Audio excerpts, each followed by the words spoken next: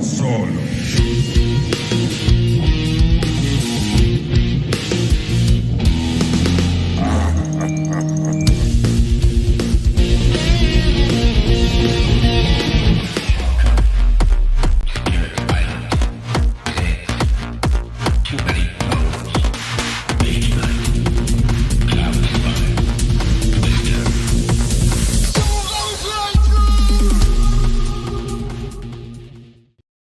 And hello! Welcome to Solo Playthroughs. We got a good one today with Gasket from Too Many Bones. This is one of the new Gearlocs I got with my Hoplomachus Victorum Kickstarter. That's always a mouthful when I'm about to say it. I hit like a speed bump and I'm like, Hoplomachus Victorum, because I just feel like I'm going to run through it and go, blood! You're going to like, what did he just say? Yeah, that's a really interesting way to start today, but that's what you got. So, yeah, I'm excited about this one. Gasket has been a very cool Gearloc to learn. Again, we already featured Nugget a month ago, I guess. Yeah, Nugget's cool, like a lot of what she does. Wish they kind of gave her some more pockets so she really could do the treasure hunter thing.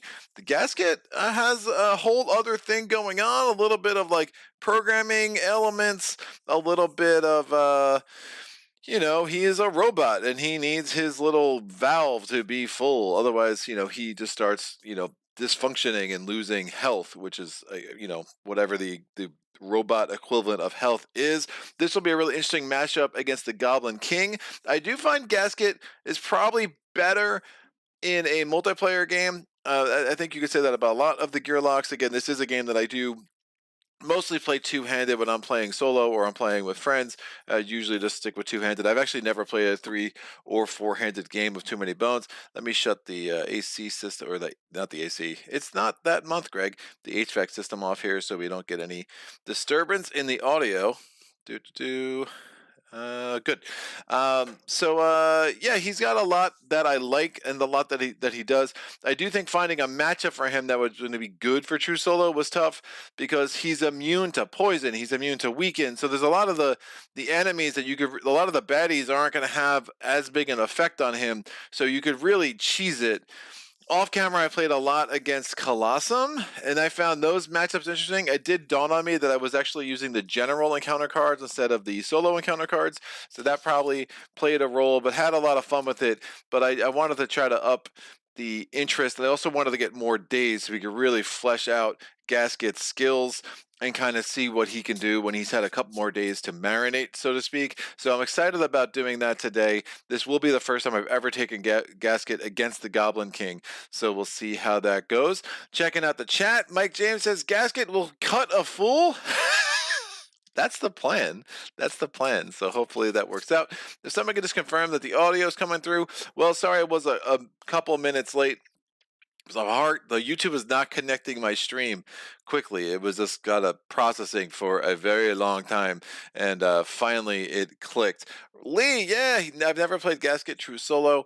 Yeah, it's he's an interesting one, man. I definitely dig it. There's an interesting health management early, but if you can survive those early couple of encounters, you start getting the mode direct profession kind of developed a little bit, give you some extra dice to roll. Again, these do not cost dex, and there's a nice little puzzle that does emerge from him. He does start with 1 health, which is, you know, partially indicative of the fact that, you know, things like poison aren't going to work against him and stuff like that. So we have Gasket's little card here.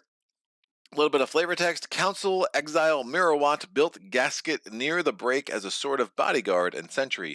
Fueled by some combination of water and steam, it's capable of causing immense amounts of chaos on the battlefield. Its true purpose remains shrouded in mystery. Is Gasket sentient himself, or itself, or is Mirawat calling all the shots? And then we have bzzz. Of course we do. And then we have the backup plan. So 1 bones is hot fix. Gasket adds or increases his defense die by 1. Again, that would be in the active slots. 2 bones is squadouche. That could be a giant pain because you are rolling this die a lot, and that could actually force you to use that second slot multiple times during a game, and that second slot gives you absolutely nothing. So 3 bones is dehumidifier. Gasket gains 1 hydro. Hydro is the mechanism over here. What is it? The primary canister is 2. We will start every battle with a certain number of hydro. That hydro will tick down whenever we roll the skill die. The first skill die costs 1 hydro, the second skill die costs 2, the third costs 3, etc., etc. So hydro can go very quickly. The other way hydro goes away is when we have to roll this hydro valve die every round, unless we discard a loot, and then we can set it to what we want. The hydro valve die will either come by with a bones, which again we have to use wherever it gets slotted, or it comes by with, hey, at the end of the round, if you have not already spent any hydro, you have to spend 1 hydro. So again, hydro is a valuable resource. That's why that dehumidifier I think can be really helpful to keep that hydro kind of pumping. And if we ever get down to 0 hydro, and at the beginning of our turn, for every turn we have 0 hydro, at the beginning of our turn we take 1 true damage, which when we're only starting with 1 health, that could be a problem. Now I did say that hydro is kind of like the mechs that you see in Undertow, and that he's immune to all these statuses and things. However, he is not immune to fatigue, because eventually a robot's going to start to break down when they're on the battlefield. I mean, it's just absolutely common sense. So we go to 4 bones. 4 bones is reprogram. After applying the directive dice, roll and apply all available directive dice again. Directive dice are these blue dice. It is one of the 4 professions of Gasket. We have hydro powered. We have mode derail, we have mode destroy, and we have mode direct. Now these blue dice do not cost dex to roll, and they have certain instructions that you have to carry out if you choose to roll them. You can carry them out at any point in your turn, but once you start carrying out one, you have to carry out any others that you rolled. And sometimes they're really helpful, sometimes they're neutral, sometimes they're like, I'd prefer not to do that, but I rolled those dice. So again, you might have to roll them and carry them out again. And then we have Power Spike, which is 5 bones, deal 3 damage to an adjacent unit. All units adjacent to that unit take 2 damage. All units adjacent to those units take 1 damage. That's really hard to get up to, because remember, you're rolling this die every turn. So unless you're spending loot to make sure that you don't get that stupid green thing, but again, if you don't get the green thing, you're going to get the valve. And that's a problem. Now, again, you are rolling a lot of defense dice, and defense dice 1/3 of the time will come up, a bonus for each die. So, you might get super lucky, but it's really hard to get to that power spike, because at some point along the line, you're going to roll that, and you're going to be forced to use that as you go. And that will make sense as we go if it didn't make sense based on what I just said. So 6 bones is upgrade to innate +1. And Gasket's innate is that he starts with the hydro valve and the primary canister in play.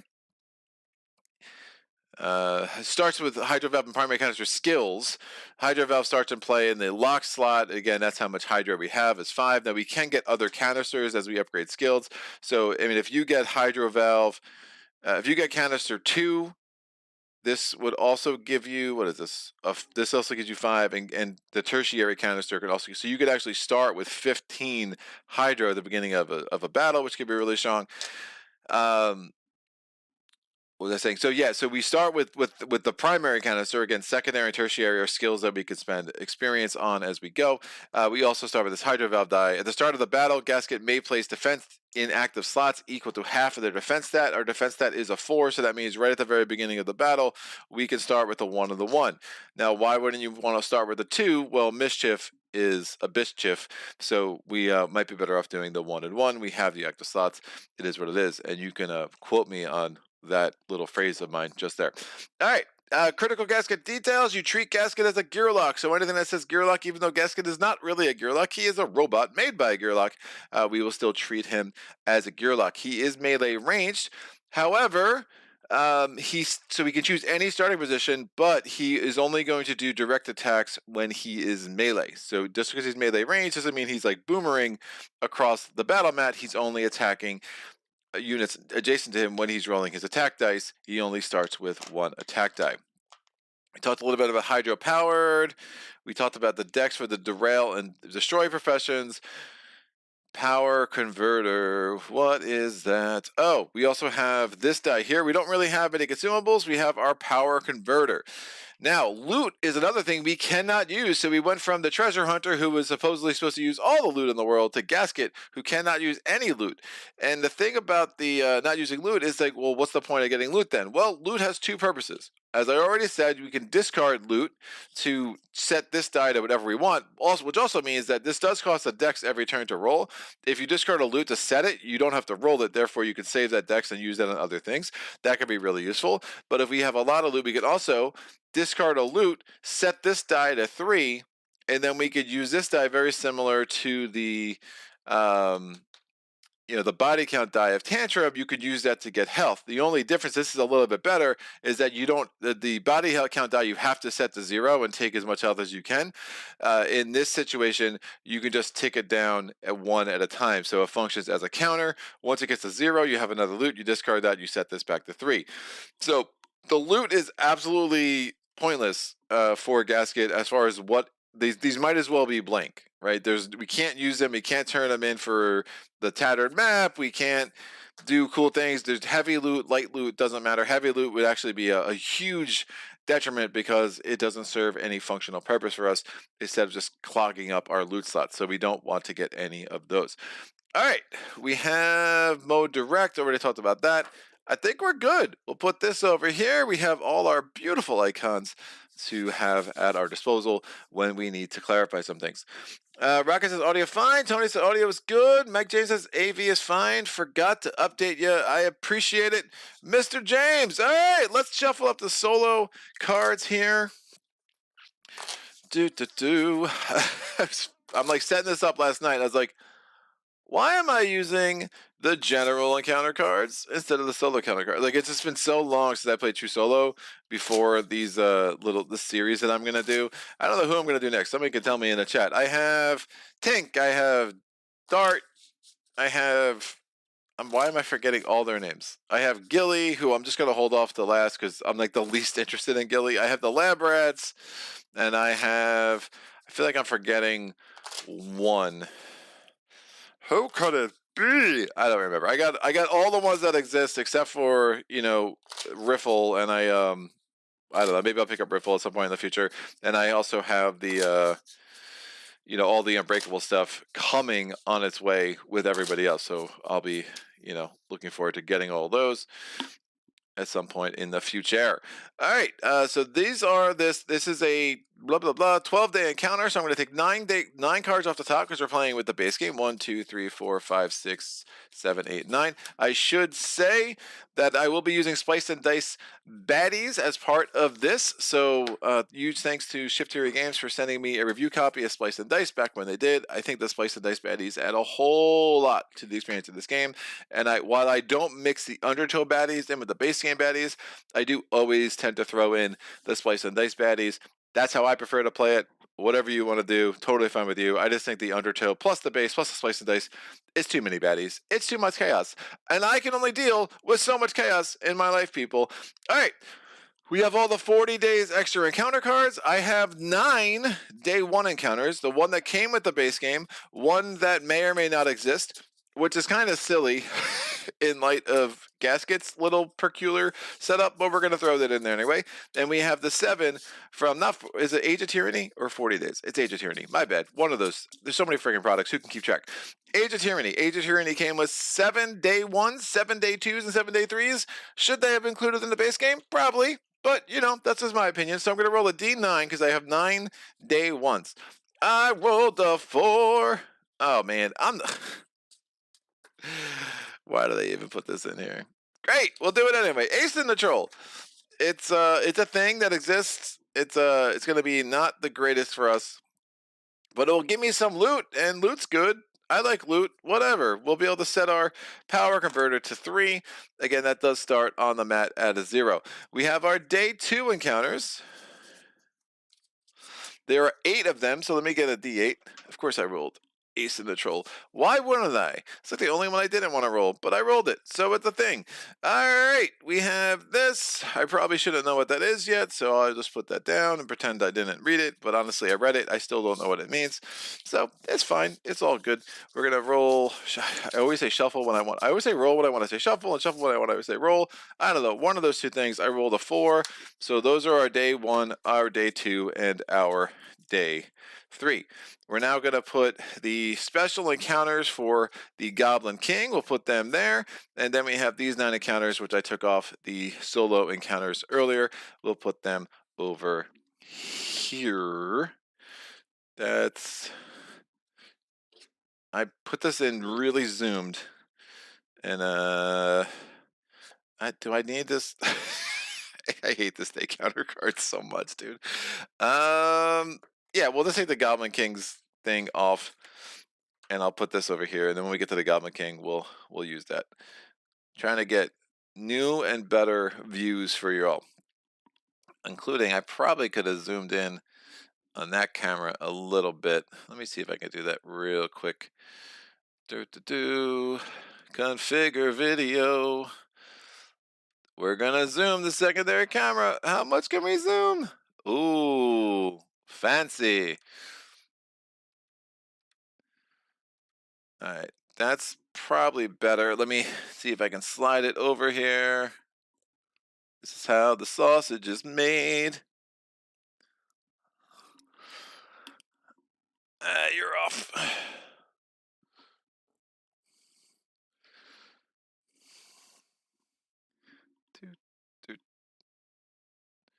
Stay, don't follow me. Excellent. That looks good. It's a nice little view of the battle mat. Except it does look a little off. That's better. I dig it. Look at that. So much better. All right, we're going to shuffle up the loot, and we'll go from there. Mike James says Dart. Sure, we'll do Dart next. Tony says, anyone else wanted to do Dart so we can enjoy some moments of dangerous darts? Aries, I hope Riffle. I love dangerous darts. Aries says, I hope Riffle will be available when you can pre-order Unbreakable. Yeah, dude. Their release model for Riffle it's just, I don't know, it frustrates me, but like, it is what it is. I get they're trying to do stuff that's cool. I mean, Josh Wilgus wrote this thing on the Facebook group like, we're always gonna do things differently, and that's fine. It is what it is. It's not my preferred mode, but you know, people love that crap, and that's fine. I just wish if you have a product and people want it, just friggin' sell it and do it normally, but I'm not them. So I don't want to yuck in their yum. If they're having fun with it, that's great. I don't think it's worth the PR garbage because it does upset a number of people, but you know, they do what they want to do, but that's fine. But yeah, I don't think you're ever going to be able to order it. Yeah, I hope like at some point there's going to be a number of products I'm going to want from them, and I just don't want to pay like $50+ for one Gearloc. Like the shipping for one thing is stupid. So like, it is what it is. Like if I ever get enough products that when it's available, I'll just get them all, get the free shipping. Sure, maybe I'll get it at some point, but that day is not today. Tony, but having played Dart with him, flipping of the mat will be fun times on camera. Tony says, I think I only had one flip that didn't lose any dice, and I was trying to be very careful with that.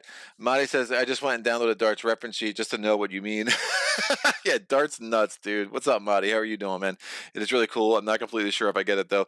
Yeah, it's one of those things that I didn't get it until Tony was playing it, and then I was like, oh, okay. So Tony figured it out. I figured out Nugget, he figured out Dart, and it was a beautiful relationship. Tony says Dart was really fun to learn, but Greg and I kept joking that it will get really interesting with him for him on camera. Mike says Riffle is a lot of fun with a cool puzzle. 50+ for a Gearloc is a bit much. I agree, Mr. James.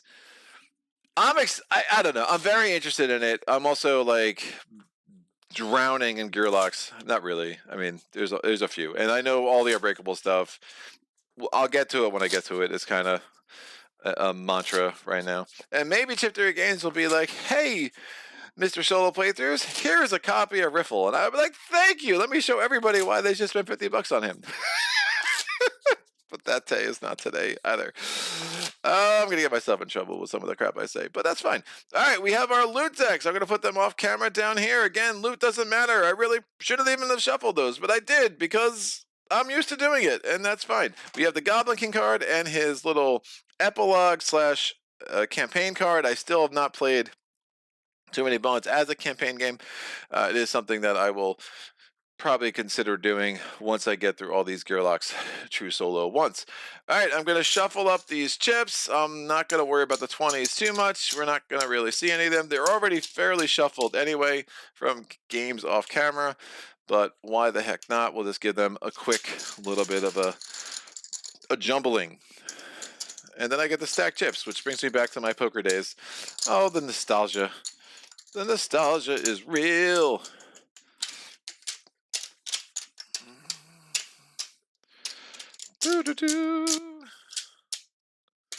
Alright.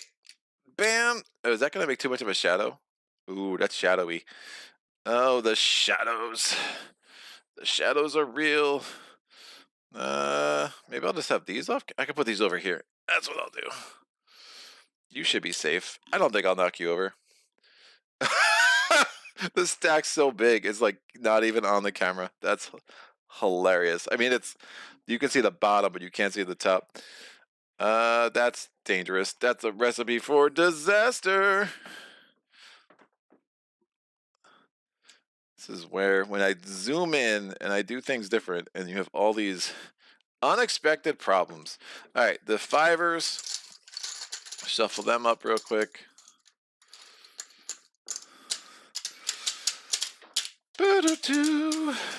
What is going on? Nothing in the chat.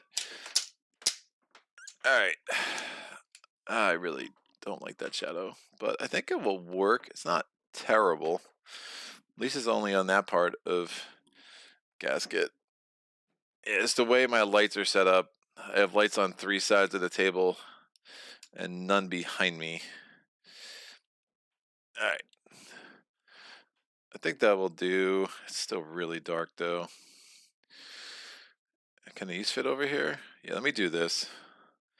Let me do this. We'll get the 20, the 5. These are so tall. At some point I tried to use bags for this crap, but that didn't really work because these baddie stacks are just absurd. When you're having like 4 different kinds of baddies and you add the splice and dice baddies in. All right, beautiful. That's a beautiful thing. I can make this work. I will shrink you a wee bit, and then I can get these right here. I like it. And we can have our defeated baddie stacks. We can have our baddie stacks. Nothing is getting too obscured. We have our day tracker here. I could even put the Goblin King's ugly mug on the camera. Over here. We have a whole bunch of play area for rolling and other assorted awesomeness. Great, glad we got that figured out. Riveting TV, guys. And that's about it. I think we are ready to start. Over here we have our lockpick dice, we have our lane dice, we have all the different status dice, we have our D6, etc, etc, etc. We have our lane chips here. I can actually put these out in front. Let's make this happen. Day 1, Ace in the Troll. I've read this before. Not sure I want to read it again. Let's just go to the back. We are going to get so with Ace in the Troll, remove the 4 Ace loot cards. They may or may not exist. It doesn't matter. Honestly, I'm not even going to bother because all the loot is like blank for us. So I'm just going to basically take a loot, pretend it's an Ace loot because, you know, it doesn't matter. And then we're going to get 1 training point, and we also get 1 progress point. Again, we need a total of 8 progress point before we can attack our friend the Goblin King. So I'm going to put 1 out of 8 up there. We have 12 days to do it in. And the training point I think it's going to be important to get another piece of health and hope for a good array of baddies in our little first battle. So now we have 2 health. I'm also going to go ahead and roll. I'll put the tyrant die over there because that's where that belongs. And then I'm going to go ahead and roll a d6 because we are going to scout at the end of day 1. I rolled a 3. That means I can scout a 1-point baddie. We have a troubled troll bold. He's fine. I'll put him there. He has days. He might just prevent me from moving, and I'm okay with that. We're now going to go to the day 2 encounter. What do we have? Somebody to love. Hit it. This can go away. Somebody to love. Hidden in the bushes, it is easy to see the end of the battle unfold. Tensions between all species and races in Daelore are running high, and the slightest disagreement regularly spills into full-fledged carnage. Only a handful of fighters remain amidst a battlefield littered with slain foes. Moving from the bushes to the battlefield will be difficult unless hiding spots can be found amongst some other fallen fighters. We're going to get 2 training points and a loot either way. If we win, both choices, baddies are going to start with hit points of 2 or fewer. Baddies with starting hit points of 2 or fewer are immediately defeated prior to being placed on the mat. That's insane. So the first choice is stay hidden and finish the fight. Battle queue is baddie points. Baddie points is going to be 2 times 1, so 2. We will have 2 1-point baddies. Baddies enter battle mat with a starting hit point reduced by 2. Place an untargetable effect die on all gearlocs for the round 1. All baddies heal 1 hit point at the end of each round. Oof, interesting. They're wounded. Let's charge. This is choice 2. They see you coming from a mile away and half their commanding officer.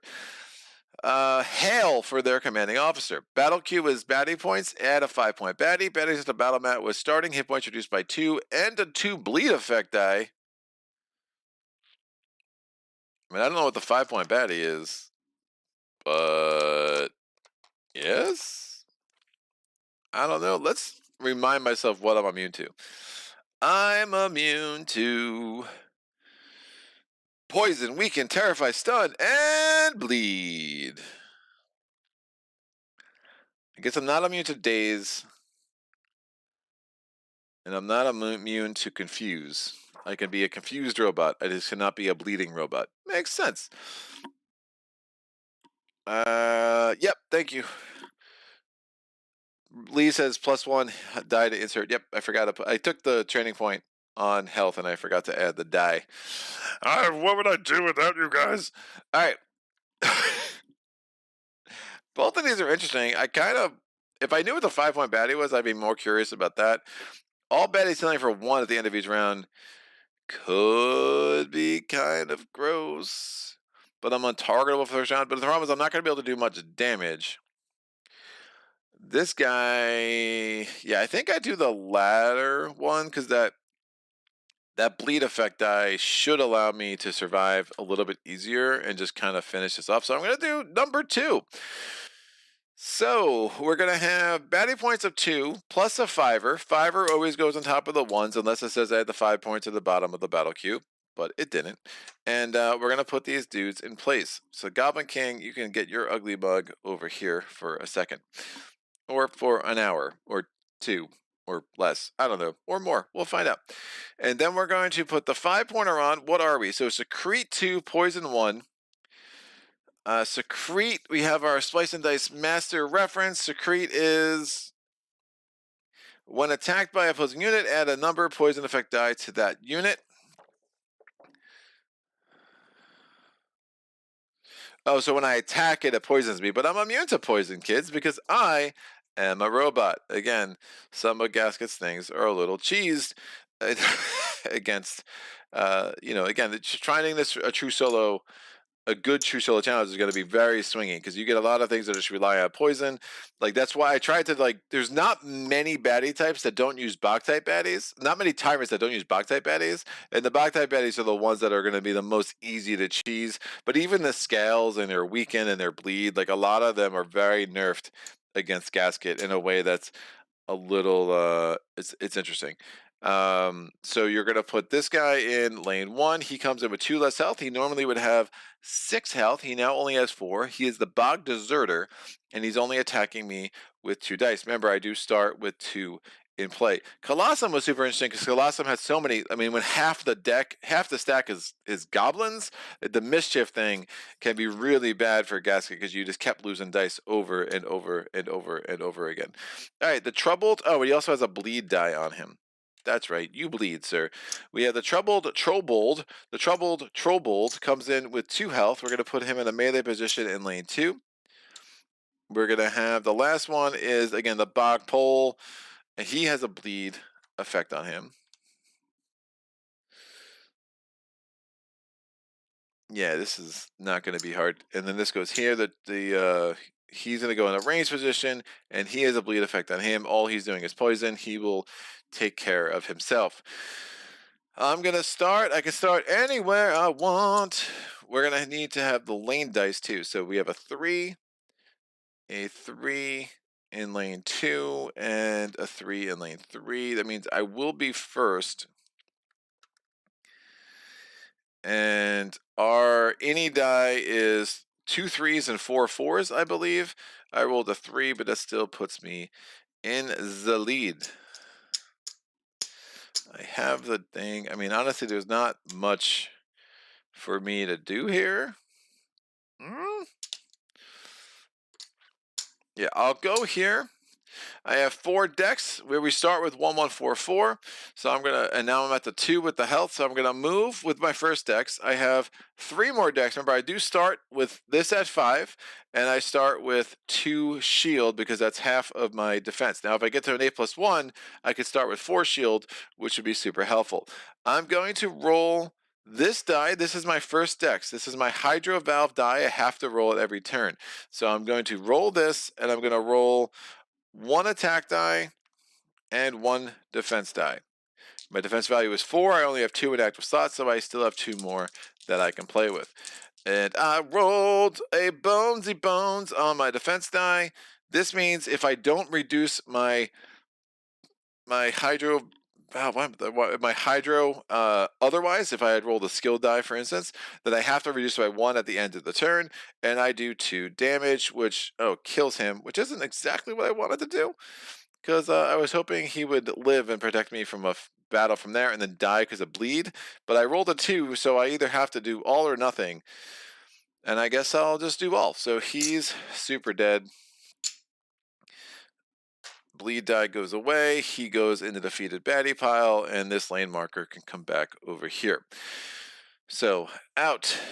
Out, I say. Done. We're now going to go to this dude. Oh, and then at the end of my turn, because I rolled that symbol, I'm going to need to reduce this from a 5 down to a 4. He comes in. He does bleed, so he loses 1 health, so he's down to 3. He's rolling 2 attack dice. Now, secrete and poison, none of that has any effect on me. So the 2 attack dice he's rolling, bam, he does 1 damage and he boneses. So I'll take out 1 of my shields. We go to the Bogpole. Bogpole bleeds. He dies. Put him in the defeated baddie stack. Get this number over here. This is out. And then we go to round 2. At this point, Gasket just wants to not, he's just going to bleed out. I can't, Secrete's not going to have any effect on me. So I have 4 decks. This has to be dex number 1 is rolling that die, unless I discard Fortunate Discovery to not roll it and set it to what I want, but I do want to roll it. I'm going to roll 3 defense dice because my defense value is 4 and attack is 1. And let's see if we can't, get lucky. It would be pretty cool if we can get to an 8+1. I have my doubts. But if this, again, half the time, this is going to roll on a thing and make me use it, and that's not great. But, it's worth an effort. So I'm not really in that much danger here. He's only rolling 2 dice. His poison has no effect on me. He's going to eventually bleed out. So we'll just see if we can't do an 8+1 shenanigans.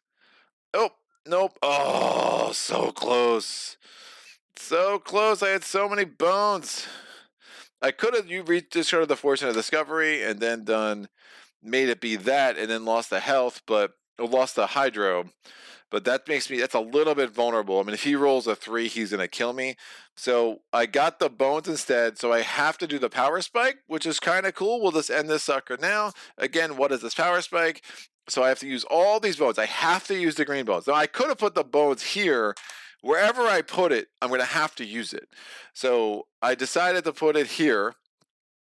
And now I have to use the power spike, and that's going to let me do 3 damage to an adjacent unit. That actually is just going to kill the Bog Deserter and just bring this to a premature and very quick and merciless end. Merciful end. Merciless? Merciful? I don't know. One of those two. is the correct word that I'm looking for. All right, end of that. I'm going to get a loot. What does it care? Who cares? It's a blank piece of paper. Honestly, I'm just going to put these face down because that's really, oh, well, if it says heavy, not heavy, great. I can put it face down. And this will go, you know, what I should have done on my turn before I applied the bones, I would have discarded this loot to set this to 3 because that would have made sense. And now I have just 1 loot there. Just in case, I guess there's no real, I mean, I could have done it on my first turn, next turn. It's not like I can use it on a baddie's turn anyway, but it just felt like something I wanted to do, so I did it. We get 2 training points. Now, when I get training points, I start on legendary. I do kind of force myself to do an even distribution of training points between these, what are these, stats and skills. It's just the way I prefer to play. I find that the most fun. So, you know, to each their own. It makes it a little bit harder probably, but I dig it. So we're gonna get cut. Cut is super cool. Cut is going to put a bleed effect on an adjacent baddie, and if there are baddies in a line, it puts a bleed effect on the baddie behind the baddie that you put the first bleed effect on. It's really, really cool. I super dig it. And then I'm going to take a... I'm tempted to take another health. I hate only having 1 attack stat, but health, I mean, health can really start getting eaten into. I mean, 2 health is like nothing. I mean, even if you're starting with the 2 defense dice, 2 health is really garbage. This is going to reset to 5. I'll just do it now. Yeah, I think I'd take another health. I'll worry. No. No. I have this. Screw it. Let's try to upgrade the attack stat. I did it. Look at me. Probably not the right play, but I'm going to do it anyway. Great. Check in the chat. Nothing there. Let's move on to day 3. That was another progress point, so we're up to 2 of 8. And day 3 is another Age of Tyranny thing, which makes me excited. All right, end of the round. I could have scouted because I was at full health. I rolled a 1. We'll scout a 1-point baddie. It is a blind strike, inspire, owl, bear, cub. He's only got 3 health. He's kind of cute. You could do worse. We'll keep him. Again, the Aspire is probably the grossest part, but he himself is not attacking. So the Aspire just means that the next baddie in line will immediately move behind him and roll 1 extra die in the face. Mike James, as I said, Gasket will cut a fool. Madi, if anyone's interested, the chances of rolling 4 bones there was 1 in 54, so less than 2%. Madi, bring in the math. Thank you, sir. All right. What? This isn't a word. This isn't a word, Chip Theory. Come on. Del Oregon Trail. All right, we got there. Oh, Daelore, Oregon. It took me a second, man. My brain. Don't do this in my brain this early. It's not that early, but it's before 1, so maybe it's early. I don't know. Before 1 for me. It's probably super late where all you all are at across the pond. But all right, the trail stops at the Sabron River, which flows with both life and danger. It's time to hunt for new adventure and bring back only as much as one can carry, or maybe just dysentery. The river runs green this time of year, and hard rainfall has made it more treacherous than usual to cross. Be you a dealer, mechanist, or brewmaster. Robbers are hot in pursuit, and clothes, oxen, and pounds of food are in danger of being pilfered. The bridge is blocked by a number of angry-looking trolls. It's time to cross, but caution is advised, or the wheels might come off of this adventure. All right, neither of these are a battle option. That is pretty normal for the day 3s that I've seen. So your first option is caulk your pack and attempt to float across.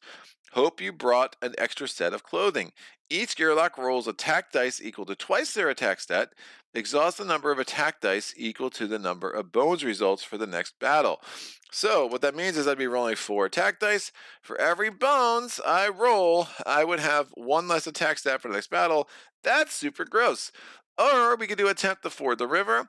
Where the heck is the ferry? Each Gearloc rolls defense dice equal to twice their defense stat. Exhaust number of defense dice equal to bones. Whoa, I'd be rolling 8 defense dice? That's a terrible idea.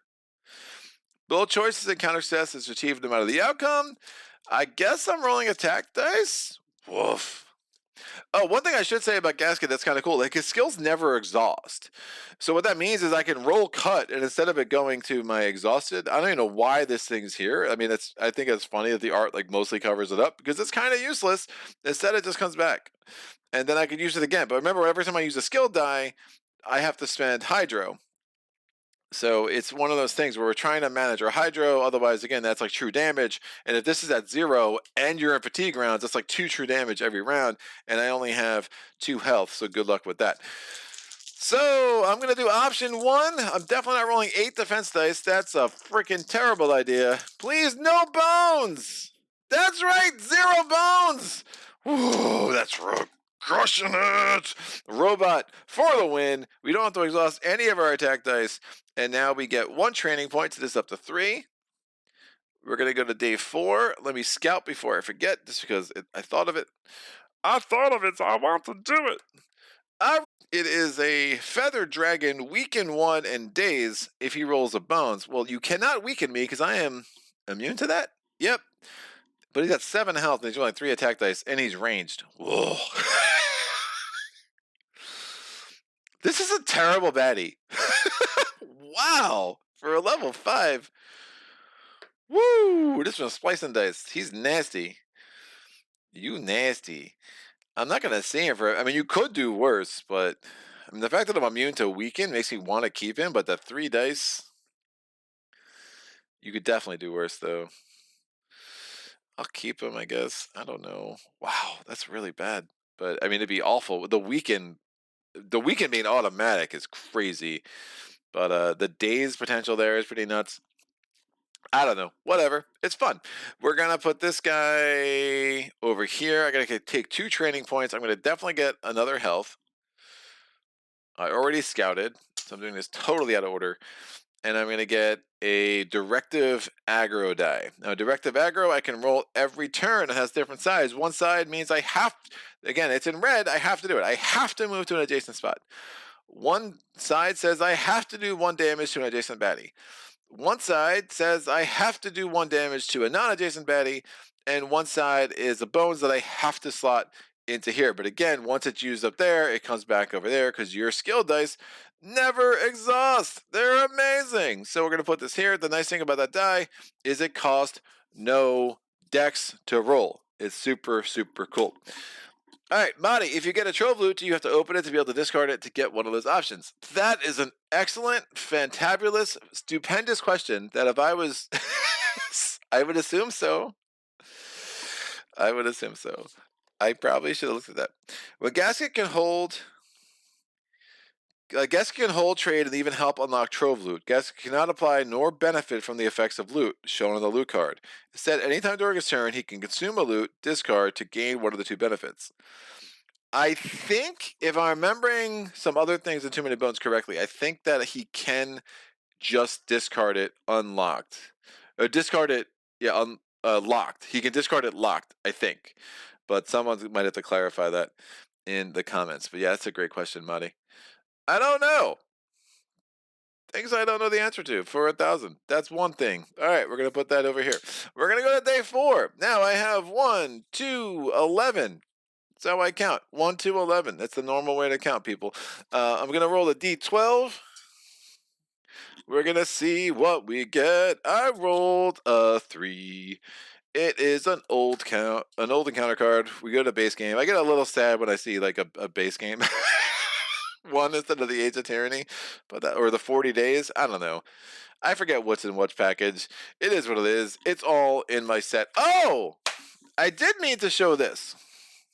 Now's a good time. Someone did ask at some point how I store the game in the old base box. So this is that, and this is heavy, so I can't hold this for very long. But if you look at the old base box, because I don't have the Trove Loot, if you lay everything out, you can fit 4 of the chips things there, and then you have plenty of room. So this is room for all the Gearlocs I have. It has room for all the chips. It has room for all the little extras that you get for Splice Dice, the base game, Undertow, and then again 40 days, Age of Tyranny, etc. And then you have plenty of room to put all of the various boxes you have for all your encounters. Now, what this does mean is I have none of the mats on here. So what I did is I took Gaskets, I took the Undertow box, and in there I put all of the mats. So like all of the Gearloc mats, all of the the encounter map from Undertow, the encounter map from the base game. I put the Splice and Dice mats in there for Build a Tyrant.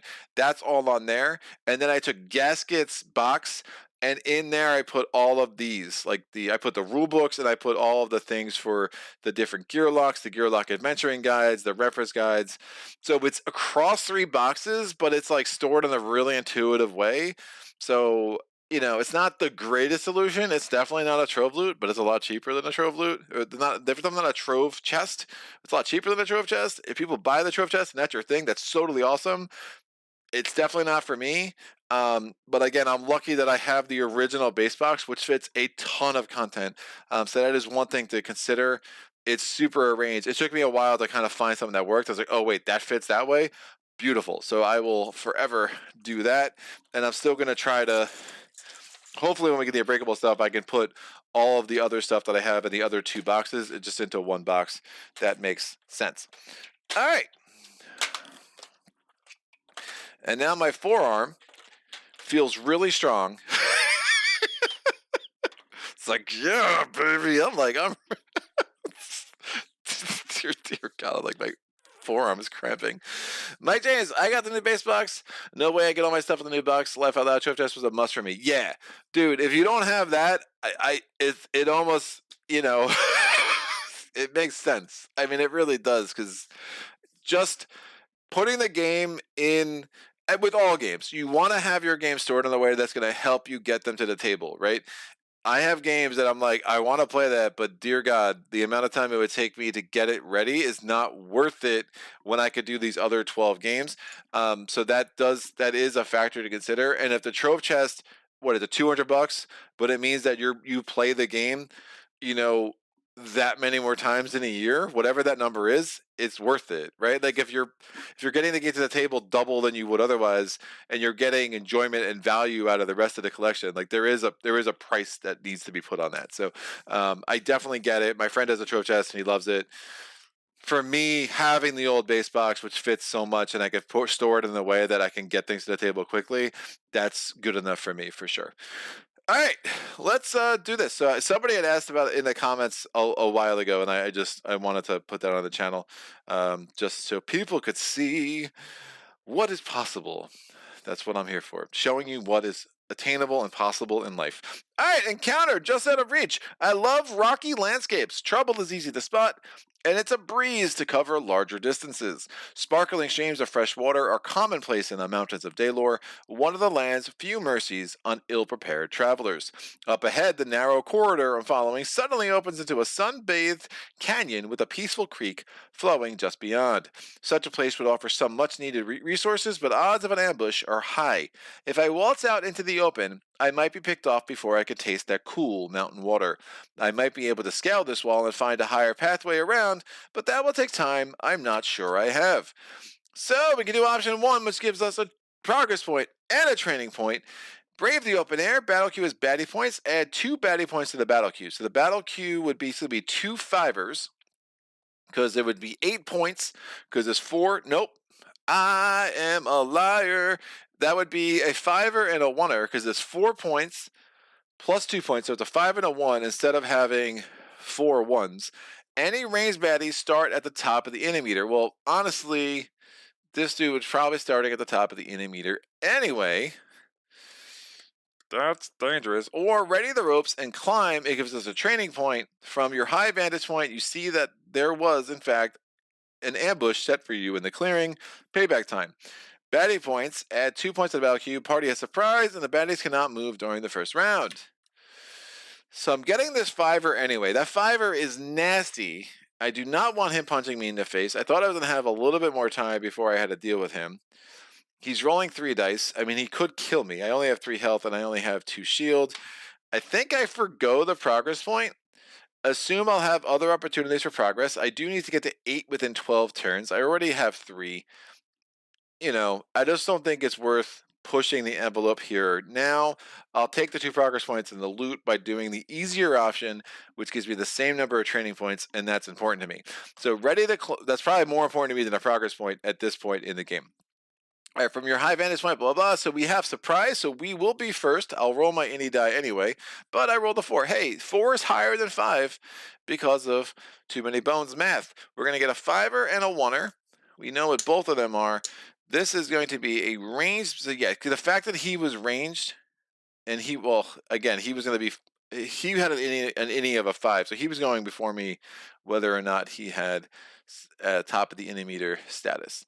So this is going to go there. We have him with this chip. He's got 7 health. And ranged in lane uno. That's 1. All right, we have this dude. Oh, I have surprise. This guy is also a 5. He's got blind strike. He's melee. His inspire is going to do absolutely nothing for him, which is amazing. And he goes in the melee position there. My turn. I need a bunch of defense dice. I want to cut him. I want to cut you something fierce, sir. And get a bunch of defense. So I'm going to go here. Blind strike would apply. I have the directive. I could go here, move 2, make sure I cut him. If I go here and just do defense, I could line them up and cut them both next turn.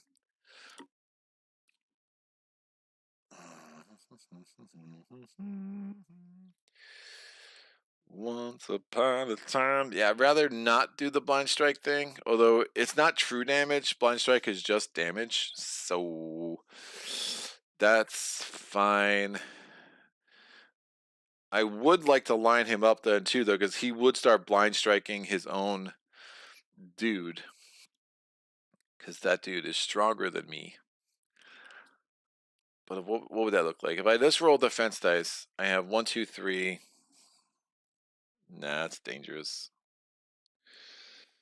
That's dangerous. I think I have to start making this dude bleed.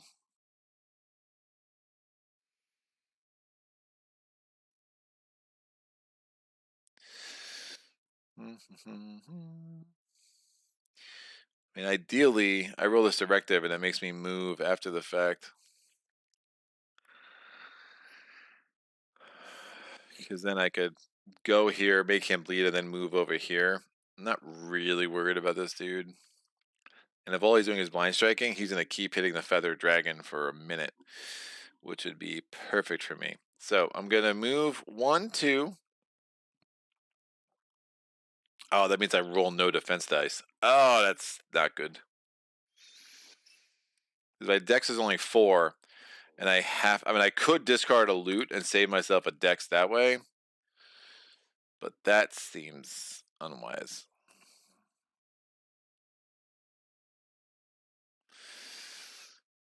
That seems, man, the feather, I should have definitely scouted the feather dragon out of there. He's nasty, dude. He's a nasty 5-pointer. I'm just worried about getting something that's rolling 4 attack dice or stout or any of that crap. I have 2 defense dice in. Defense dice and a cut die, but I have to roll the Hydro Valve unless I get rid of the loot.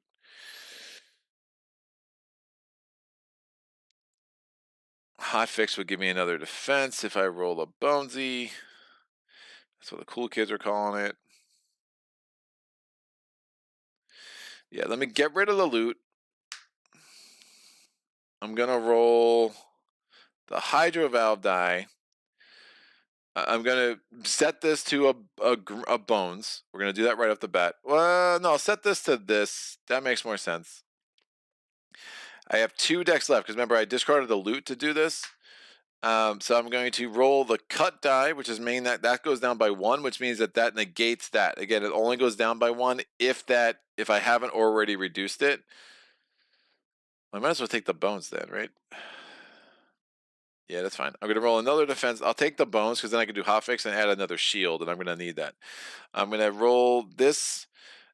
So I have 2 decks left. So this will be my 2 decks. The directive die doesn't cost decks, and I don't have to roll decks for this because I used a loot to just let me set this to whatever I wanted to set it as, and I'm going to set that as a Bonezo, which is going to help me get another defense value, which is important to me. So I'm rolling these 3 dice. Again, this die doesn't cost anything. It can 2 decks to move, and I want it to move into that. I want it to move into that corner just so I don't get blind struck by that jerk, because he's rolling 3 dice, and that's going to be a that could be pretty gross.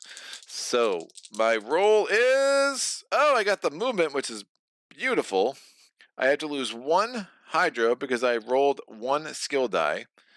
That only works. That only matters for the derail and destroy professions. That does not matter for the direct professions. I got a bones here, so I'm going to put the hotfix die in there. This in, I'm sorry, I'm going to put the hydro valve die in there. This in there. I'm taking the hydro valve die out, which I have to, mind you. That's going to let me increase my defense stat by 1. So not the greatest defense roll there, but I should be okay. And then I put a cut effect on a bleed effect on this feathered dragon. Let's make sure he starts taking some true damage. Now, even better, so this die doesn't get exhausted because I'm a robot, so it goes back there. I got the move on my directive die. I'm going to carry that out and move here, which means he's going to go there and stop, and he'll continue to blind strike the feathered dragon, which makes me happy. All right, this is going to go there. That's turn 1. The feathered dragon's going to go. He's going to take 1 damage because of the bleed. And then he's going to roll 3 attack dice and 2 offense dice. He's attacking me, obviously. So please don't crush me. He only does 1 damage, gets 2 bones. Now the bones effects is going to give me a daze, which means I can't move, which I believe probably doesn't override the directive.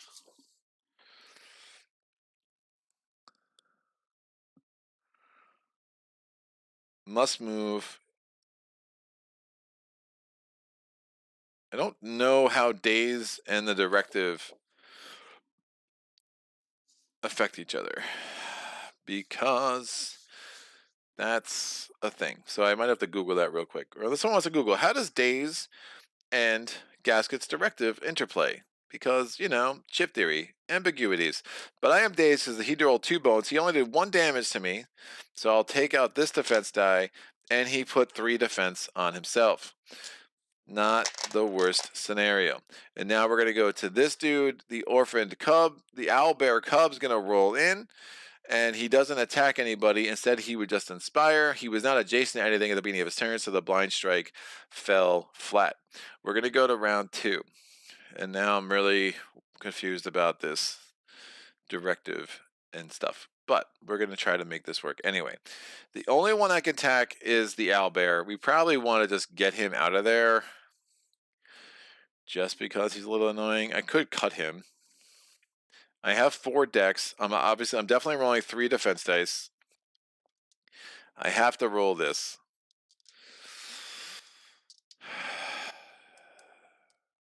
Yeah, I want to get defense. Defense for the win, kids. I think I rolled a directive die.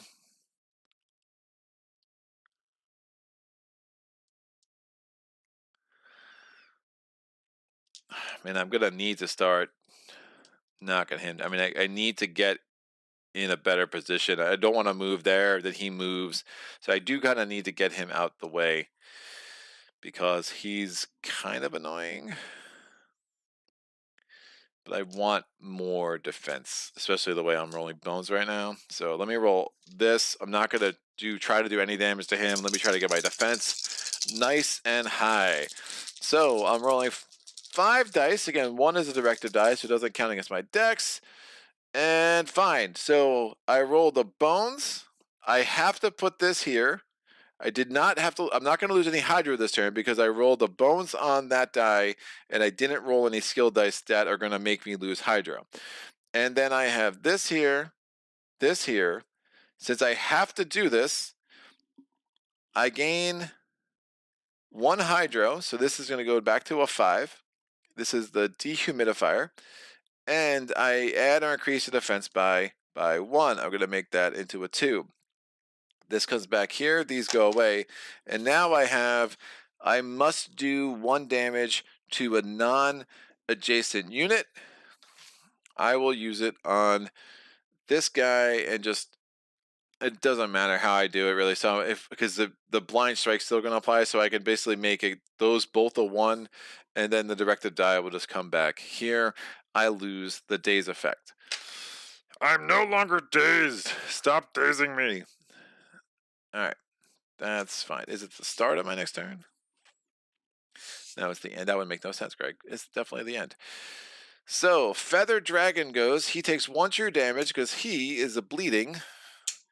And then he's going to roll 3 attack dice, no defense dice, because he has the 2 defense dice there. So again, the good thing about that is going to prevent me from being dazed again unless he rolls 8 bones on the attack dice. Oh, and then, yeah, so that actually, it made more sense to keep the 1 and the 1. So he's rolling 1 less die.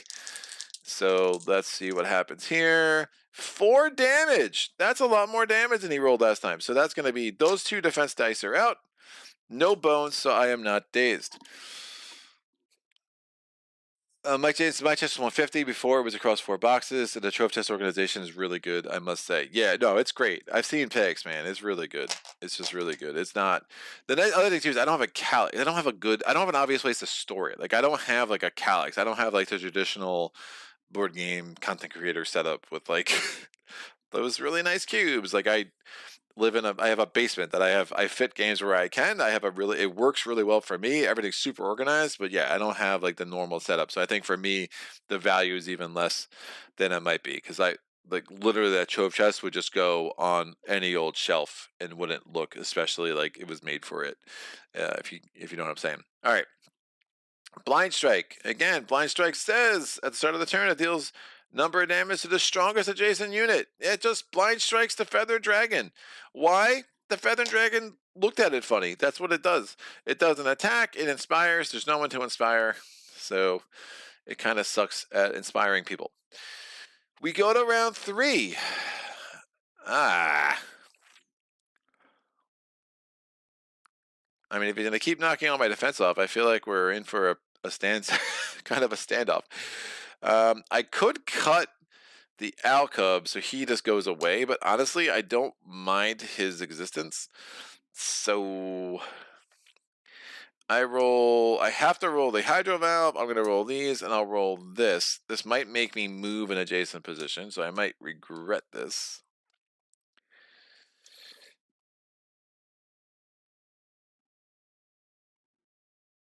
Yeah, I mean, he's going to have to bleed for a couple more turns before I can even think about taking him down. So, yeah, knocking out the Owlbear 3, I kind of like where I'm at. The move thing would be less ideal. So maybe I don't roll the directive die, because, like, what's the point? What is the point? That's a good question, Greg. Thank you.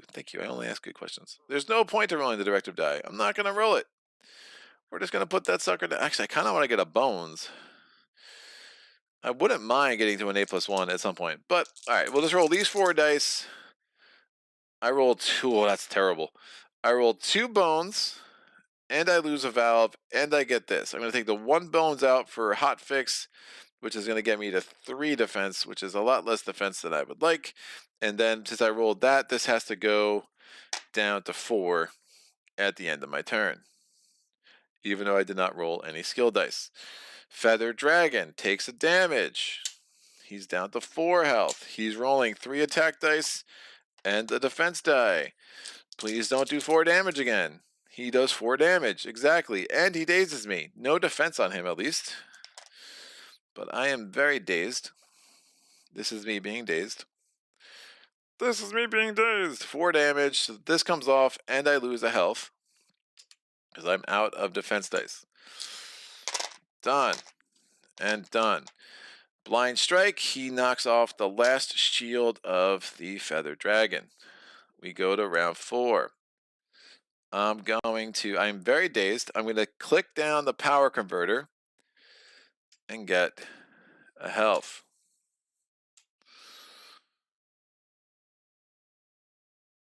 I'm dazed. There is a point to rolling the directive dice this time, and I don't think I can move even if I roll the movement, but again, I might have to Google that.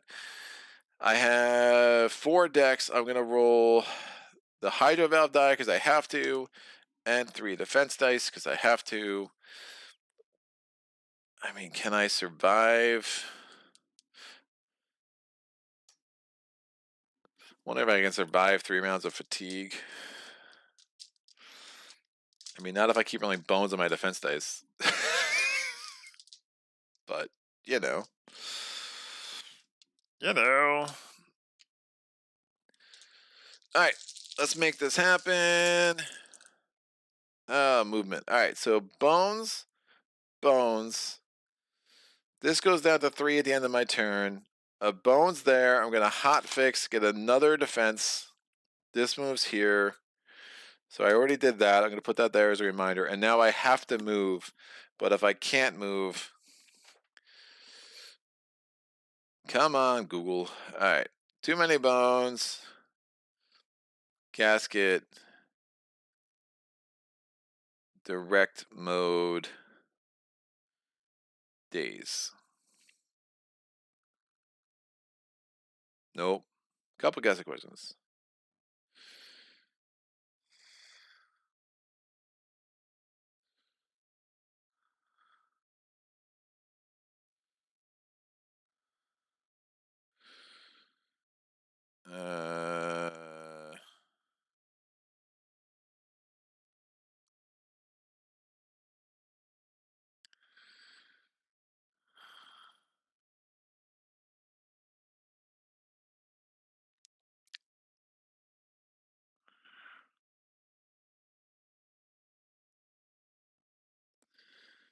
Yeah, dude, I don't know.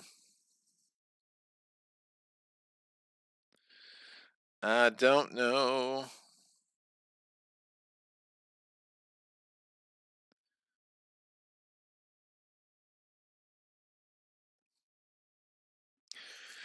I assume I just ignore it. I don't think I can move. Unit cannot move on its turn. Unit must move. One adjacent position. Not sure about day shift direction, but I guess you're forced to move as you're not choosing to move, but not sure on priority. Right. Gasket shift days.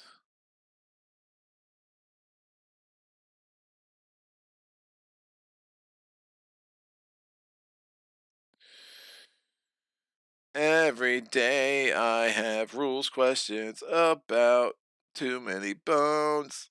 Too many questions is really the new name of this game. Bones. Gasket, general questions. 2.0, 3.0, solitaire game, deep dive.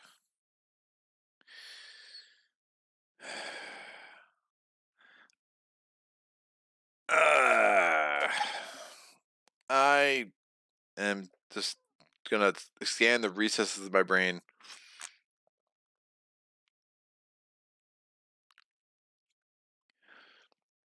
Right. So if we're thinking thematically,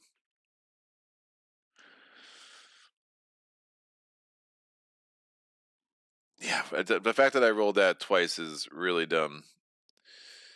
Really dumb. There were so many things I would have rather rolled, and so I keep rolling that. So there was like upside to rolling it. I just did not want to roll that. I would do anything for love. I just didn't want to roll that. Yeah, I'm not choosing. I think Lee's logic makes sense. I think I have to move. The language must is pretty strong. And yeah, I'm not choosing to move. It's just like my robotic mind glitched and said, "You must move now." So, and that's how my mind does. It just kind of jerks to the left like that. So I'm gonna move, and we'll go over here. And now I'll be kind of trapped in here, but Blind Strike is going to start affecting me now, and that makes me not as happy. So this dude's going to lose a health for the 4th round in a row. He's down to 3. He's going to roll his 2 defense dice and 3 attack dice.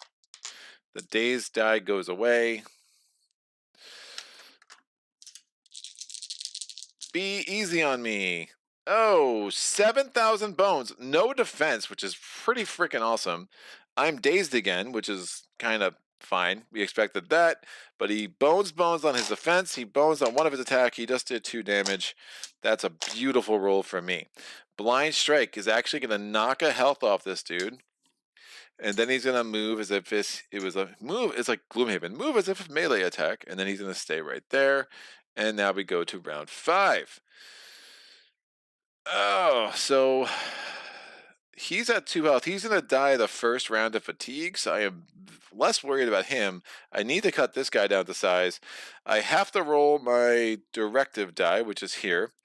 And then I'm going to roll 2. I need to survive. I'll roll the cut die. I'm sorry, I have to roll the Hydro Valve die. I'll roll this directive. I have 2 more decks. I'll roll 2 defense, I think is the safest way to go. Part of me wants to roll an attack, but I really need to make sure I survive this. Remember, Blind Strike's going to hit me. A lot of nasty things can happen, so I'd rather do the cut because it's guaranteed damage. Alright, so since I rolled the cut die, I lose a health. I lose a Hydro, so this is already taken care of because I rolled a skill die. I freaking rolled this stupid move thing again, so the directive aggro has been garbage for me. This bones goes here. I'm going to take 1 out to add a defense die. So I'll make this a 2 or just tick 1 up, and then I get this over here as well. So my health situation, there's definitely a way I get knocked out because I keep rolling very badly on my defense die, but I probably should have just killed him is what I should have done, but yeah, that was a bad decision. 3 defense. I should be okay still, but yeah, it's probably not the greatest decision. I left it a little bit up to chance. But I did cut this dude. I'm just worried about like 3 health but he's not rolling dice against me. That was dumb. The question is so dumb that I'm just gonna redo it because it made no sense. Like, what was I trying to accomplish there? Nothing. I was trying to accomplish nothing. I was being silly.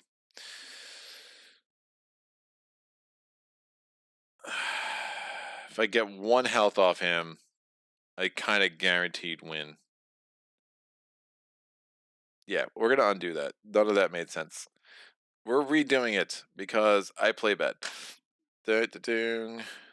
And I'll keep this roll because that's what it was. I wouldn't redo that.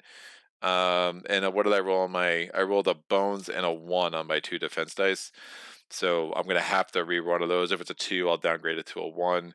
But I should roll 2 attack dice. I did roll the Hydro Valve was this for sure. It wasn't the bones, so I'll keep that as well. So I'll roll 2 attack, 1 defense is plenty, and I rolled a directive, but the directive told me to move. And if he's dead, I might have to move anyway. So that makes sense. So I'm going to re-roll. I'm only rolling 1 defense die. I'm rolling 2 attack dice, and then I'll roll the directive die. The directive die came out that. I had to roll the Hydro Valve die. It came out that. Little revisionist history. Oh my gosh. Even worse. Wow. Well, this is a 2. I'm going to downgrade that to a 1 because I rolled a 1 in the bones. Let's be real. I didn't even cut this guy, and I bones on both my attack dice. So that serves me right for trying to revisionist history this. And then the Hydro die makes me tick this down to a 2. I got 1 bones here. What the heck is going on? Marty, what's the odds? 1 in 36. All right, great. So bad. I'm so bad at dice. That was terrible. Well, let's see what happens. So we're gonna roll. We're gonna lose a health. He's attacking me with 3. I definitely could die here, but at least I did it the statistically proper way, and still I'm gonna die. 3 damage. All right, that's a thing. I can survive that. And a bone, so I'm dazed again. And he has 3,000 shield, but he's gonna die of fatigue rounds. And then the next guy does a blind strike 1, and I didn't make him bleed because I wanted to go and do things properly, at least statistically, and it still didn't work. Now we go to fatigue rounds. I take a damage. I'm down to 1 health. Damage here. The feather dragon is out. So if he had rolled a 4, I would be dead. So he rolled a 3, thankfully, which is why I was thinking, I was like, that doesn't make any sense. That was a stupid thing to do. I tried to make the roll as consistent with the first dice I rolled as possible. That's why I didn't keep the 2. I kept it a 1 because I rolled the bones and a 1. So, obviously, getting a 2 out of nowhere would have been totally unfair. But here we are. We are going to live to tell the tale, I think. I'm going to roll dice first and then decide if I want to use my power converter. I'm going to roll. Now, had I killed, what's his name, this directive, and I had a space to go to, I would have had to follow that directive. But since I did not have an adjacent place to go to, I could just ignore it. It's the only situation I could ignore it, I think, even with the daze. I am still dazed this turn because, because what's his name rolled a bones, and then he went ahead and died with the fatigue. All right, so I'm rolling 2 attack dice. Can I please stop rolling bones? I'm going to roll, I have to roll this die, and I'm going to roll 1 defense die and this directive die. Hey, I rolled damage, a lot of it. All right. I'm going to use this die twice to get back the full health because I don't want to I want to use my turn to scout, my option to scout. So that's fine. I got 1, 2, 3 bones. So technically I don't have to move the hydro valve down at all. And then I can reprogram.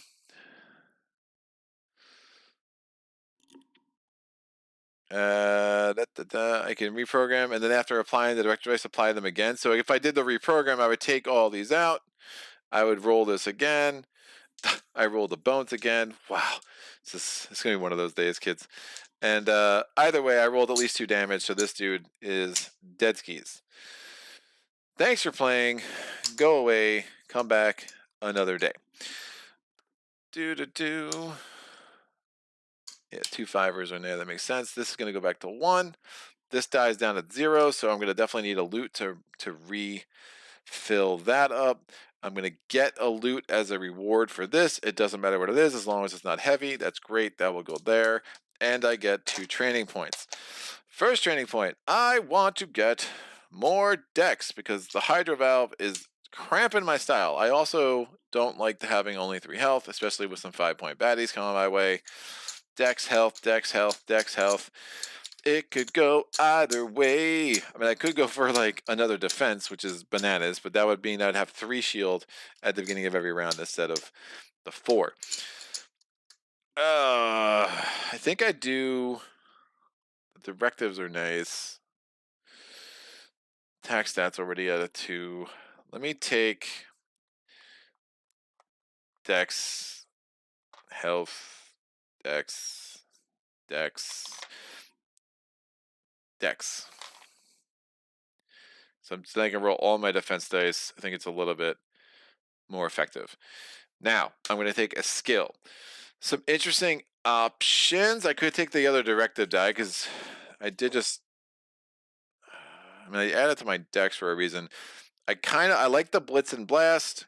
The Gut's interesting. If I can get a cut effect on a thing, then every time it moves, it loses health. And that's super cool because if I'm here and I have 2 baddies back to back, and now this guy has a bleed, he's gonna have to move, right? So that's the way that he's losing health as he goes. But deal damage to an adjacent unit with a bleed effect die on it. Place gut on that unit until it is defeated. Unit takes 1 damage for each position it moves to. Problem is if you have some ranged baddies, that's not gonna be all that effective. I could just get my utility directive. The sustain directive isn't as strong. The sustain directive is more like in a multiplayer game because you're like adding defense dice to adjacent units. A lot of that stuff. So I don't really love the sustain directive. I'll take the utility directive. I think that's going to give me the most flexibility with how I'm rolling my dice. And then we'll start getting into like either gut or like blitz and blast. Getting another canister makes some sense when I have more skills. Right now, I only have the one skill, so I'm not that worried about my canister situation for sure. So 1, 2, 3, 4, 5, 6, 7. I've gotten 7 training points in 4 rounds. That makes some sense.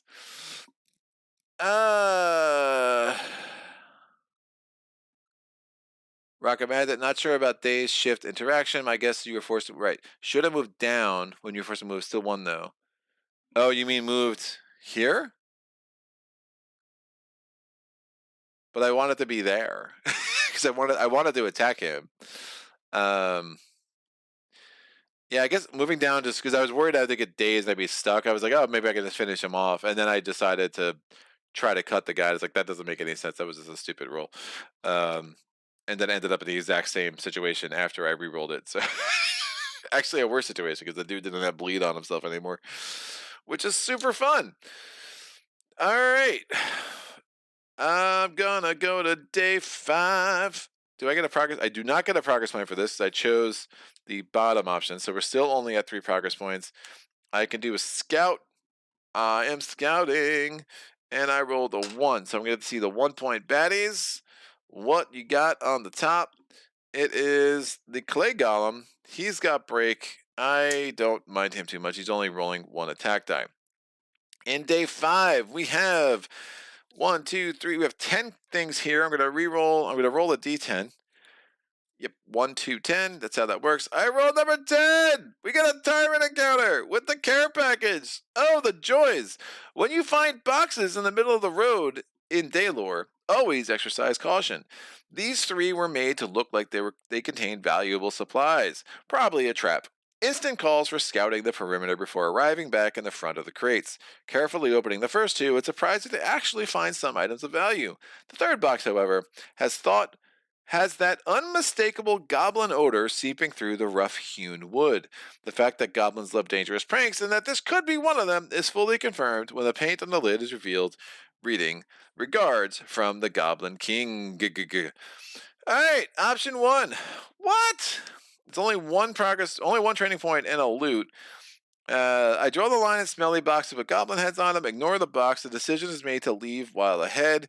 Battle queue is baddie points. It's just going to be 1 5-er.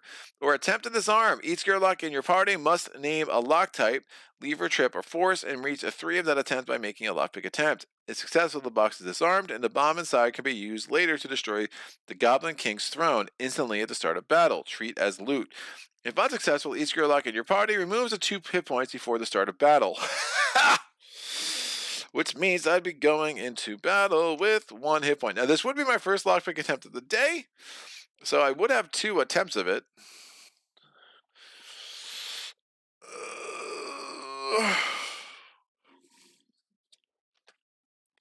Seems reasonable.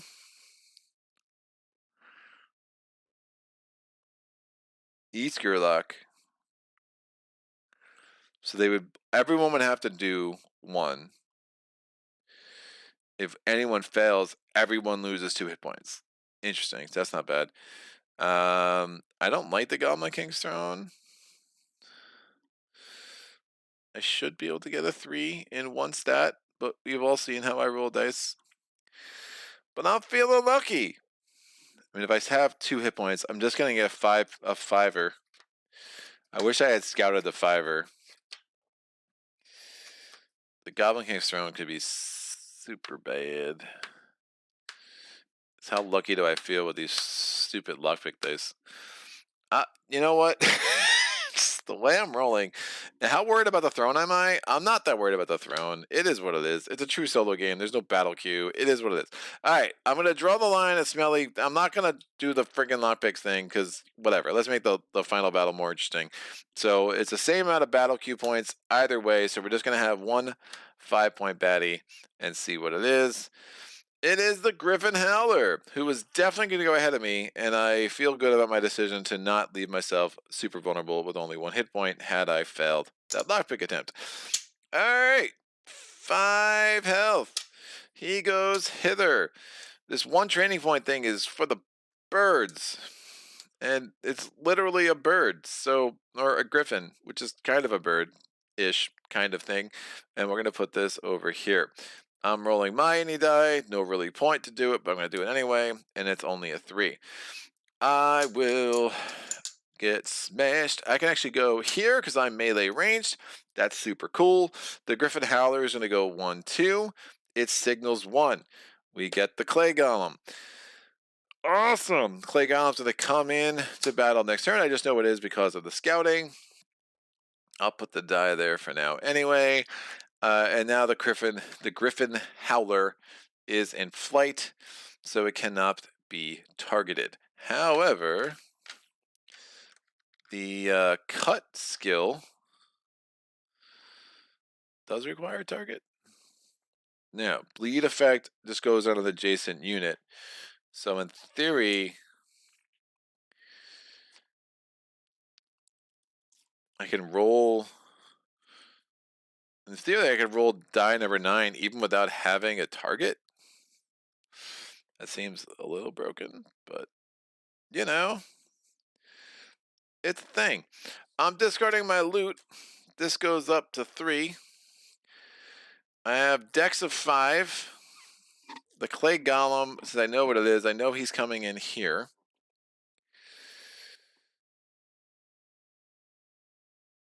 He's not going to act in turn. I'm going to try to set up things. Ooh.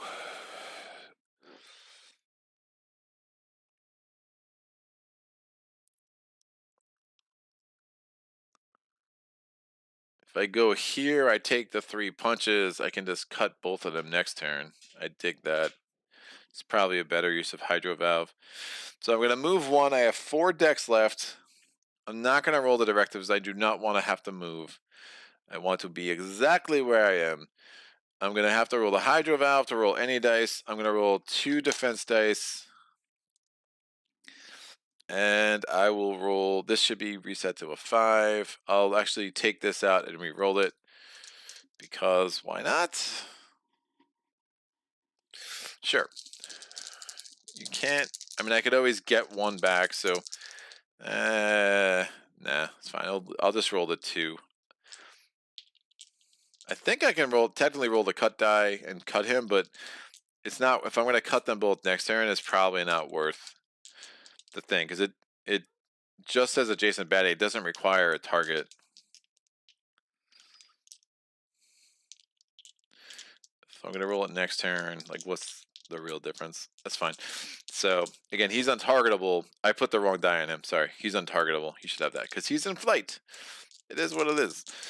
All right, rolling those dice. Oh man, I'm so bad at dice. I'm gonna take this, goes here. I'm gonna get this up to a 4 defense total. This means I lose a Hydro. I roll a lot of bones when I don't want to. All right, that's the end of round 1. So the Clay Golem comes in. He's gonna stand over here. He comes in with 5 health. The Griffin Howler is no longer in flight, but it is going to punch me in the face. It already did a signal 1, so no more singling from that. It doesn't have that many friends. I mean, it's a Griffin Howler. I mean, how many friends do you think it has? And it's rolling the 3 dice. That is not an attack die, Greg. It rolls 5 damage, which is a reasonable amount of damage. Wow. 4 things come off, and I lose a health. Woo! It's the perfect amount of damage. All right, my turn. I'm going to have to roll the Hydro Valve. I'm going to have to roll the cut die. I'm going to definitely tick the power converter down 1 to get a health back. I have 4 more decks. I'm going to roll all 4 of my defense dice, I think, because woof. I'm worried. I'm very scared. This is me being scared. I'm going to roll both my directed dice. That looks like a lot. My dex is 5. It is. You know why it looks like a lot? Because it's too many. I can only roll 3 defense dice. Because I have to roll the cut die. So I'm only rolling 3 defense dice. You know why it looks like a lot? It is a lot, Greg. Good job. So I have the Hydro Valve, which counts as 1 dex, 3 defense dice, the cut die, and then those 2 directive dice. So 7 dice total. Bam! Alright, I did roll 1 skill die, so this does tuck down to 3. I rolled 2 bones because I'm really good at bones. I rolled this Hydro Valve die, which is going to, I have to use that bones. So the Hydro Valve die is a mandatory bones. I got the cut die. Again, I already lost the Hydro for that. I could put a cut effect on 2 adjacent baddies because I'm a robot and I do magical things. I rolled this die here, says 1 damage to an adjacent baddie. So the Howler loses 1 health. And we have another bones. And this goes back here. We have another bones here, which I have to put up here. I want to do the dehumidifier, so I'm going to do that. The dehumidifier means I get 1 Hydro back, and I get an extra defense die in there, and then this die is going to come all the way back over there. So again, I started the turn with 4 Hydro. I lost the Hydro. I got a Hydro back because of the dehumidifier. The Clay Golem goes. He loses 1 health. He's going to move to try to punch me in the face. He's going to go there. We go to round 3. The Howler loses the health because of the bleed. It's going to be in flight at the end of this turn, so I'm going to put this on it now. And it's rolling 3 dice. Remember, it has a dive next turn too, so even though I tried to move away from it, it would just end up adjacent to me anyway, because it's mean. It's a very mean thing. It only does 2 damage this time, which is a much better roll than the last time, because woof. And now we go to my turn. Alright, I have to roll the Hydro Valve die again. I have 5 decks. I'm going to roll 3 defense. I cannot attack him. Doing attack dice against him seems like a mistake. Against him seems like a mistake. I don't know why I was pointing over there. Him seems like a mistake. So I have 2 decks left. I'm going to roll this directive die. This directive die, remember, is still over there. These don't require targets. So I think I just roll a bunch of defense and call it a day. Alright, 4 shield. That's a better shield roll, except I can only fit 2 of those dice. Would have liked a bones, but that's fine. And then this goes down by 1 because I rolled that. And I have to move to an adjacent position. I will move here. I mean, it doesn't really matter. He's going to get to me anyway. I don't really care. I'm fine with that. And this will come back over here. Alright, we're going to go to the Clay Golem's turn. The Clay Golem is rolling 1 attack die against me. It does 1 damage. This goes away. He also loses the health because he was bleeding. Cut for the win. We go to round 4. The Griffin Howler loses the health because it's bleeding. It's going to dive next to me. It's no longer in flight. It's rolling 3 attack dice. It does 4 damage. Another reasonable amount of damage. Down to 2 health. Alright, my turn. I'm going to tick down the power converter down to 1. Let's get a health back. I'm going to roll my Hydro Valve die because I have to. Let's see if we can't kill this Griffin Howler because it's super annoying. Again, my dex is 5. I'm going to roll 2 defense, and then I'm going to roll this directive die. Alright, is that a legal amount of dice? Yes, I am not cheating this time. I feel good about it. Please let me do at least 1 damage to this Griffin Howler. Let's do 3 damage to the Griffin Howler. Griffin Howler, super dead. These have been used. I have a bones that I have to use, which is unfortunate because that's now in the 2 slot, which means I get absolutely squat and douche out of my backup plan. This is going to go here. Oh, I took the wrong die. I took directive sustain.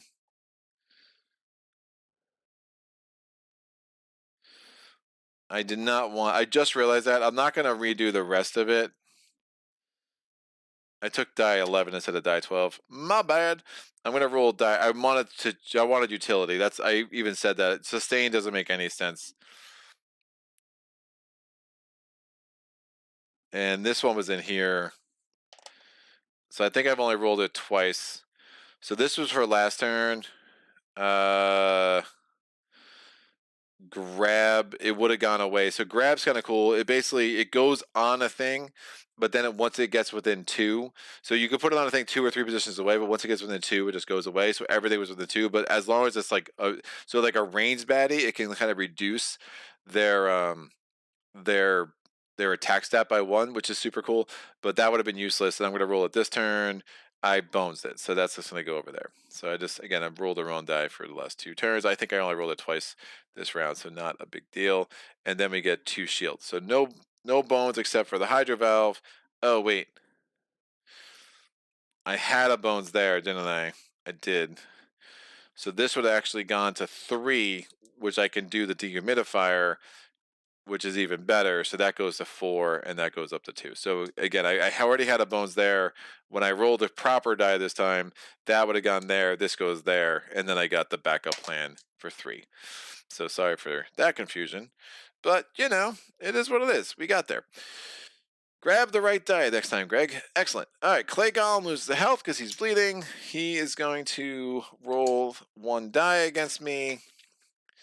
He boneses because of course he does. We go to round 5. I'm going to roll. I have to roll this die. I'm going to roll both my directive dice because I can. I'm going to roll 2 attack dice, and I'll roll 2 defense dice. That looks like too many dice. Nope, it's not, because again, those don't count against my dex. And I rolled that. End of my turn. This has to go down. Just do it now.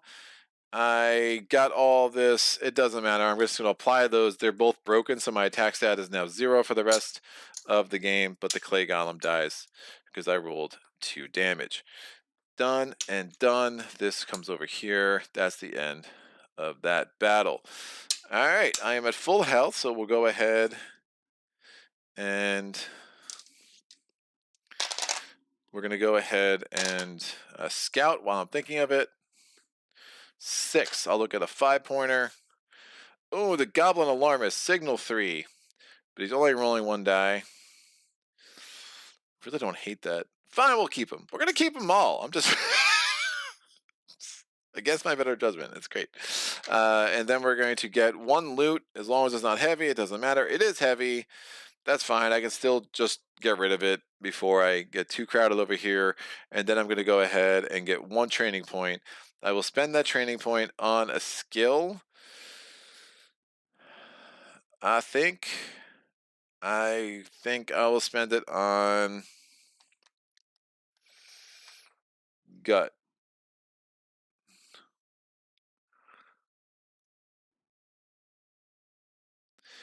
Man, before I do it on a skill though, I need to get a secondary canister. I'm going to send it on the secondary canister, which is number 6.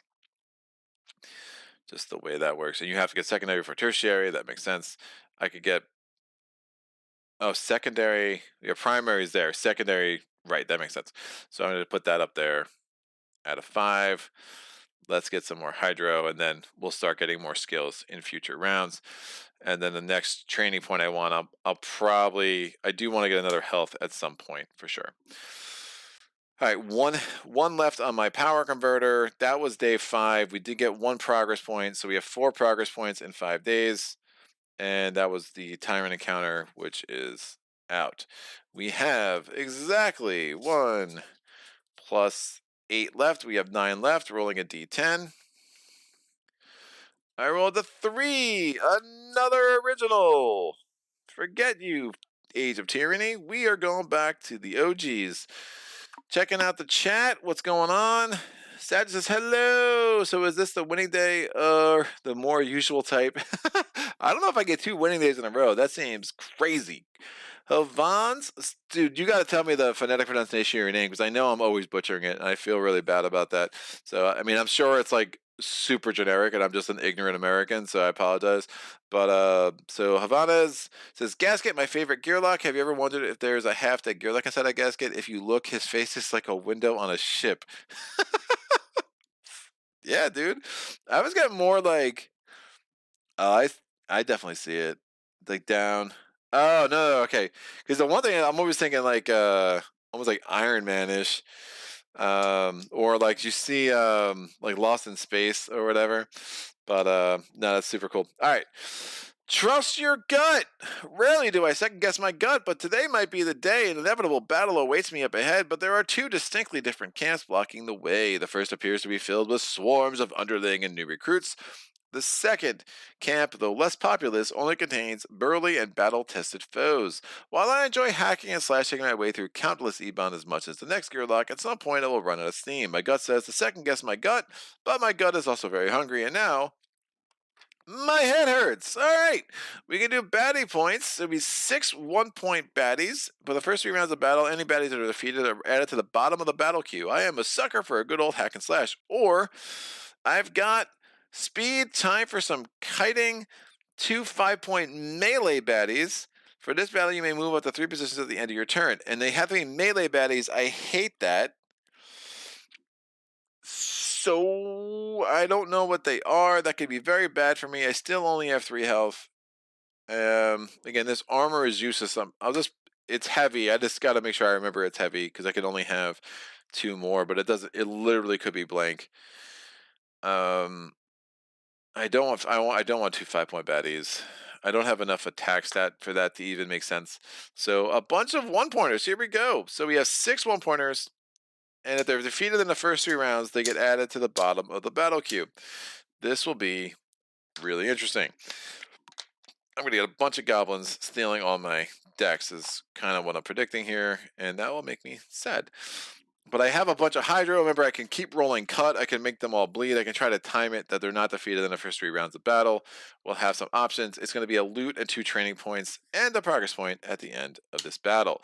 So, number 1. In lane number 1, we have... Tell them what we want. Let me roll this. It's a 4. So that's now on the board. So in lane number 1... coming in with initiative of a 4 and 2 health, the Goblin Sandbagger. 1 defense die, 1 attack die. It rolls a bones. It does mischief 1. It is ranged because, of course, it is. It's going to go over there. In lane number 2, we have the Orc Witness. It's got return and rating. So any other orcs are going to make its attack stat 1 more per orc. Could be super dangerous. We'll see if we get more orcs. He comes in with 4 health and is going to go there. So a bunch of ranged guys are ready. And he comes in with an innie of a 3. In lane number 3, what do we got, Bob? We got the Goblin Firecaster. Decoy 2, 1 health. Decoy could be a little gross. He's got Engulf. And he's also ranged. So it's just the...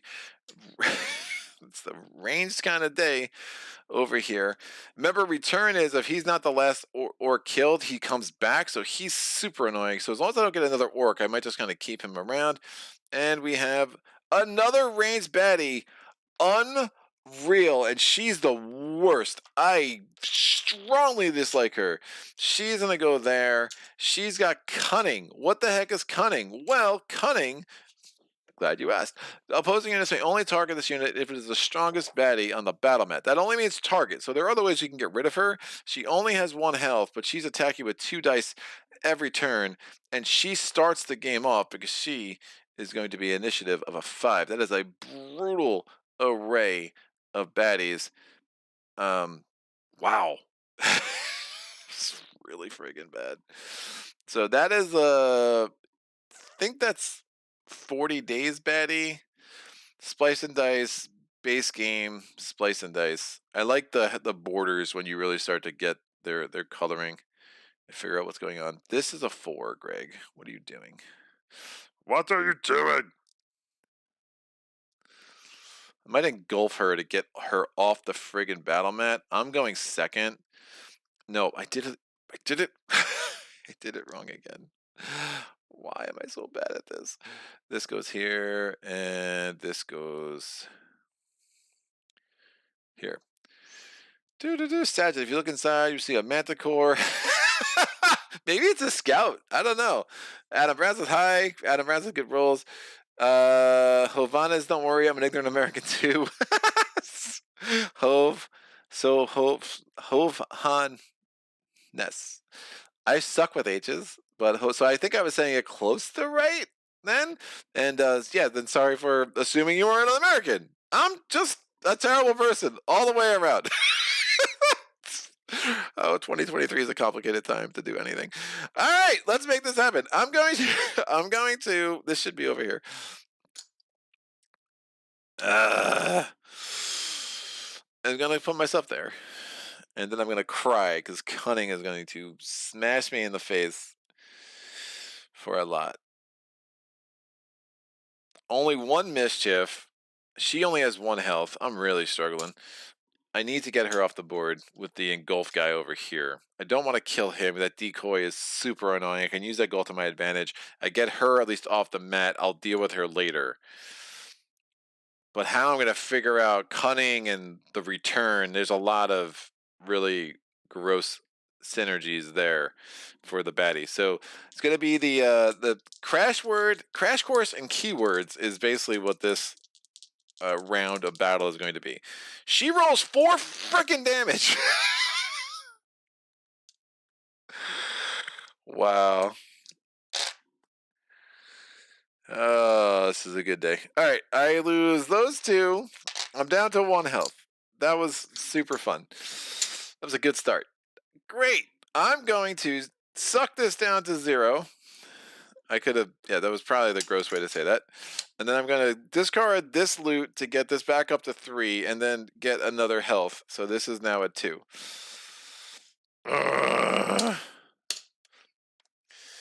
Struggling. Every day's a struggle. All right, we're going to move here. Just so I can't target her, but I sure as heck get her killed by the Firecaster. And that's, they're all attacking me. Oh my gosh, dude. They're all attacking me. All right, I have to roll this. I have 4 decks left. I'm going to roll these 2 things, and then I'm going to roll my directive dice, because they don't cost me decks. I'm not trying to cut anybody yet. I'm just trying to get through these first 3 rounds, so then I can start eliminating the field, so to speak. Oh. This goes down to 4. My directive dice are only going to make me move, apparently. Can I move back to a place where I was? Probably not. He cannot move back to a position he already occupied this turn. Because of course he can, Greg. Because of course he can't. Wow. I'm really good at this game. Alright, I didn't roll any bones. This is so bad. I really don't like her. There's so many good things on these dice that like the 1/3 of the time I probably should not have rolled them this turn because I did want to be next to her. Man. I'm just not rolling well. I'm not rolling what I want. Let's put it that way. So I have to move 2. I'm going to move 1, 2 there. And I already took care of that. And I rolled 0 bones. Like literally like 4 out of 6 on both those dice are like exactly what I want. They're just all useful.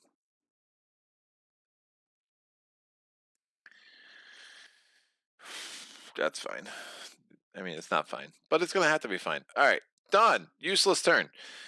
The Goblin Sandbagger is rolling 2 dice. Please do not take my defense die out.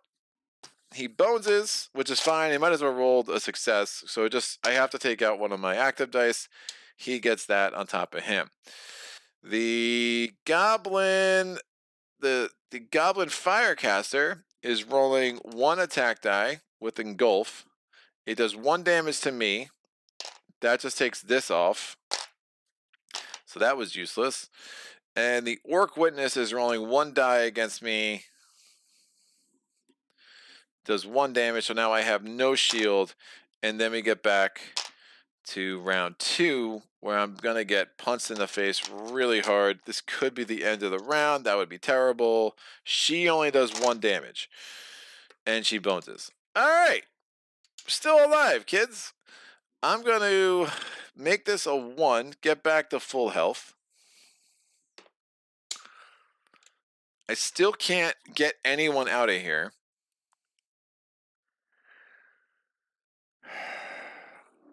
I'm going to roll my Hydro Valve die because I have to.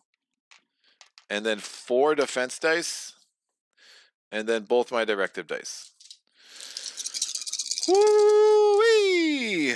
Hey, that's a better roll. Oh, that's a beautiful roll. Look at that. So I'm going to get 1, 2, and 3 defense dice worth 5 defense total. I'm going to put this die here because I have to. I didn't roll any skill dice, so I don't lose any hydro. This comes here. I'm going to use my backup plan, which is going to allow me to make this into a 2, so I have 6 defense, which is huge. This goes here. Now I do 1 damage to an adjacent baddie, and I can ram. Excellent. How do I want to do it, kids? So many questions. I'm going to, so what is ram? If it had a number, I would do that much damage to the adjacent baddie. Otherwise, I just move that unit in 1 position, and Gasket moves into the vacant position. Oh, but I can't. It's not this place.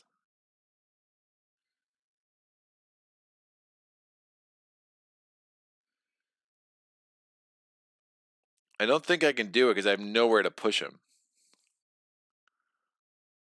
I think I might have been reading it as this place, but it's not this place.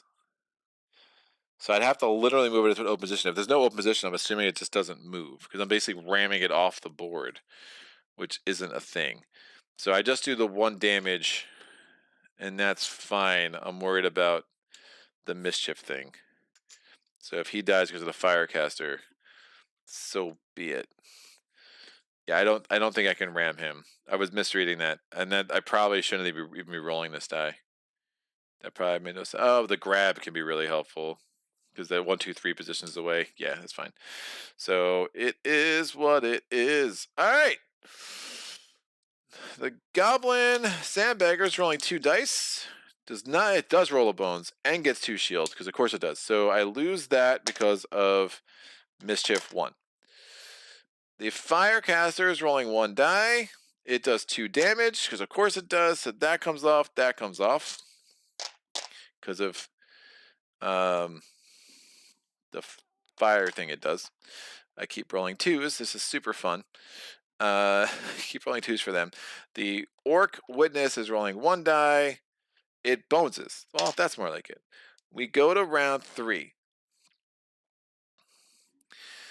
The Goblin Pyro.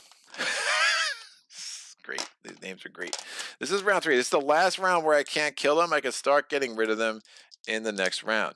The Goblin Pyro is going to attack. I could have started putting bleed effects in these suckers, but I don't know. Bleed effect on him. He's going to return anyway. The decoy is super sturdy. The combo of the decoy, the return, and the cunning are all really bad. They're all really bad. But honestly, I get them all down to 1 health, but then I have to get these guys out at some point. I don't know. She attacks. She does 2 damage. I'm out of all my shields. I really don't know how to win this one. I don't know what these are. I've gotten rid of nobody. I've maintained my health, kind of, but it cost me... I'm only down to 1 left on the power converter.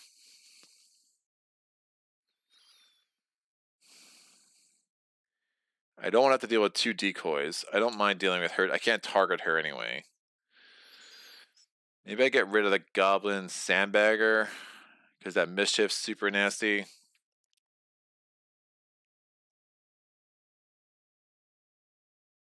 course, if I get another Orc, it makes the Orc Witness that much more dangerous.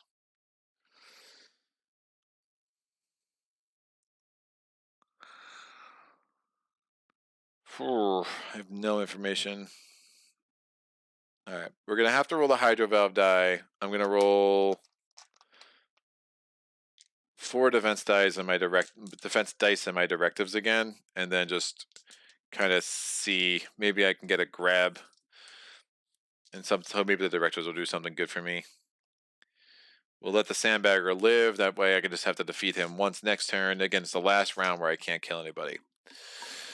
Mare says, Sagitt, there was a Manticore here too, and it's freaking annoying. Yeah, it's the worst, dude. This is a really hard combo of level 1 baddies, man. Like, I'm worried. I'm worried. Wow. Well, with rolls like that, wow, that's so bad. And these directive dice have just been garbage.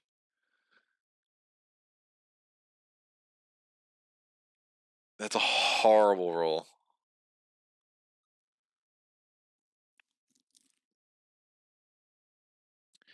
That is a really bad roll. Oh, man. I'm like, I should never play any game ever. Is how this should work. It's a really bad roll. I rolled the ram again. I would really like to get the grab. Even a movement this time would have been terrible. Or a bones. I would take a freaking bones.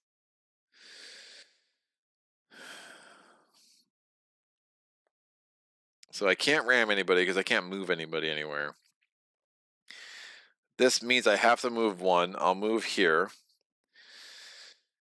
This. I'm going to lose a Hydro. And then I have this. I'm going to need another shield because 2 shield isn't going to cut it. I get this up to 4. This has just been such a horrible sequence of rolls. I'll put that there. So I have 3 health. And 1, 2, 3, 4, 5 dice coming at me. Oh, so bad, dude.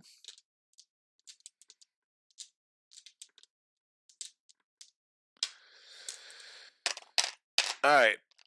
I am frustrated. Alright, Goblin, Sandbagger attacking me. Again, I had to move on because of the directives. The other directive is ram. I can't, it's not displace, it's literally ram, so it doesn't matter. Them covering up the back row is super gross, and this could be a short day. 1 damage and bones, so of course that's the worst case scenario because the bones triggers a mischief, and so this is the so tilting. So the bones triggers a mischief, and I have to take out a defense die, and then he knocks out my other defense die as well. So it was just like the continued sequence of badness. The fire, I'm gonna be dead. The Firecaster does 2 damage to me. I'm down to 1 health. That does 2 damage to the Orc Witness. The Orc Witness is going to attack me. Orc Witness is doing 1 die. That's 1 damage. I'm down to 1 health. That's the end of the round. We go to round 4. I can actually finally start killing them, but she's rolling 2 dice against me. I have 1 health. That's 2 damage and a bone. So yeah, that was the end. Woof. All right. I'm going to heal up to full at the end of the round. That was an expensive round because I lost my loot. I'm down to 1 here. I'm not going to be able to scout. There was just a really, really awful rolls, awful sequence of baddies. The order that they came off was that, and that. And these will go on the bottom of the 1-point baddie stack. These 2 were also undefeated. They're going to go there as well. That was so frustrating, dude. I mean, getting nothing accomplished in 3 rounds is super strong.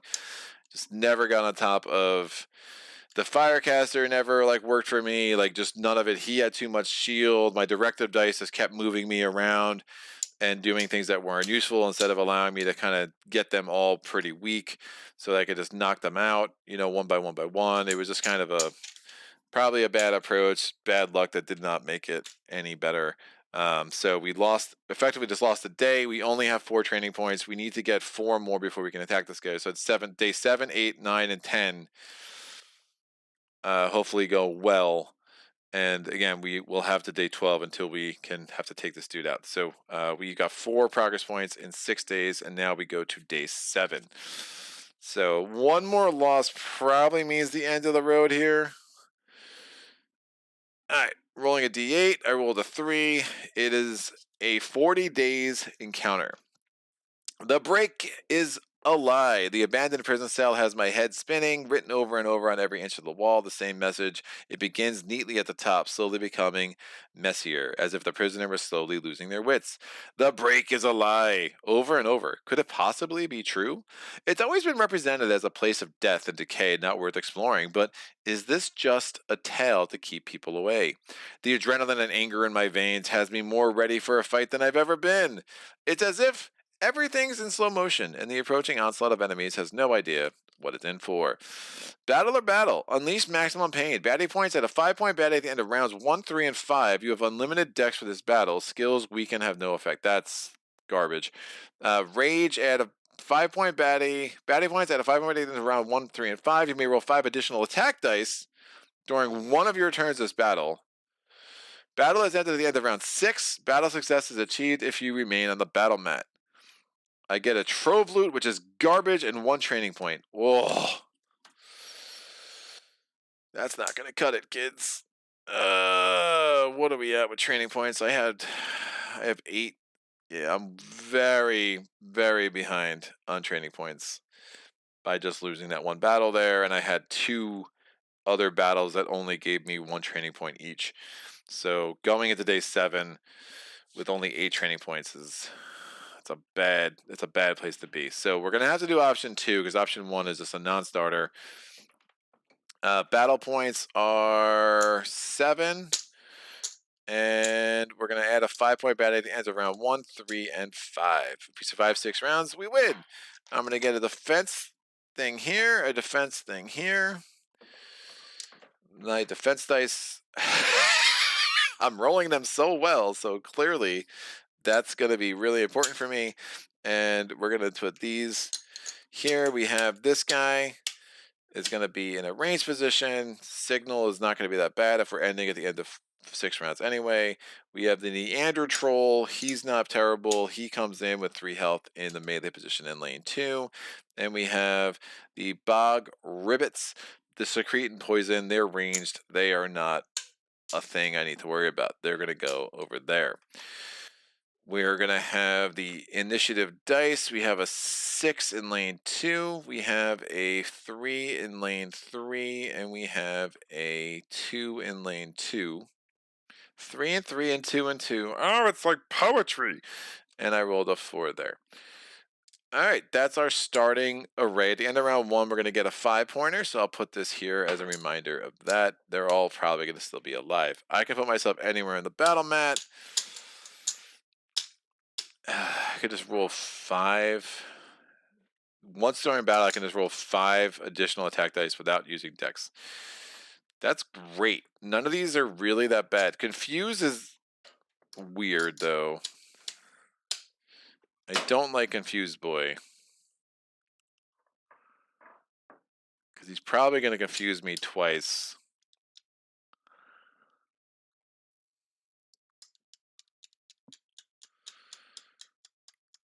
Yeah, I need to get rid of him because having 4 attack dice and only... Well, I guess I'll have 2 defense dice. It's not the worst. Fine, we'll let him confuse me. And we'll make it happen. This guy can keep signaling 1-point baddies. At the end of round 1, add a 5-point baddie at the end. And when you add a 5-point baddie to the battle queue, it goes to the bottom, right?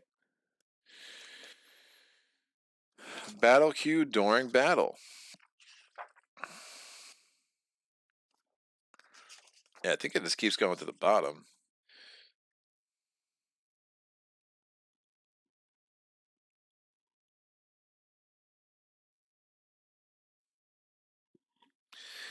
Do you go to the bottom? Add a 5-point baddie. That says to the bottom. Is this to the top or the bottom? Baddie points, add a 5-point baddie at the end of rounds 1, 3, and 5. Is it added to the top or the bottom? This is not. This is a pretty foreseeable question. Like, come on, dude. Oh, Chip Theory, I love you, but you drive me freaking bananas.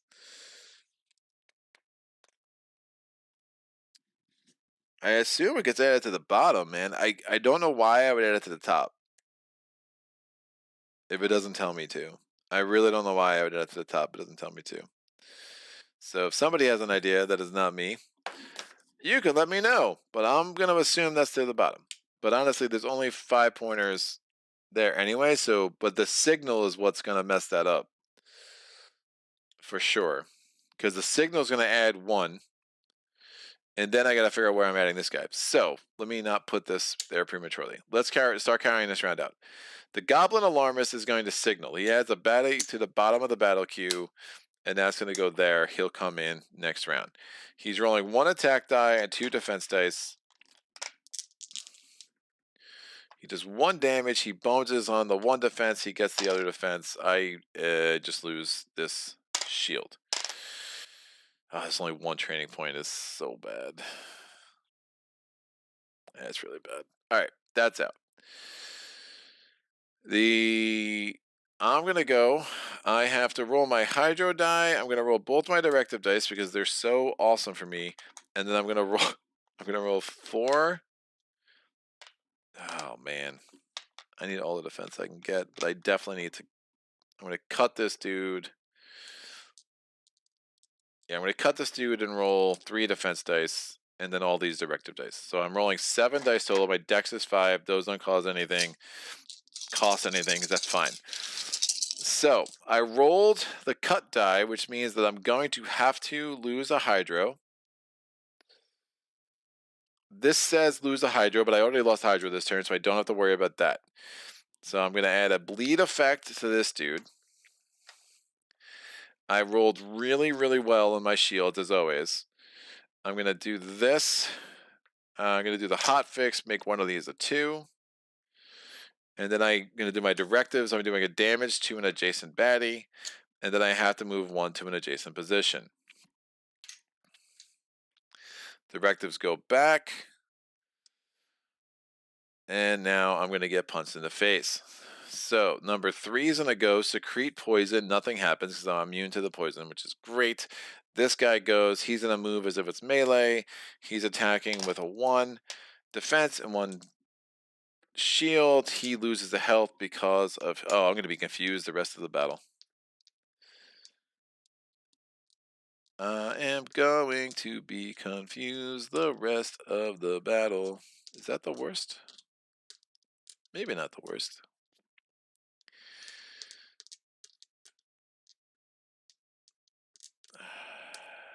Four attack stat, 2 defense. We'll make it work. All right, this guy's going to roll 2 dice. He does 1 damage. I'm going to take, just in case there's something with mischief, and I'm only going to have 2. I'll take 1 die out. And he boneses on his defense. He's going to be dead next turn. That is the end of round 1. At the end of round 1, we go to round 2. I know it said round 4. Sorry about that.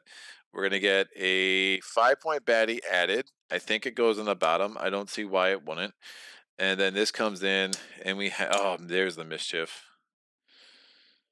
He's got 3 health. He's melee. He's ranged, and he's all the way to frig over there. Oh, that's terrible. It's like the worst thing I need. This is not a good one to see. Oh, I'm confused. So until I'm attacked by something with confused again, my two stats flip. I need to kill this dude. That mischief is no good. No good whatsoever. And he's all the way the heck over there, which is bad planning on my part.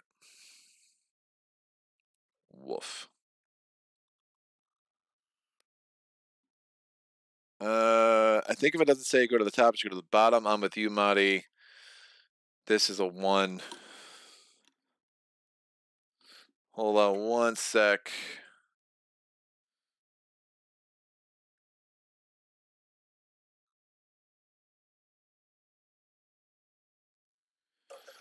And we'll go from there. All right, so signal again goes to the bottom. That's a second signal. There's only one more signal. Rolling an attack stat and a defense stat. Bones is on the defense. 1 damage to me. I'm going to just make this 2 into a 1. Remember, my defense stat's only a 1 for the rest of this battle. My turn. I'm going to move 1, 2, 3. I'm going to do my 1 time. I cannot let this mischief keep killing me. That's just not good. So I'm going to roll 5 extra attack dice. Doesn't cost me dex. I have 2 more dex normally. I have to roll the hydro die as one of it. I'm going to roll both my directive dice. And I'm going to roll 1, 2, 3. I'm going to roll 1 defense die, but my defense stat's only 2, so I actually can't roll another defense die because I already have 2 defense dice here. So Confuse is really messing this up. Cut's not going to make any sense. I could take that out and re-roll it. That seems silly.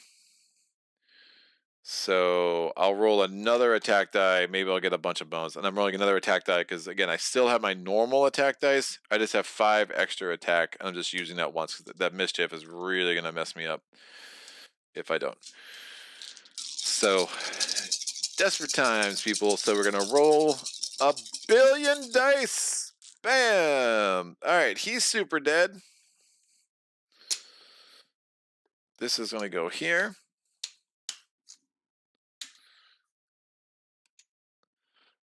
No bones anywhere. I didn't roll any skill dice, but I got that with the hydro valve die. So this goes down to a 3. And I could do move 1 and do damage to an adjacent baddie. Well, again, directives have not been my thing, but we'll just kill him prematurely. That will go there. He was going to die because of the bleed effect that was on him anyway. These go, oh, this goes back here. Again, nothing ever exhausts. It's going to give me a bad habit. I know next time I'm going to play, I'm like, I rolled the skill dice. I really wanted 1 bone so I could increase my shield by 1. But I want a lot of things. So I'm not meant to have them, apparently. All right, we're going to go to the rest of the round. This guy, again, poison. I'm immune to poison. These 2 are both outs the game. We go to round 3. Again, 5-point baddies come into the bottom. We have a Griffin Howler. We've seen his kind before. Again, I have 4 attack dice now. Because my attack stat is a 4. I've already used my 1 time, but again, that mischief is really going to make life super hard when my health is so low. He's going to go in a melee position there. And another how. How is that? So bad, dude. How do we get another one of you? I mean, I'm more scared about the freaking 1-pointers than the 5-pointers. So stupid. At the end of round 3 is when we're adding another 5-point baddie. And we're signaling for the 3rd time. Yeah, I'm not surviving this. This is a disaster. This is a disaster of a playthrough. It's unreal, man. It's like Monday all over. Whoo. All right. We're going to take a I give up. I quit. We signal. He's rolling 1 and 1. No, I don't know what that is. Rolling 1 and 1. Bones is on the attack. Another defense. I really don't care about him. I'm still very confused. He's signaling too, which is hilarious. This should come in here. All right, my turn. I'm rolling 4 attack dice. My dex is still only a 5 though. I have to get rid of that mischief. It's just a non-starter, dude. It's so bad. But then he's rolling 3 attack and 3 attack.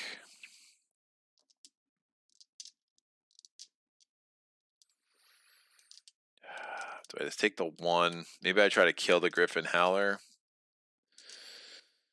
I mean, a 3 attack. I mean, the mischief and 1 die is still less of a problem than the Then the 3 dice, the flight, the signal 1. All right, I'm gonna use my shoot. I have to roll a hydro die too. Ah, that's rough. I'm gonna try to kill the howler. I'm not gonna need to roll any defense. I have to roll this. This is my 5 dex, and then I'm rolling this and this. So hopefully I get lucky and kill the howler. Howler does have 5, but if I can make it bleed, and I get lucky with my directive dice for once, that could be really good. And I rolled like absolute trash. So bad. Like, oh my gosh, what a terrible, terrible, terrible roll.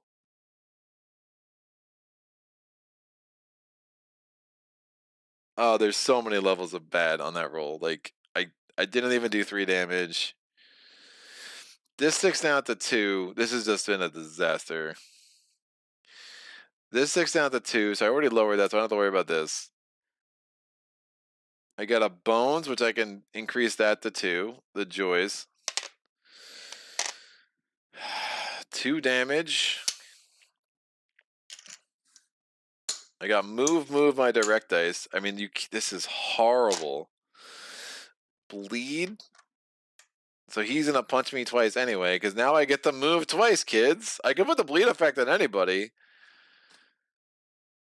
I mean, I barely would have killed the goblin howler. This is so bad.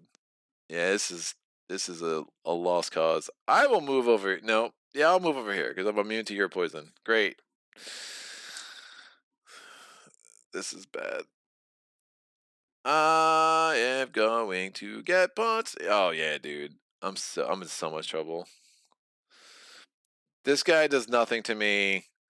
This guy mischief triggers, and then he rolls 1 attack die, 2 damage. So this is totally out.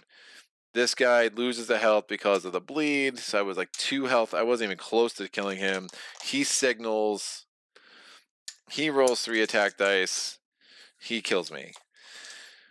Woof. All right, margin for error down to 0. So I have to basically win the next 4 rounds, get a bunch of stats, and hope for the best. So this guy was first, then him, then these 2. If I lose one more time, we will call it quits, and we will come back with Gasket another day. And that day is not today. This goes away. This guy survives. These all come over here. It's like if you place the dice in the absolute worst orientation for me, I don't think you get much worse. Recovery phase, I'm going to get full health. I still only have 1 on the power converter. We're going to go to day 8. So I need to do 8, 9, 10, 11, and kill the Goblin King on day 12. Rolling a d7. This can go here. This can go here. These are out. Bam. Number 7, another tyrant encounter. We have a goblin problem. I have a lot of problems. I have 99 problems, and the goblins are 1. Goblins everywhere. These locusts of Daelore seem to be growing in number at an alarming rate. Locust is in parentheses. I guess that's the cool way of saying goblins. No matter how many are cut down, others show up to take their place. It seems impossible to make a dent in their numbers. Exhausted and behind schedule, every minute wasted on these pesky things gives the Goblin King time to gather and send out reinforcements. Clearly, a different approach must be found. The plague must be eradicated at the source. The unfortunate reality is that the most direct route means, ugh, even more goblins. 1 training point is not enough. Press on. The Goblin King will soon be within reach. Party 1 add a 1-point Goblin type baddie to the top of the battle queue. So we have a 5, 3 1s that are unknown, and then a 1-point Goblin type baddie adds to the top. I keep looking through the baddies till we get a Goblin. Bogfrog should have been better. These are not goblins. These are trolls. That is not a goblin. Are you a goblin? No, we have a goblin. He gets added to the top.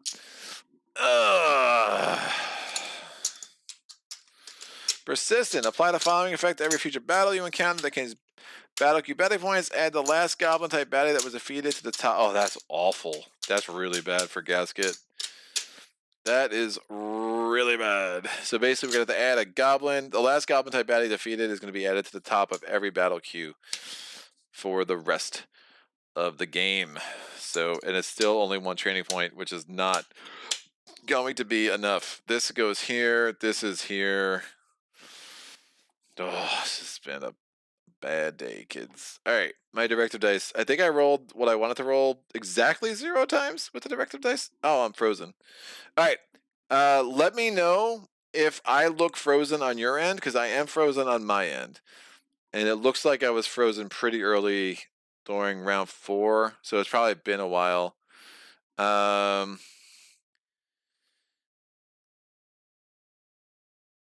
Lee says, I think it goes to the top. Manual page 18, step 3.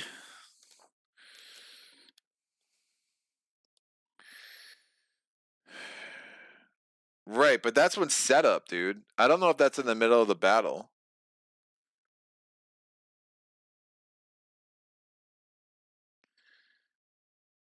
I don't think in the middle of the battle that still counts, man.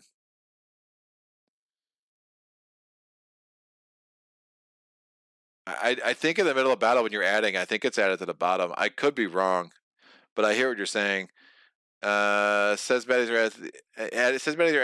are added in their appropriate position if added to the battle. If added, the battle queue is created after the battle queue is created. Wait, am I missing something? I mean, I just read it. Maybe I'm reading it too quick. Other times, baddies are added to your battle queue after it's created. All of this is determined and explained. Baddies added to the stack are added in the appropriate position of the stack. Okay. All right, so it would go on the top. I.e. a 20-point baddie. A 5-point baddie is kind of like Anil. So I guess it would be like whatever's showing on the top. It doesn't matter. I got walloped.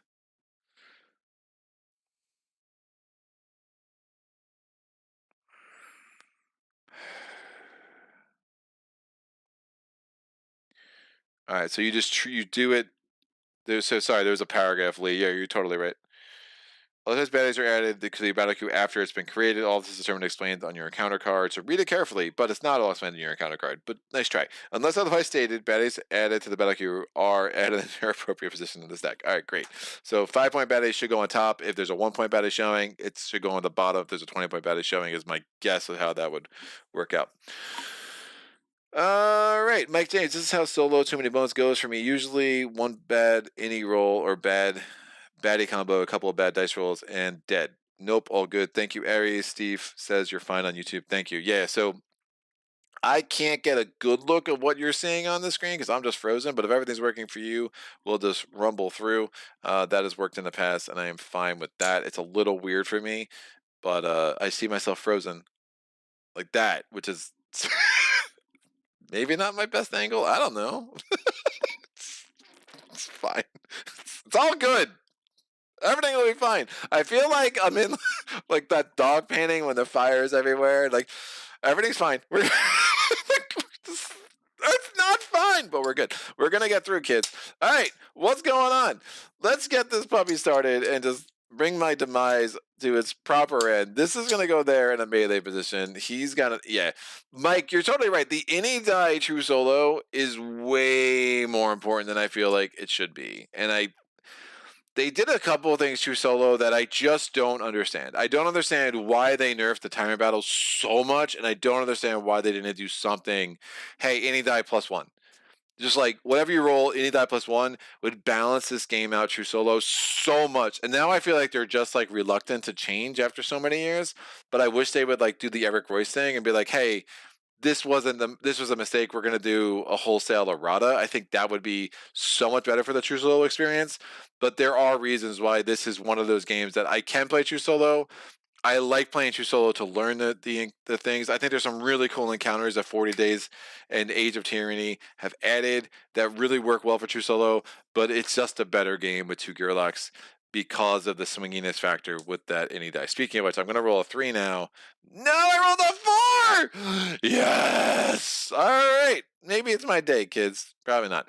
All right, we have the Wise Goblin Troll Ultra, which has Stench 2, Poison 2, and Careless. He's going to come in with an any die of 2. His Poison 2 does nothing to me.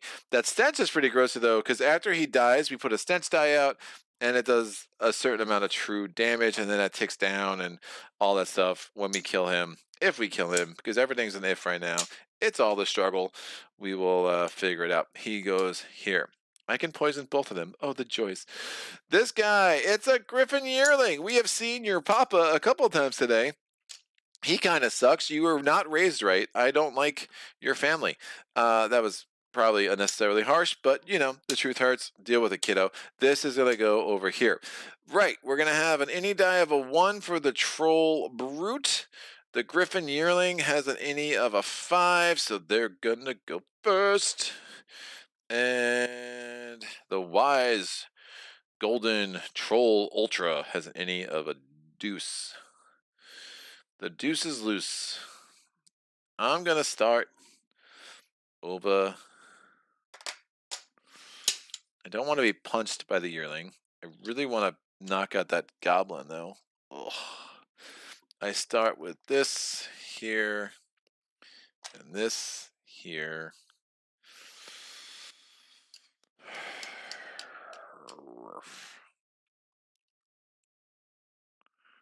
I don't like that mischief. Alright, I'll go here and make that work. So the Yearling's going to go 1, 2, can't get to me. That's only 1 training point. That's so bad. It's really bad. So I've lost 3 opportunities to get training points. Yeah, I'm at no margin. Because remember, the one I chose to do the option that didn't give me a progress point. I keep saying training points, I mean progress points. I'm hoping it's clear from context. So I'm going to go here. I'm going to roll 5 dice. I have to roll this. I'm going to roll my directive dice because they're so great.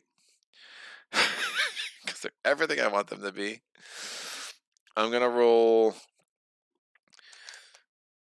3 defense dice, and let's cut the Troll Brute because eventually he's got to go. If I'm rolling 3 defense dice, the attack die. The attack die can be useful too because the thick skin. So if I roll a damage on my direct die, then I can combo those and get through the thick skin, which should be fine. So rolling these dice, bam, it's something. It's a lot of bones. Wow. All right, we get this.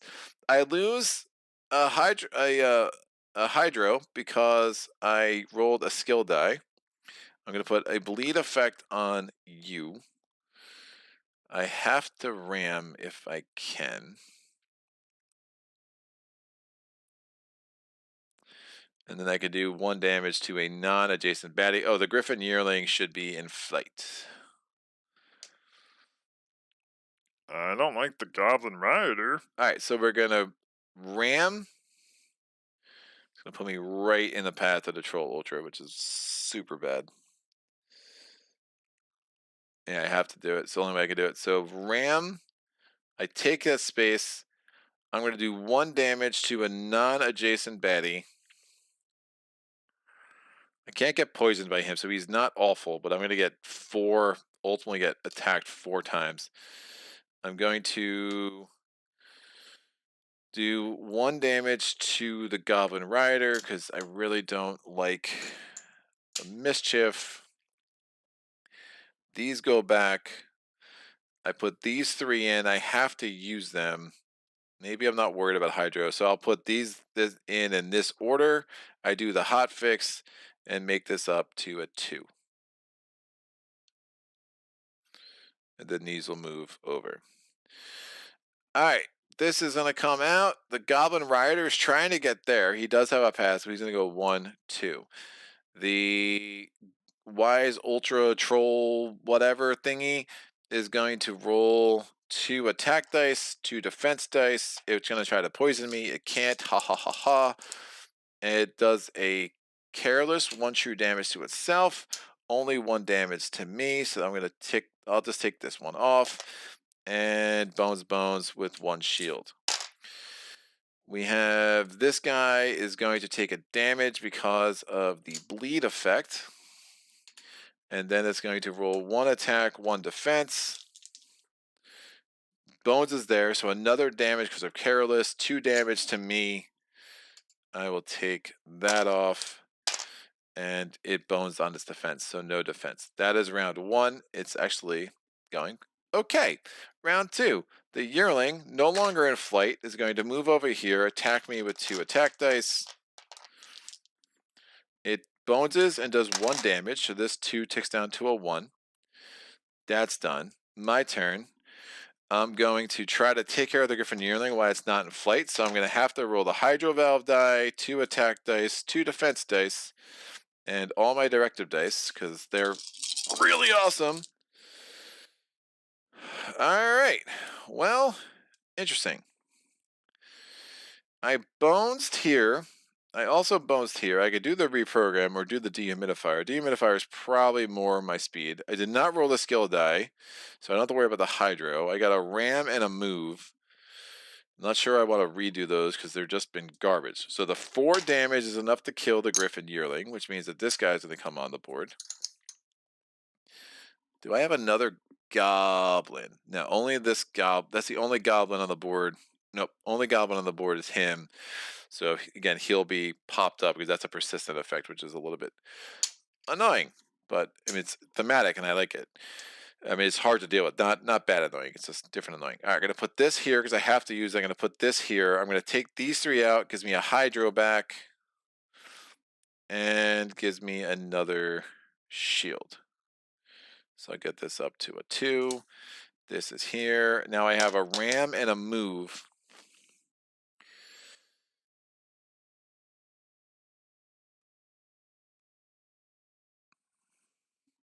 I'm going to ram him, move there, and then move. All right. Directives for the win. The goblin is now trying to get there or there. Oops. That was bad. I think his defense was only a 1. Sorry, that fell over. If that was a 2, someone can let me know. This guy's going to move here. We're going to now go to the Troll Ultra is going to move in the middle, cut that dude off because, you know, he's rude. He's going to roll 2 attack dice and 1 defense die. He boneses again, so that does trigger a careless. He gets another shield on here, does 1 damage. This comes out. We're going to go to the turn of the Troll Brute. He bleeds and dies. There's no more room in the inn, so we don't have to worry about the green die anymore unless we get a signal. That's out. That's out. Not a terrible round. We go to round 3. This guy enters the battle mat. It's stench and raiding. Are there any other trolls? Yep, there is one.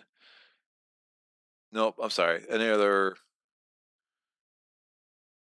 That's the troll. What's the or any other orcs? No, there are no other orcs. So we don't have to worry about that. 3 health here. He goes in a melee position in lane 3. My turn. They're nice and in line for me, so I'm going to roll Hydro Valve die because this guy's out and this guy goes to the bottom. I'm going to roll the cut die, the Hydro Valve die because I have to. I have 3 more decks. I'm going to roll both my directive dice. I'm going to roll. Am I worried? I don't think I'm worried about attack dice. I'm just going to roll 3 more shield. So that's 7 dice. That's correct because the directive dice don't cost decks. I'm bonesing like crazy. This should have gone over here. I am Mr. Bones, apparently. Bleed on the Troll Ultra. Bleed on the thing next to it. I can do 1 damage to an adjacent baddie. If I do that, I have to do that in order. So bleed die is back here. I lose 1 hydro because of that. That takes care of the hydro loss, so I don't have to worry about the hydro valve die. I get another shield. Not that worried about my health right now. That dude's only rolling 2. Being immune to poison is super nice. And then I have to ram and do 1 damage. Great. I'm going to ram him, move here with die number 12, the directive utility, and then the directive aggro, do 1 damage to an adjacent baddie. It does not have to be your target. I'll do 1 damage to him. Great. The goblin He's now dead. He will be the last goblin on the board. So he's going to be added to the top of the battle queue next turn. So I'm just going to put him over there as a reminder. He died because of the bleed. And is done. The Troll Ultra takes a damage because of the bleed. Is rolling 2 attack dice. It does 3 damage. I lose all my shields. And then this guy, Stench 1. Again, when he dies, we get a Stench thing. Rating. He's just going to move. He's rolling 1 attack die. He does 1 damage. I'm down to 2 health. We go to round 4.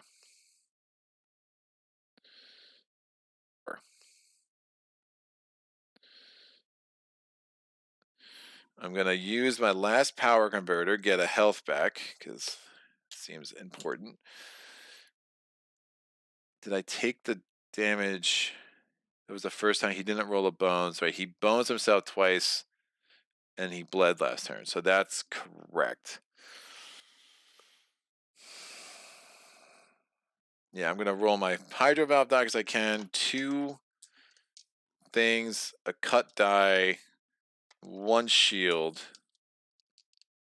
I just want to kill him. Stench 1, though, is gross. I think I'm going to get a true damage.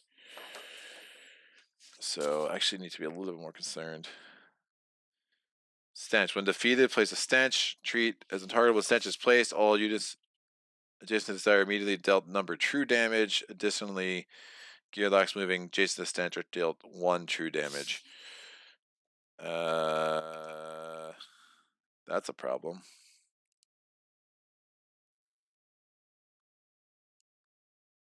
I probably don't want to kill him. Maybe I get a directive that allows me to move.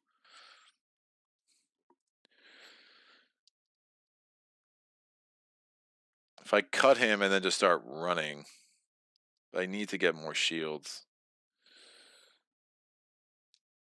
They're both going to bleed out, but they could definitely start whacking me with stenches. Whacking Me with Stenches, brought to you by Solo Playthroughs. It's a nice song. All right, I'm going to roll those 5 dice plus those 2. So I'm rolling those 7. I'm not going to move. We'll see what the directives do.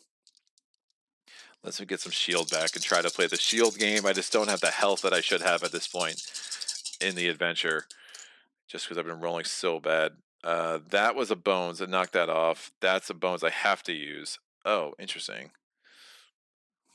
So 5 health. Do I want power spike? Bleed. I did roll a skill die, so this goes down to 3. So I could put a bleed effect on him. Now I could get to 5 bones, which again would allow me to do 3 damage to an adjacent unit, but then I'm taking true damage because of the stench. And that's a little bit concerning. I can move 1.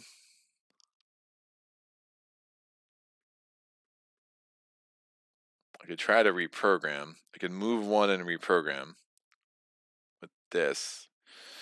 And then shield up, and then just try to play keep away, and they'll just all die at the beginning of their turns. On next turn 1. Yeah, let me do that. I'm going to do reprogram, put this here, take these out. So I put this here, and I have to move 1. These come in, so I did reprogram. I immediately, how does that work? That's a bones. So I think I just re-roll this die. That's silly. That's dumb. Let me not reprogram. It's got to go in 4 or 5, just the way the dice worked out. I would have loved to gotten to an 8+1, starting with 4 shields is super nice. We'll do the power spike. I'll just kill him. That means a stench die is going to go here. I take 1 true damage. And it has to be an adjacent baddie, right? and then I can move one. I have to move one because of the directive die. So this bones was used here. I did the power spike. If there's anything adjacent to that, it would suffer more damage. There's not. If I move here or here now, I take true damage again. But at the beginning of the round, the stench die is going to tick down from 3 down to 0. From 1 down to 0 anyway. So it's just going to kind of go away. All right, that goes there. This goes back here. These are over here. So much hydro. Definitely need to get more skills to start using it, but I'm probably going to take a friggin' health with this one training point I'm getting on this encounter. Golden Goblin something whatever ultra is going to do 1 damage. He takes 1 damage because of the bleed. He does not take a damage because of the stench. He's rolling 2 dice. He does 3 damage. My shields comes off. We go to round 5. I'm not even going to roll dice. I'm just running away. This would have gone away, and then the Troll Ultra dies from bleed at the beginning of his turn, and that is the end of that. I have 2 health. I will definitely get back to full health because my power converter is down to 0. I could scout. I mean, at this point, scouting just feels like an absolute waste. I'm just going to get lucky. I get 1 loot, 1 training point. I am going to take a health. Get this up to 4. All right, that is the end of day 8. I got 1 progress point, so we are up to 5. How many cards are left here? This guy's going to get added. It was the last goblin defeated. 4, 5, 6. There are 6 left, so I can leave this over here as a 5. And I'll roll the d6. We're going to get encounter card number 1, Perilous Pokers. Dun, dun, dun. All right. Mike says you're working fine here. Woofing is normal. Areas, yeah, like Spirit Donna did with Blight. Mike James, yeah. No, but I'm sorry. Yeah, the innate die is why I usually 2-hand solo 100%. A house ruler +1 sounds good. I will try that actually. Adam pronounces not frozen, stressed out. Rocket Lee says, yeah, Gasket is actually quite tough true solo. He's good 2-handed plus as he gives you some great tactical options with more gears on the mat. I personally don't think this game was ever meant to be played true solo. I think it was a bolt-on due to request, but the design wasn't really balanced for it, just my opinion, of course. Yeah, but I feel like it's so close to being there. Like, you gave me all these true solo encounters, right? Like, I don't know, just if you're gonna spend all that time in developing the the the structure of it, like the bones, if I can even say that. If you let me forgive me the bad, pun, but if you're gonna build the bones, it's like do the little things to really think it through. It's just like it just seemed a little soppy. Like, oh, no battle queue for tyrant battles. Like, that's such an overreach. I mean, some tyrants maybe that makes sense, but most tyrants by the end of an adventure, you probably could have done half, or like, I don't know, you could have just been a little more creative with like very simple decisions that a round of playtesting could have shown you if they were a good idea or not. Rocket Lee says, Mike to make James agreed. I think it's partly why some people bounce off too many bones. Yeah, I definitely see that too. I think it's a great way to learn though. I really do. If you're only playing solo, like trying to learn 2 Gearlocs at once, like it's like trying to learn 2 Spirits and Spirit Island at once. It's just a bad idea in my mind. But what do I know? Perilous Pokers! The roadside tavern reeks of filth, crime, and the worst kind of unsavory creatures. Travel in the region is slow and the road perilous, so taverns such as these offer a stiff drink and a friendly game of dangerous darts. Oh, the place is crawling with Molnar. Why? This is from 40 days. Crawling with Molnar, and as usual, they're not playing fair. Just the same, I'm the only sober creature in the room, and I haven't lost a game yet. The inebriated fellow from across from me has had enough, and I spot him coating his darts with a fatal venom harvested somewhere deep in the south. I'm not going to wait to let it jellify my internal organs. His fellow traders will surely revolt, but I've got a full stack of darts sitting right in front of me. I have to play. No, it's a battle, thank God. Let's get dangerous. The second I drop this guy, I'll be playing really dangerous darts with an entire tavern full of Molnar. Sounds like fun to me. Battle queue is battle points, add 10 points. Oh, I mean, 19. Start this battle with 10 buff HP. This is, I'm wishing I did another option with my training point. Prior to battle, select and set aside your 3 dangerous darts dice. All right. If I must, I forget how the dangerous darts things work. Well, man, I hate dangerous darts so much. It's really bad, man. It's really bad. It's so bad. Like, it's funny. Like, I heard Josh was like on the Facebook group once. Like, well, they originally came out with dangerous darts because they were worried about time of play, so they thought it'd be a way to like, I don't know, man. I I I just don't play it ever. Uh, I can start with using only attack, defense, or status effect dice, poison, weaken, stun effect. You must choose 3 dice, but no more than 2 of any kind. So what is it? Attack and the 2 poisons, I think, are the best strategy. Great. Be fantastic. Alright, as a separate roll on each of your turns, does not cover decks, you may roll and apply to any units.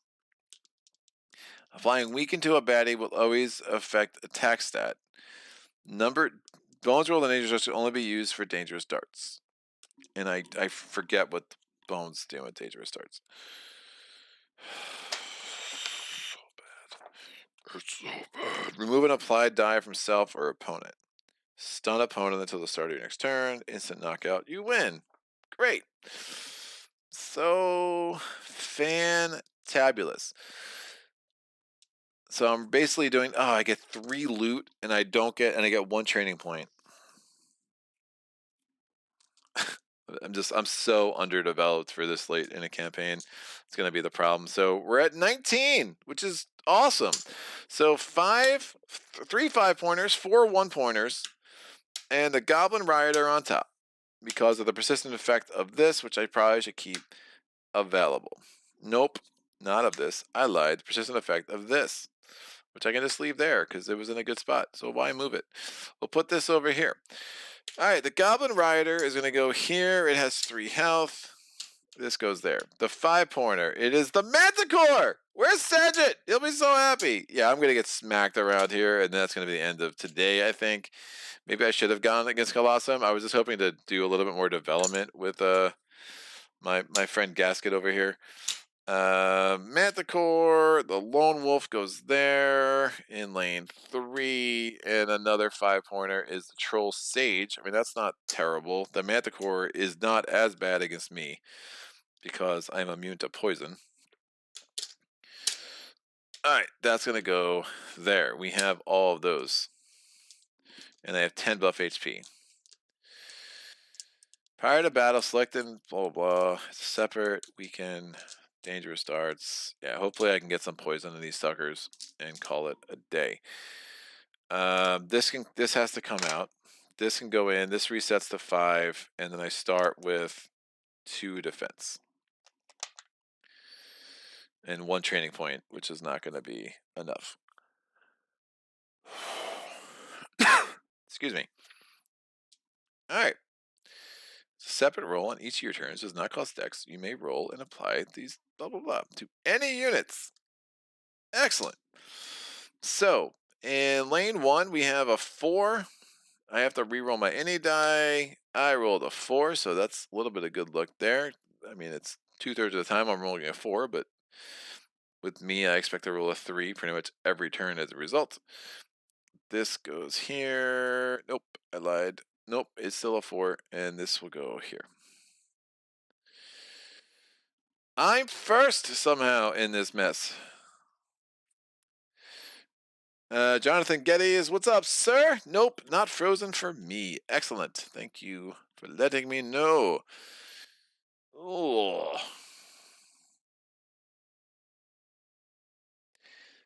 Inspire means that the Manticore is going to roll 3 dice. That's super fun. No, he doesn't roll anything. If he doesn't have a dice stat, does Inspire still work? It probably does. So it means they just roll 1 die instead of 0, or did he not have a... It's granted number additional dice, so it's granted 1 die instead of 0. Even though it doesn't have a dice stat, that seems a little weird, but I guess it would just roll 1, which I'm not that worried about, because the Manticore only attacks you with 2 if it has less than full health, and right now it has full health. And we're going to keep it that way. So I think the Inspire is just going to give the Manticore 1 die. If that's wrong, someone can let me know. But I think 0 would become 1, even though there's no symbol on there. Oh, man. I gotta get rid of one of these clowns. The Mischief's going to be nasty. I'm going to go here. All right, I'm going to roll. I have to roll my Hydro Valve. I have a dex of 5. I will roll the Bleed. I will roll 1 defense, 2 defense. I have 1 more dex. I will roll. I'm going to roll both my directive dice. And I'll roll 1 attack. Thick skin. Yeah, just in case I roll something useful. I'm going to discard this loot, get this up to 3. Because why not? Bam! Alright. So, defense 2. Move and bones. Mandatory bones. I rolled that, so this should go down to 4. The time I roll it. I will. This is useless. I'm going to do a hot fix with that die. I don't lose a valve or a hydro. I got a cut effect, which I'm going to put on you. I have to use this bones, and I have to move 1. I got another bones. So have to use this bones, have to move 1. I'll move here. Now that will go back here, and I'm going to roll these. I can apply to any unit. It doesn't say I have to choose. Assuming attack dice can only be used on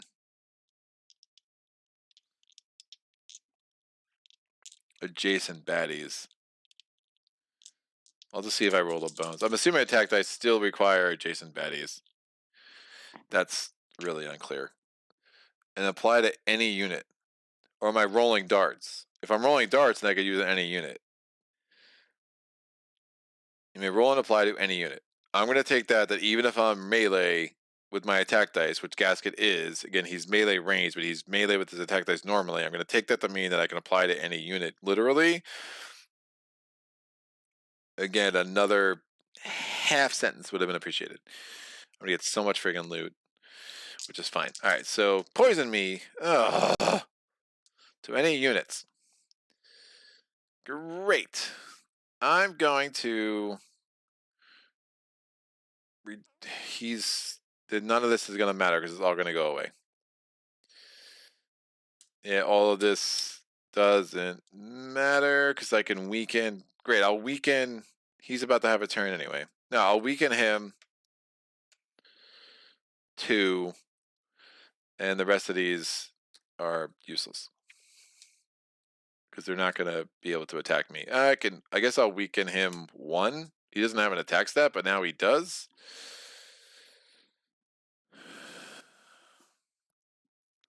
That interplay is weird.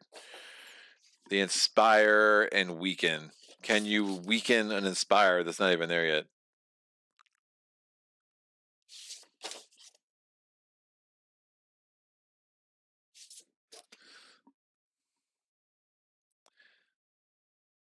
Always affect attack stat. Inspire just says it's granted an additional number of dice. It doesn't say anything about an attack stat, so I don't think the Weaken would counteract the benefits of the Inspire. That's my interpretation, so we're just going to leave that off. All right, the Troll's going to go. He is going to lose a health because of the bleed, and he's weakened 2, but he will roll.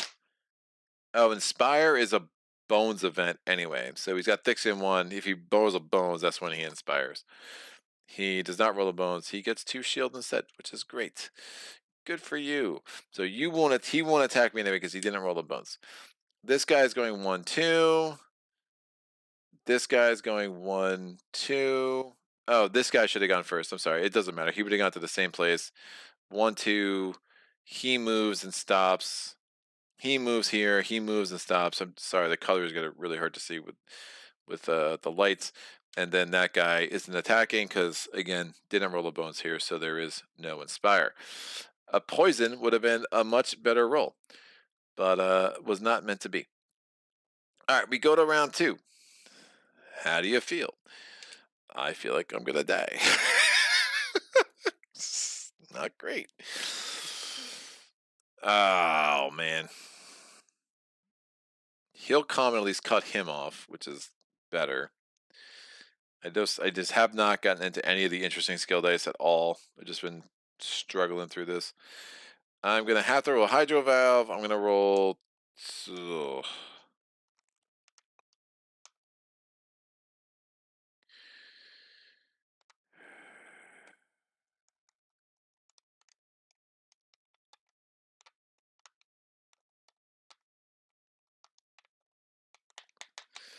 Yeah, I'm gonna move 1 there. Let's get rid of this mischief dude. Hopefully the weaken works. I'm gonna move 1. I have 4 decks left. I'm gonna roll that, 1 defense die. That's my 4 leftover decks, and this directive die. The other directive die is sitting over there in my bones. No, I won't roll the defense die. I'll roll the cut die. Cut die is going to make this go down to 3.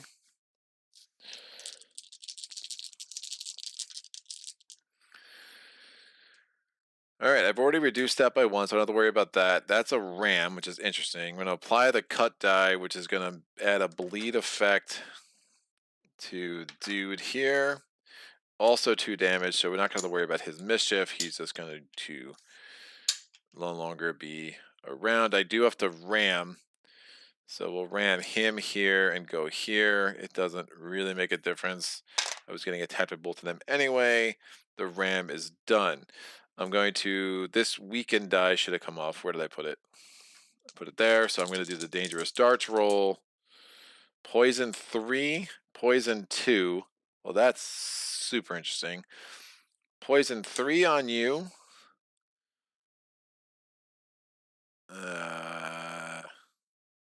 Poison 2 on you. Let's cut through him a little bit quicker. And 1 attack. If I do damage to him, he lashes back. That seems like a bad idea. The 1 attack, I don't want to start triggering his rage. So I'm just not going to use that attack stat. All right. Rest of the round. The Goblin Rioter is out. He'll be back next turn. There is not another goblin in play, so he might be back. It's the last one that's defeated. We're going to have an open lane in lane 1 with a lane 1 marker at least. That will go there. So done. We're going to go to the wolf. Takes 3 damage because of the poison. This is going to tick down to a 2. He's rolling 4 attack dice. This is out. And he does 4 damage. Those 2 shields come off. And he bounces on the other one. We go to the troll. The troll takes a damage because of the bleed. 2 damage because of the poison. This ticks down to 1, so he'll be dead next turn. I think this was a 2.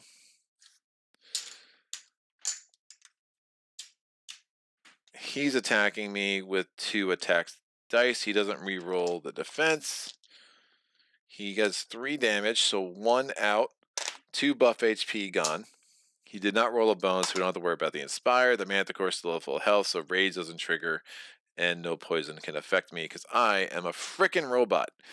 We go to round 3. This guy comes in. He's going to join at the bottom of the baddie queue. It's a Griffin Yearling. He's going to go in a melee position in lane 1. Alrighty then. I'm going to hopefully kill the Yearling because that's annoying. So I'm going to move here, move 1. I have 4 decks left. I have to roll the Hydro die, these 2 dice, and 2 defense dice. Nope, that's Too much dex, Greg. Hydro die, 2 attack dice, 1 defense die. I have all this buff HP. Yeah, I dig it. And then there's the 1 directive. No. Now let me roll 1 attack die and the cut die. Could roll 1 cut die. Yeah, that makes more sense. Come on, baby. All right. So I lose 1 hydro because I rolled the cut die. This, I already lost the hydro for the turn, so that's taken care of. I could put a bleed effect die on the Griffin Yearling. I do 1 damage in addition to that. So that's done. He'll die at the beginning of his turn. This will go here. I have no shield. Is it worth adding a shield? Probably not. I get to move 1. I will move over here, which is fine. I'm still going to get punched in the face for 4. I'll leave this there. Maybe I'll get to an 8+1. Directive goes back here. We're going to go to the wolf's turn. He goes down from a poison 2 to a poison 1. Oh, I could roll. I could roll. Oh, interesting. I can roll 1 dangerous darts die. And again, it was an attack die. Probably not worth it. Oh, I can apply it to anybody. Wait. Lashback only works when you're adjacent. I was adjacent last turn. I wouldn't have been adjacent this turn. Great. I do 1 damage to him. I think that's right. So this, for my dangerous dart thing, I did 1 extra damage to him, and then the poison ended up killing him. I think that's legit, assuming you can attack anyone on the mat. So he's done. Damage. And then there were 3. We go to this guy's turn. Did a damage because of the bleed, a damage because of the poison. That's all true damage, so the thick skin doesn't matter. He's out. I get this die back for my next dangerous darts turn. I love dangerous darts. It's the greatest thing ever. We should all do it more. And this guy has got full health, so he doesn't attack. And then this guy dies because of the bleed.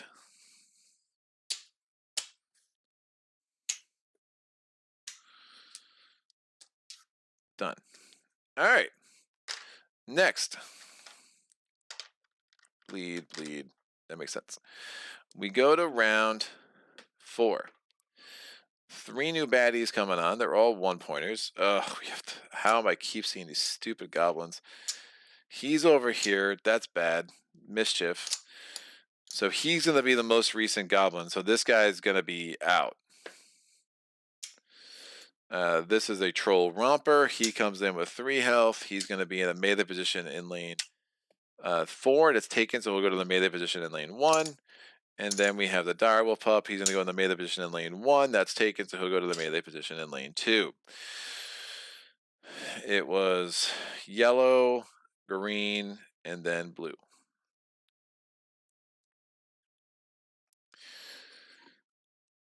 Oh no.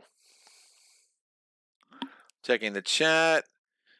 Not for Abelash. Doesn't the cut go to the guy behind him as well? I thought it was directional attack. It does go to the guy behind the person, but there was no one behind him when I cut him. So it has to go here, here, here. Since I attacked him from over here, I would have had him in here and I could attack too, but it could go to the guy behind it, but I just wasn't in position for it. Rogue, I need to learn his Gearloc. How are you liking him so far?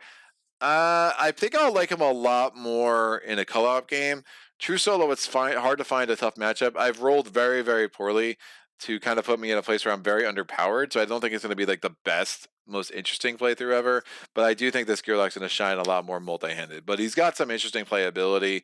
These direct dice, though, like if you're depending on how you're rolling, is going to really change the feel of the game. And it just hasn't been the best playthrough ever.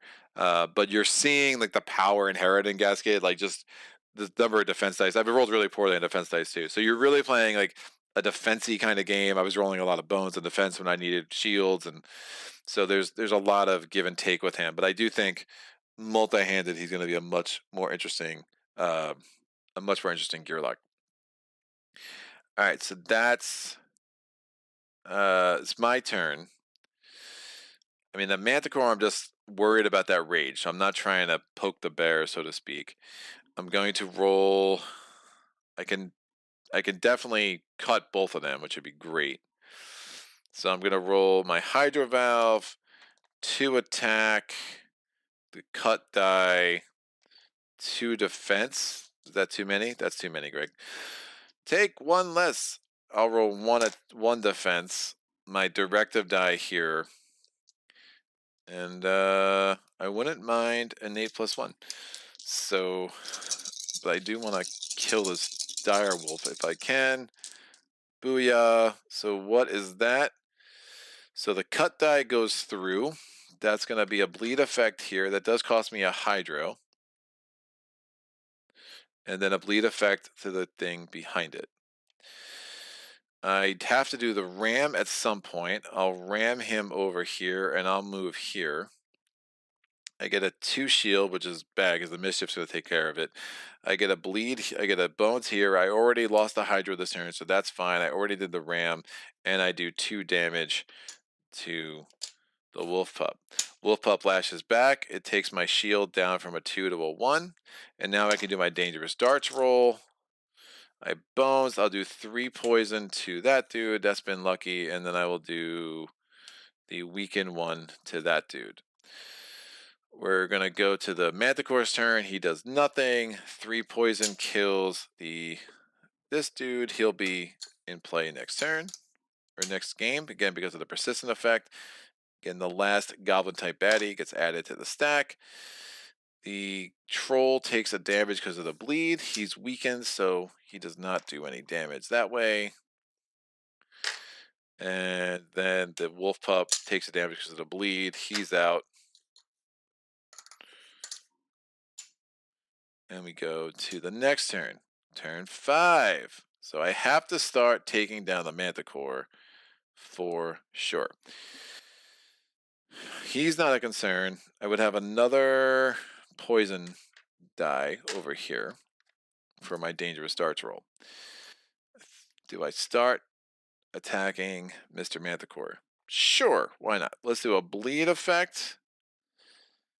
We'll do... I have to roll the hydro, or I could just try to chase an 8+1. That's probably stronger. Let's do that. So those are my 5 dice. I have to roll the directive die. So I actually don't have an attack die, except I can apply a bleed effect to the Manticore, which indeed would mean he would start raging. Rage against the machine against me, but I think an 8+1 would be worth it. I got there. So ding, ding, all these come out, an 8+1, so I can start future things with 4 defense, which I dig. Those are all bones. 12, 15. I lose a hydro because of the cut die. So I already lost a hydro, so that's irrelevant. I get 2 more shield. And I didn't just roll those. We put a bleed effect on him. Manticore loses the health because of the bleed die. He's going to attack me because he's now raging. He's attacking me with 2 dice. He does 2 damage. Those come out. The goblin's out. This guy's out. The troll loses the health because of the bleed. He attacks me with 1 die. Does 1 damage. This is out. Ding. Ding. Nope. I could have left that there. We go to fatigue rounds. 1 health. Now he's dead. Oh, I never did my dangerous darts roll last turn. Bleed. Wow. Poison 3 and 2. Great. I would have done 2 damage. And then the poison 3. And the bleed. Yeah, he wouldn't have even attacked me. He would have just died. Great. So he was just dead. He wouldn't have attacked me. It wouldn't have mattered. I didn't lose any other health. Anyway, I would take 1 damage. This guy still would have been alive, so I still would have taken 1 from the 2 damage. There was poison 3s coming through were really strong, which is why they're the best dice for dangerous darts. The greatest part of this game ever.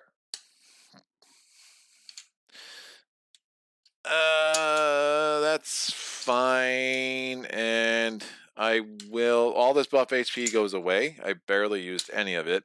I'm gonna get 3 loots. Make sure none of them are heavy. So not heavy, not heavy, not heavy. They all just go there. I can use them for various purposes. I will scout. I'll stay at 3 health, but I have so much loot I can keep powering up my power dive converter. I'm going to scout a 5-point baddie. What is it? Oh, it's the owlbear. Inspire and terrify. No. Those 4 dice are super bad. I hate him. He's really bad. All right, so he goes over there. So that was a good scout. Happy about that. I get 1 training point. I will spend that training point on Blitz, I think. Sure. Die number 3 is going to get a training point. We go, that gives me a progress point 2, so we're up to 6. We go to day 10.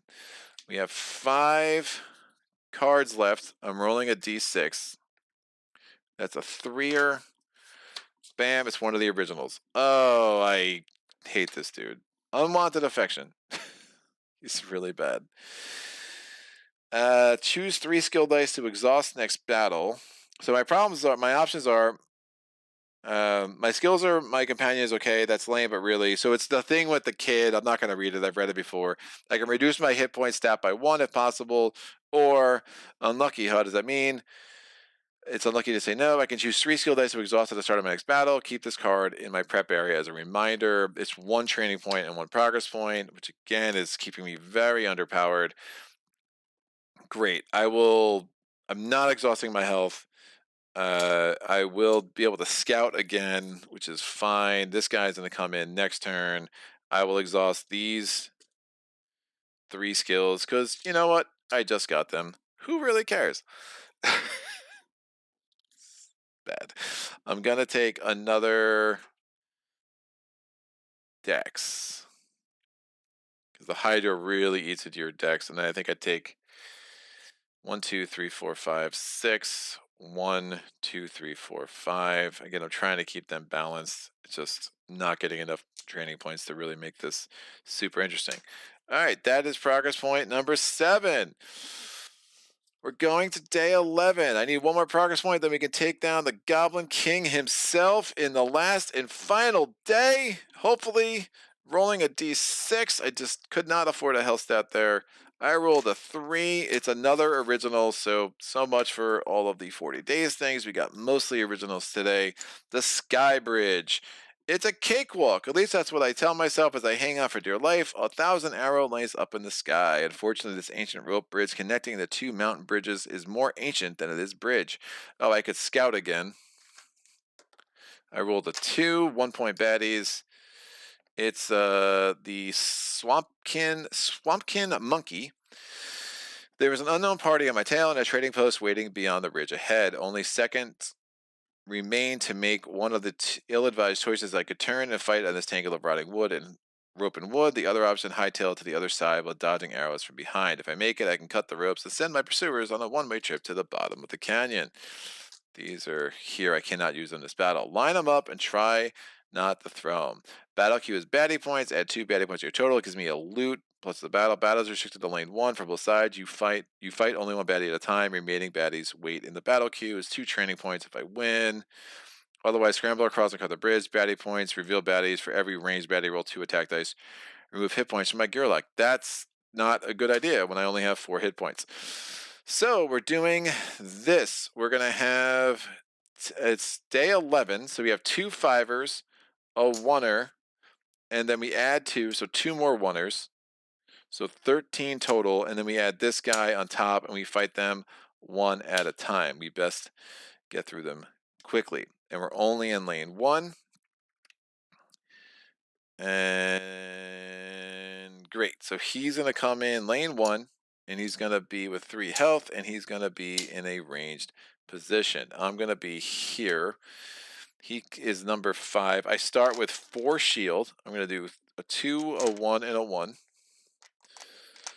His mischief will be less important to me that I hit a Nate +1, which is super strong. This guy is a 5. Done and done. Remember, he just always starts at the top because of this persistent effect. He's gonna do. He's mischiefing me. He's attacking me with 1 attack die. He does 1 damage, so this will come off. My turn. I'm gonna move there. I'm gonna use this die to tick it down to get a health back, to get the full health. Again, 4 health. I'm rolling 2 attack dice, the cut die, the hydro die. I can't. The directive dice again were all exhausted by the 3 skills that went away, and then I can roll these 2. So I'm rolling 6 dice total, which is my dex, which is perfecto. All right, 2 damage to him. A bleed effect. I lose a hydro because I use a bleed effect. This should have been reset to 5 at the beginning of this. So this goblin will be dead next turn. I already lost the hydro, so that's fine. And that's a bones, and that's a defense, and that will go there. We go to round 2. In round 2, the bleed kills this dude. 1 baddie at a time, so it's going to be tough, man, because we only have so many rounds before we're just going to get fatigued all the way out. But that guy's out. That's the end of that. On my turn, I will just... Well, it doesn't matter. Like, he'll just keep going. They'll just keep going in the range position if I stay in the melee position. So on my turn, I can roll dice. I will roll 4 defense dice, and let's get the best. I have to roll the hydro die as well. Fine, why not? Yeah, sure. All right, so I got a 2. I'm going to put this one here, this here. These all come out. This goes to a 2, and this will go to a 5. And this goes back here, and we are good. Trying to get to reprogram. I think it's worth it to try to chase it, but I need to get lucky that I'm not continually rolling the bones that I have to use. All right, we're going to round 3. In round 3, we have our first 5-pointer. It's stout and thick skin. Oh, so I just can't win.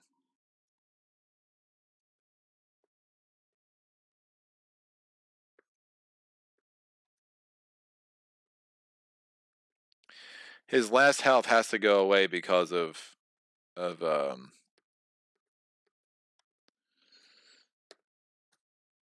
his last health has to go away because of it's stout. So I'm sorry, I'm blanking on the terminology. His last health will only be removed by fatigue, which I guess I have enough healing, but woof, this is not going to be pretty. All right, let's try to make it work. We're gonna have 4 health on him. I don't see how this works because we're gonna have to wait to fatigue rounds to kill him. So I have 3 rounds of just dealing with him and his 3 attacks every turn. But he comes in at the bottom. Really can't weaken him. Anything that might, I mean, grab doesn't even make sense on this thing. So I have to roll the Hydro Valve. I'm going to roll the cut. I'm going to roll these 2, and then I can roll 1 defense die. Oh, I probably rolled too many defense die last turns. I take that out. Shoot. Yeah, I rolled more than my defense stat. I can't see how it would have mattered. Ultimately, I'm ending up with this. Even if I don't think it would have mattered. It is what it is. I should have only rolled. I think I had 2 in there. I should have only rolled 1. I think I just, or did it? Maybe I had only 1 in there. I might have only had 1 in there, and then I rolled 3. I can't remember. I don't know. It was so like 30 seconds ago, but yeah, always keep a track of your defense stat, obviously. So 5 dice, bones, bones, bones, 2 damage. He's thick-skinned 1, so only 1 comes off. I'll take this bones out. It makes that a thing. It's fine. We're all good. That goes back there. The sonar troll is attacking me with 3 attack dice. 4 damage. Those 2 are out. We go to round 4. I'm going to attack. I'm going this. 2 attack dice. Where's the cut die? Yeah, I should have cut him. Why did I not cut him? Where the heck's the cut die?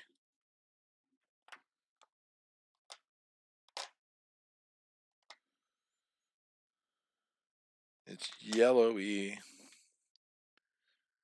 Oh, I rolled a bones on it. Oh, never mind. I tried to cut him. I had to lose. Right. I had to lose a thing because I was trying to roll the cut die. That makes sense. That makes sense. All right. I was like, where's the cut die? I forgot there was a bones on there. I just never hit the bones on that one. All right. So we have 6 decks. I'm going to roll this and this. 2 shield. Let's cut them. I did not roll the bones on the cut die. This goes down to a 3 because I rolled a skill die.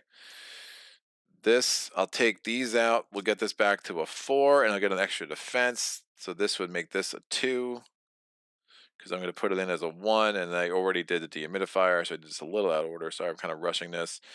We add the bleed effect to him. We do 3 damage. He has 6 scans, so it goes down to 2. He will die in fatigue rounds, but we got to cut die on him anyway because it was fun. Out. 1 bones can go there. This goes back here. He's attacking me for 3. Again, he can't bleed out. He has to die from fatigue. He does 5 damage because I roll really good for the baddies. We go to round 5. This is kind of silly. I'm going to roll 4 defense dice and the hydro valve because if I want to roll any other dice, I have to roll the hydro valve. 2 bones. 3 defense. This goes down to a 3 because I rolled that. The sonar troll attacks me with 3 dice. Can he please stop rolling 5s? He rolls a 3 that time. This much better. We go to fatigue. I lose a health. He dies because of stout finally allows him to go away. He goes there. This comes here. And this goes here. On my turn, I'm going to tick this down to get a health back. I'm going to roll the hydro valve and 4 defense dice. Get that back up.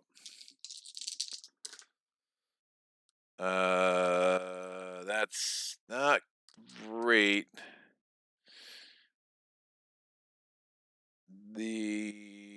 I have to place this. We're going to reprogram. Obviously, I have no more directive dice. These go here. I don't have to lose any hydro. I get a thing and a thing. Done. We go to the next round. Another baddie comes on. It is the Troll Brute. He has 5 health. He will have 2 shield before too long. Fatigue hits. We both lose a health. I'm going to tick this down to a 0, get a health back. I am going to discard this loot, get this back up to 3. I'm rolling the cut die, the hydro valve, 2 attack dice, and 2 defense dice. Since I rolled a skill, this goes to a 2. I missed on that because of course I did. I do 2 damage, gets him down to 3 health, but he's going to live another round, which is super annoying because I rolled good. This goes here. I already lost a hydro there, so that's not a thing. This fills that up, and I want to keep the cut die over here. 2, 1. The Troll Brute's rolling 3 and 2. Oh, I did a 2 damage. Actually, 1 damage because he has 6 skins, so he's got 4 health. Yeah, not getting through with that cut was really unfortunate. 3 and 2. I'm immune to taunt, I think. So I don't think I need to worry about it. It's kind of silly in this exact. Yeah. No, we need to terrify, not to taunt. So taunt it is. So I have to attack him if I'm adjacent. I can't attack anybody else. He has 2 shield. This is going to be bad. Not cutting him is awful. He does 4 damage to me.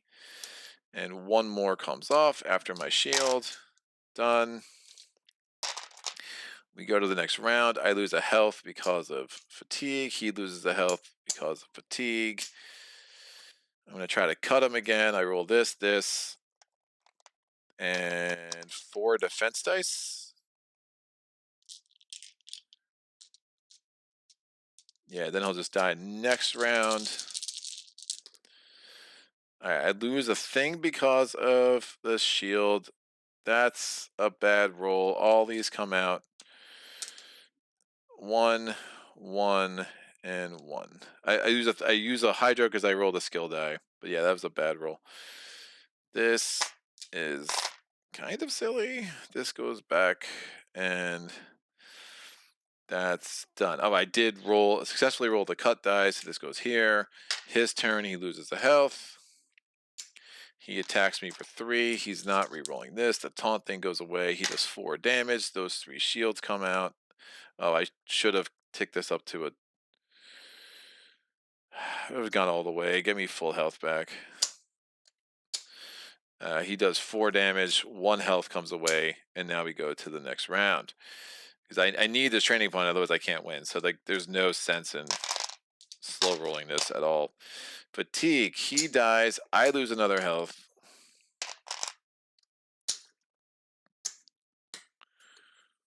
This guy comes in. We got a bunch of 3-pointers, 1-pointers left, so we'll see how this goes. 5-pointer there.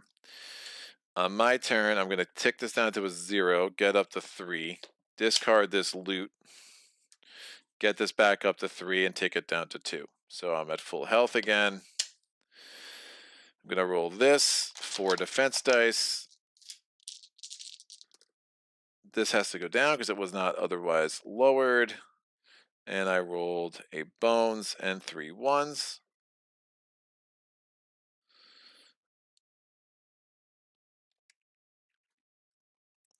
Done. Next round, the Swampkin Monkey comes in. 2 health. We lose the health. I lose the health. I'm going to take this down to 1. Get that health back. Attacking him. He doesn't have thick skin. He's stubborn. So he'll attack me after I kill him, which is fine. He'll have 1 turn. So I'm going to roll Hydro, 2 attack dice, 1 defense die. I'm not going to worry about the cut. This is enough.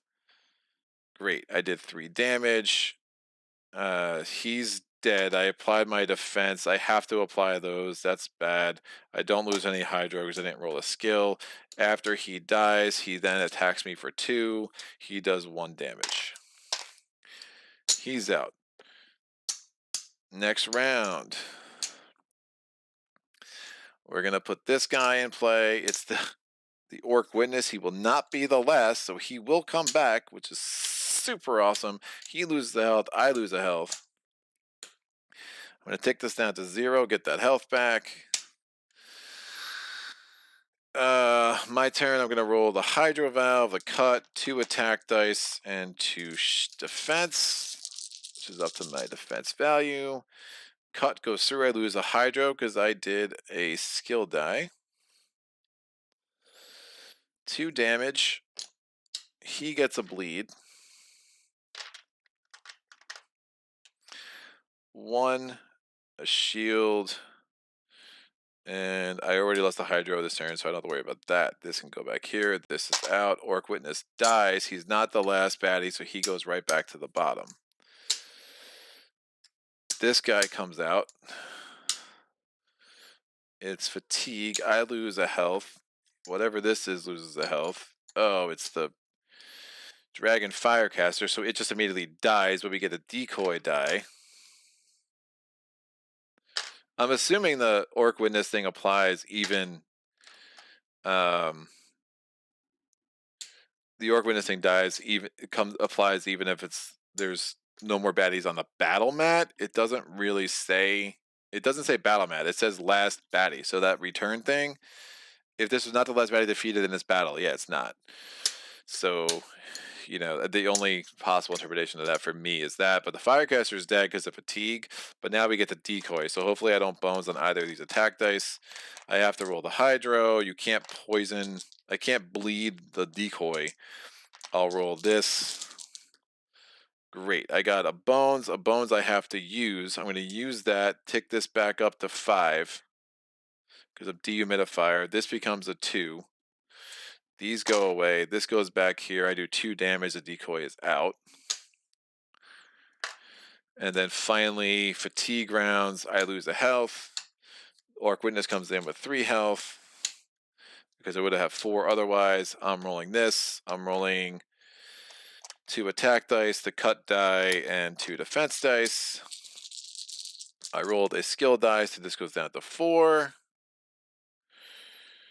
I do 2 damage. I do get a bleed effect on there.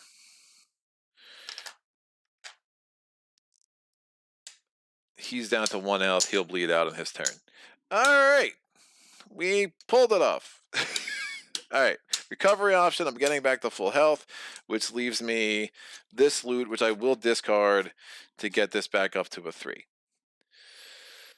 Great. I get 2 training points and a loot because I did option 1. And the 2 training points, I'm going to take these back. I'm going to take Blast because it makes sense, I think, which is die number 4. Only works on non-adjacent baddies. Maybe that doesn't make sense. Does the Goblin King, is he ranged? He is ranged, so he's not moving, so Gut doesn't make much sense. I mean, I'll do Blast. It is what it is. If I'm not adjacent, we can at least get some damage. These, I get my directive dice back. I get this cut die. This is here. These are all out. These reset to 5 each.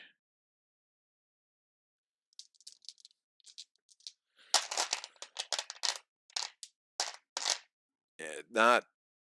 You think you see the maturity of the maturity of the encounters? They just get better.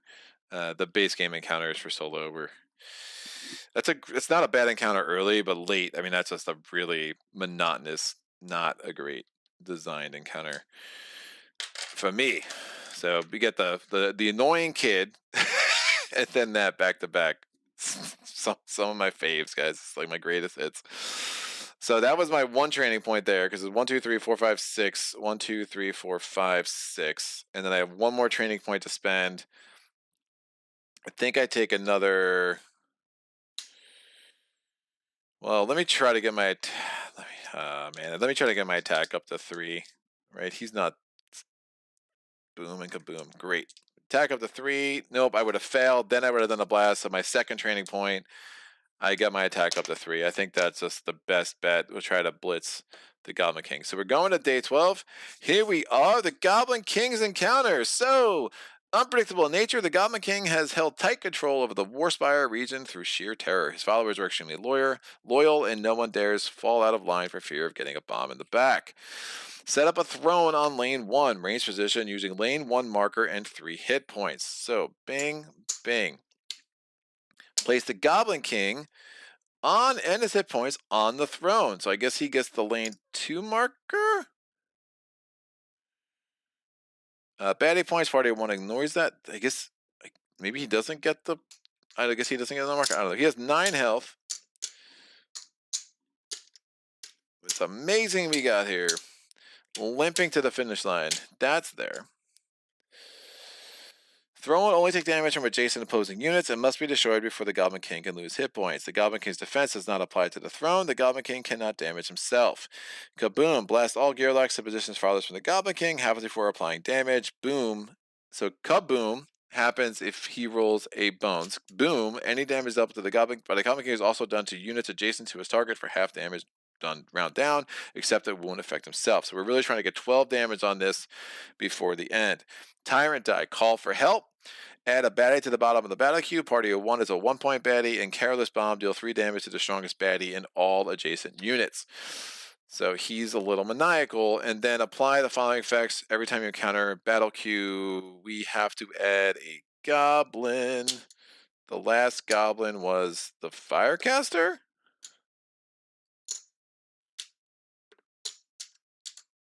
Yeah, the last goblin defeated was the Firecaster.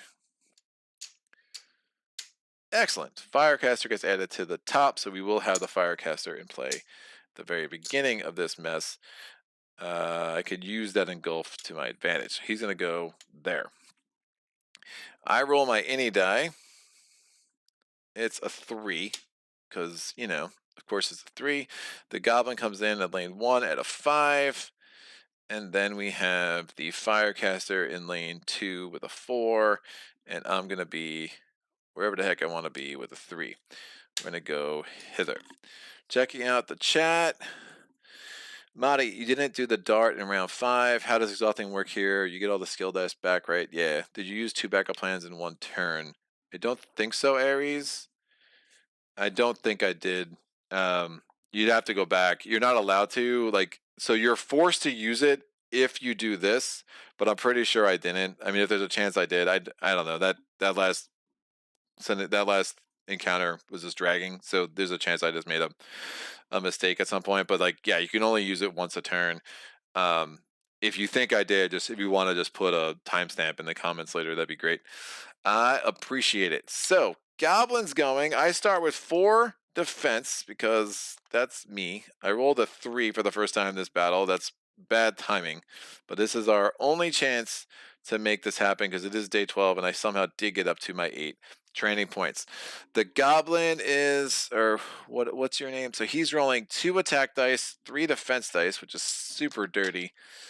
And he is trying to attack me because I'm the only one on the battle mat. Of course he's attacking me. Careless Bomb. No, not Careless Bomb. So he gets 4 shield. He does 3 damage to me. Boom. All damage is also, yeah, there are no adjacent units. He does a 3 damage to me, and he adds a 1-point baddie to the bottom of the battle queue.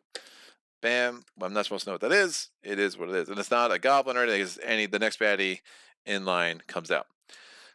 Awesome. The Firecaster is attacking me with 1 attack die. That does 1 damage to me. That's my last shield. My turn. I'm going to move there. I have to get rid of this thing. This this throne. So I have to roll the Hydro Valve. I'm going to roll my directives because I can. I'm going to not roll the cut die. I'm going to roll 3 attack dice. Let's get rid of this round once and for all. Firecaster can deal damage to the Goblin King, which is cool. At least it would knock some of that shield off. I can get 2 defense dice in here and make some magic happen. So we're going to do that. Not rolling any skill dice, so I don't lose any hydro automatically. Ari says, no, I was wrong. I forgot the dehumidifier also upticks. Yeah. Good call. All right, 5 damage. We killed the throne. So I'm going to put the lane 1 marker under the Goblin King properly now. And now I can start damaging the Goblin King. Right? Because it was as long. Goblin King cannot lose hit points before the throne is destroyed. I have to use this. I got 1.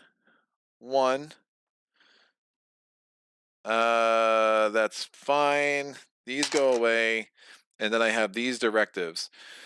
I have to use hotfix. I'm going to get this up to a 2 defense.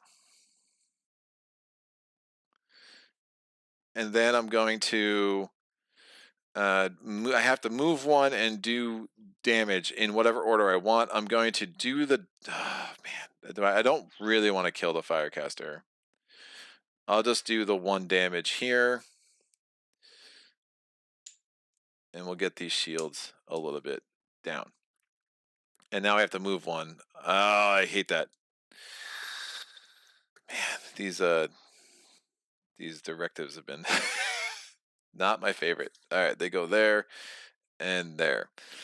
One time, I just want to roll what I want to roll. Round 2, we get a new dude. It is the Troll Brute. Troll Brute comes in with 3 health, thick skin, careless. It would be in the melee position in lane 3, going to be at the bottom of the any meter. The Goblin King is going to roll 2 attack dice and its tyrant die. All right, we're adding another 1-point baddie to the battle queue. It bones on that, so kaboom.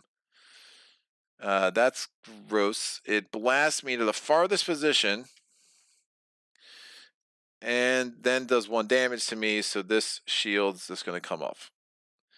So that's not... Did it kaboom last time? No, it didn't. It really didn't. They did 3 damage and had 4 shield. Interesting. So that will go there. We'll put its shields back on top. The Firecaster is going to attack me with 1 die. It does 2 damage. All my shields are out again. So much for Engulf working well for me. My turn. I need to get back. I need to get back where I was. I want to cut the Fire King. So I'm going to go 1, 2, 3, 4. I have 2 more decks. I'm just going to make him bleed. Wolf. I mean, I think that's my best bet. Oh, man, I'm taking a lot of attacks though with only 4 health. Nope. It's too much. It's too much to ask, kids. I'm gonna go 1. Try to creep back slowly. I'm gonna roll this, and then my 4 defense, and then my 2 direct dice. So again, that's my 5 remaining decks after I moved 1, and then I have the 2 direct dice. So my 5 decks, 4 defense dice. I don't know if I said that right. Oh, 2 moves. Interesting. So shield, shield, shield. I lose a hydro because I rolled that and I haven't otherwise lost the hydro this turn. I can put this here, and now I can move 2. I mean, now I have to move 2, which kind of puts me a little bit in no man's land. These directive dice are so bad.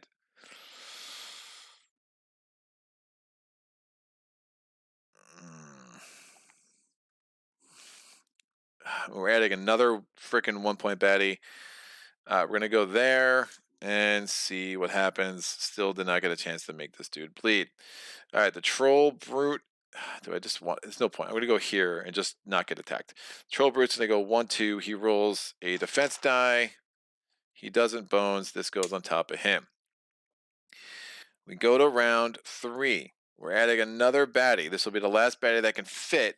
We get the Bog Frog, which is perfect because he can't do crap to me. He's going to go in the melee position in lane 4. That's right. You can't do crap to me. All right. Goblin. Oh, that could be super special. That could be bad if he rolls his bomb finally. Yeah, me going there is probably dumb.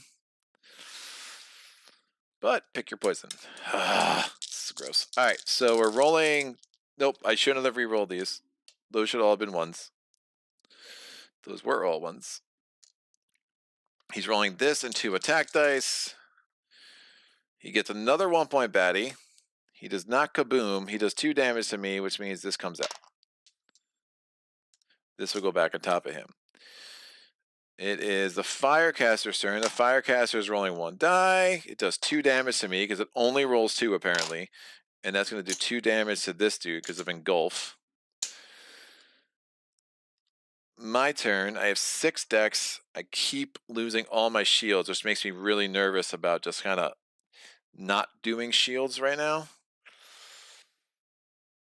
But I really want to cut him. But I just think there's going to be a better opportunity. We're not going to be adding any more baddies. This guy's going to come down and cut me off, which is super problematic. So I'm going to go 1, 2. I'm going to roll this, 3 defense dice, and my 2 directive dice. The decoy there would be just awful. All right. I got 4 bones. Oh my gosh.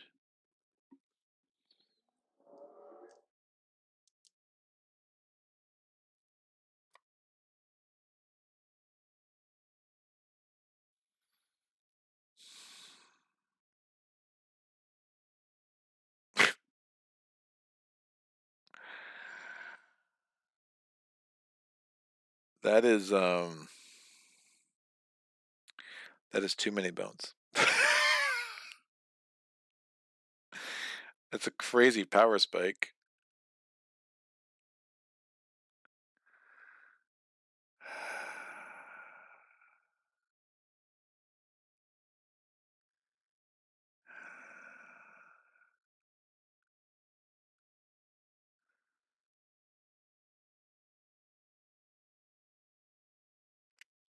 I think it's so bad.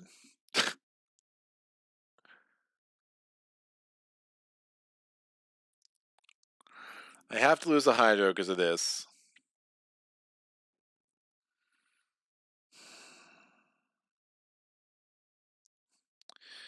I think I do this.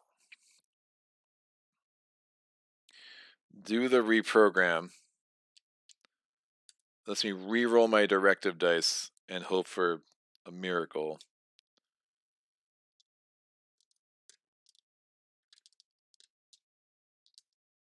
I'm gonna get 4 attacks.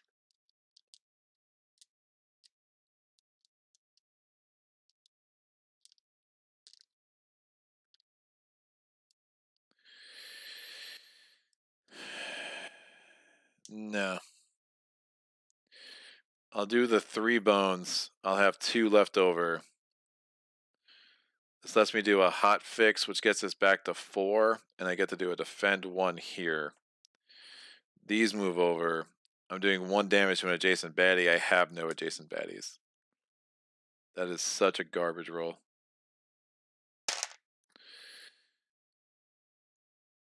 There's like a fun encounter here. I'm just not getting myself in the best position to win this.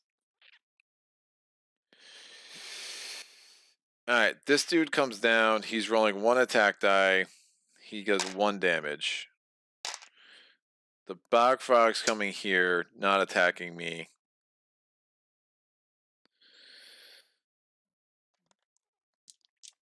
The Goblin King is rolling this and this. I mean, this is going to kill me. Unless he keeps adding 1 point baddies. I'm going to die. Yep, that's it.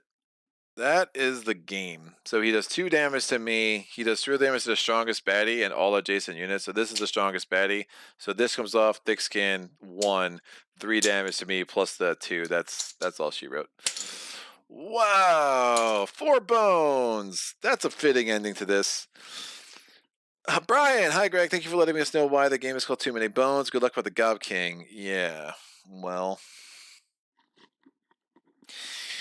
that I think I need to try Gasket multi-handed. I don't find him. The way this playthrough played out, especially, was not especially fun, and I don't mind losing. It just the winning was kind of boring and grindy, and the losing was epically bad. Yeah, dude. I mean, I wish like the reprogram was like, I don't know what else you're gonna do. You can only have so many Gearlocs that re-roll stuff. I had the build. I mean, I really, if you think Kaboom knocking me there was really rough. If the Kaboom doesn't happen when he only had 2 attack dice, if he Kaboomed earlier round, so I wasn't, I could have survived it if the Firecaster stopped rolling friggin' 2s. There was definitely there were definitely a lot of dice that just could have gone a little bit differently to kind of give me a chance. But even not rolling a movement, I guess this guy's still going to be adjacent to me, and he's obviously the strongest one left. So it's you get these baddies that almost become ticking time bombs that are going to like knock you out. But I didn't hate the Tyrant encounter. I think this could have been fun. This is rough. I mean, but this is also why you do in 11 days, like the fact that I needed every single day just to get my 8 progress points. If you're going, hey, let's go day 11 in case it goes wrong, then I have day 12 to fall back on. But I was so weak. Like, I'm still really underpowered.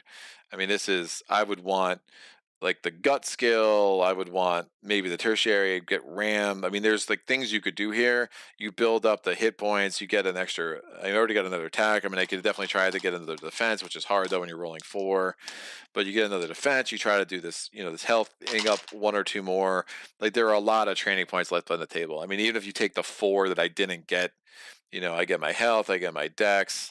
You know, I take guts, you know, and we take ram, and all of a sudden we have a different kind of game. As it is, I got these. I literally never rolled these skills because you know we got the whiny kid, and then you know here we are, and just never had a good opportunity because I had to take out the throne. You know, had I done the tyrant encounter differently, and I tried to do the lockpick, and the throne's not even there, we could start beating up, you know, the Goblin King right off the bat, get him to bleed. You know, all of a sudden you might be talking a bit different game. Marty says the strongest baddie is himself. Is it? The Goblin King cannot damage himself, dude.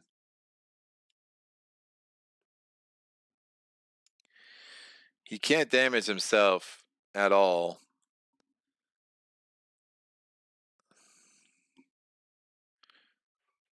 I don't think that's is. I don't know if that's right, Marty.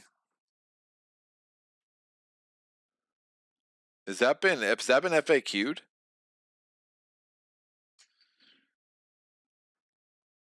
Gasket rough two souls with Ares. I mean, can we confirm that's FAQ? Because that just seems weird. Why? So that means he would only blast himself when he's like down to like 0 health? Because like he has 9 health. I mean, that would make that tyrant die like really dumb. Really dumb. I guess he'll never be the strongest. So you're saying as he gets weaker, then he'll start blasting his peeps?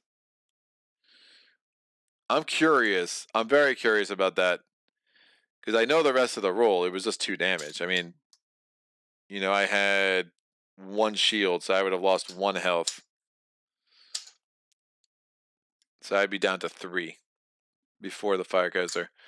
I remember reading it somewhere. Let me check. Yeah, man, check on that because I'm super curious about that. That just seems weird. And another, another thing for Chip Theory, it's just like that can be himself. All right, great, thanks. Like, let me know. He had 1 defense. He had thick skin, so he would have just lost 1 health. So in theory, if it is himself, this is how this is set up. That's bananas. It said it won't get the damage from the bomb, but you will get it if you were adjacent to him. I am not adjacent to him. Oh, that's wild. All right, we're still alive. Molly to the rescue. So he does the damage to himself, but then he's going to also damage all of his minions?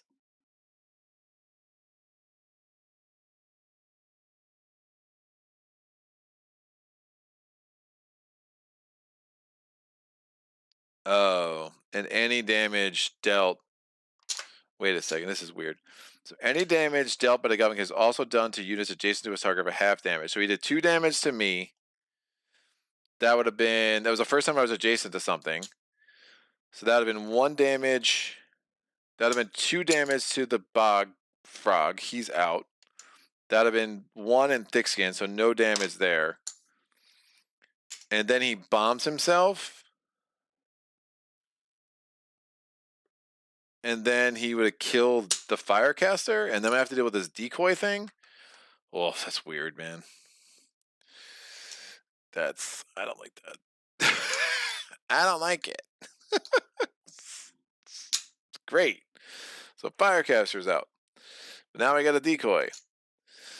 I mean, if we're carrying that through, like that's the only way I can figure it. So Bog Frog was killed because of the 2 damage to. Oh no, it was half damage rounded down. But then he would die because of the bomb, so it doesn't matter. He's out either way. He is out either way. All right, then this is over here. Great, Firecaster's done. Then I can go 1, 2. I'm gonna use this, get a health back. I have 4 decks left. Gotta get rid of that. I'm gonna roll both directive dice. Roll hydro die, 2 attack and a defense, which is not enough, but I'm just gonna get blasted at some point here.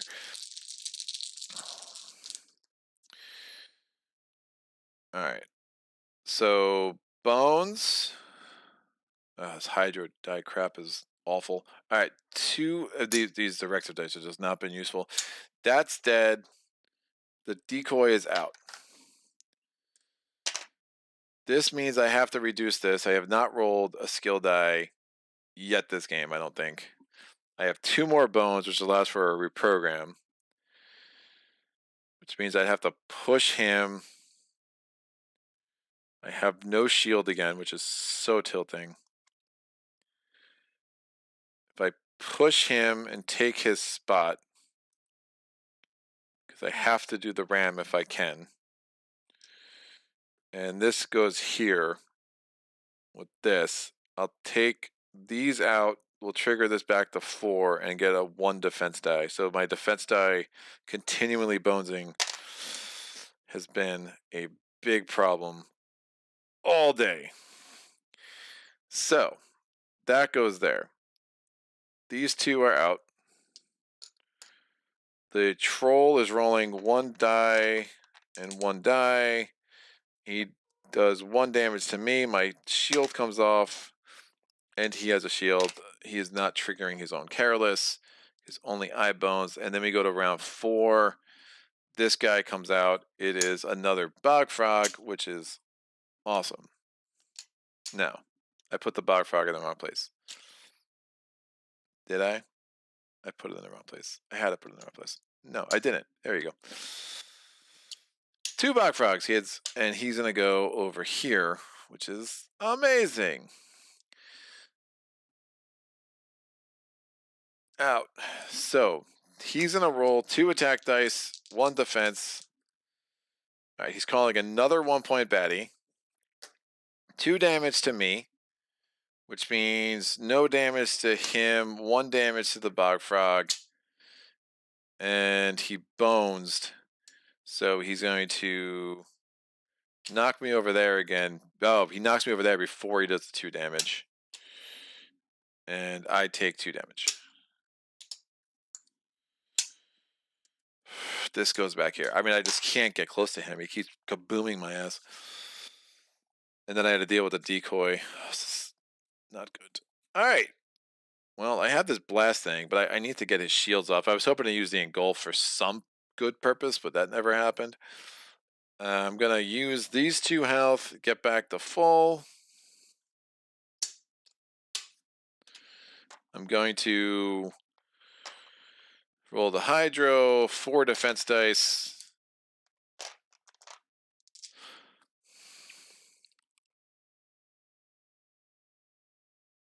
I mean, the cut is pointless. I can, my 2 directives, and then I'll just move 1.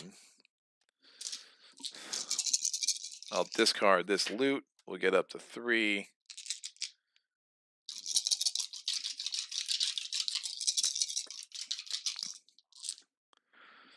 I have to lose the hydro. I just keep rolling. Move, move. Ding, ding, ding. Bones. Move 2. That's going to let me move over here. Directives come back. The troll brute's going to go up here, rolling 1 and 1. He does 1 damage, gets a shield, still has not triggered his careless, and then this dude's just going to come over here, which is super awesome. Round 5, we get another baddie. It is another poison doer. Don't care about you. It's got 3 health. It's going to go in the range position over there. He's rolling this and 2 attack dice. Another 1-point baddie. He does kaboom me again. So stupid. 1 damage. This comes out. And that's it. Oh, shoot. What round? That was the... This is round 5. This has to be round 5. I've rolled that die 5 times. He's gotten a 1-point baddie 4 times. Oh, is it round 6? Is this round 6? 1, 2, 3. We started with 1. This has to be around 6. This has to be fatigue. This has to be fatigue rounds because we did. This started on the mat. He rolled that 5 times. It was 1, 2, 3, 4, 5, and he rolled the bomb once. So we are in fatigue. So 1 damage, 1 damage, 1 damage, 1 damage, 1 damage. Because that was the 5th time he rolled that. 2, 3, 4, 5. 5 damage off the board. That should have happened before the goblin went, but he already went. Obviously, I'm going to heal myself the 1. He keeps kabooming me into the corner, which is making this impossible. That was true damage. Doesn't matter about a shield. I never got a poison on him, which is super annoying. I still have 2 shields though, so that's helpful. So that with the extra shield, that gives me a chance. So 1, 2, 3, 4. I'm going to roll this and the cut die. Let's start to bleed him finally, and my 2 directives. It says I rolled a skill die. This goes down to a 2. I would have to lose another one, but I don't. This grab thing is not going to matter because everyone's within 2 of me, so that just goes away. I do a bones there, and I'm going to apply a bleed effect on the Goblin King. I get another shield. No, I'll try to get the power spike, so we'll just leave that there. I have to keep it there, but I don't have to immediately use it. It's not like the Hydro Valve. Done. So he's bleeding. He can bleed. If he can bleed, he can die. All right, he goes here. He's rolling 1 attack. Careless still doesn't trigger. My shield of 2 goes down to a 1. The bog frog is stuck. Stucks. He's stucks. It's a new word, kids. And this guy is stuck there. All right. We go to the, and doesn't do anything to me. We go to the next round. Everyone loses a health. There's no room in the inn for this dude.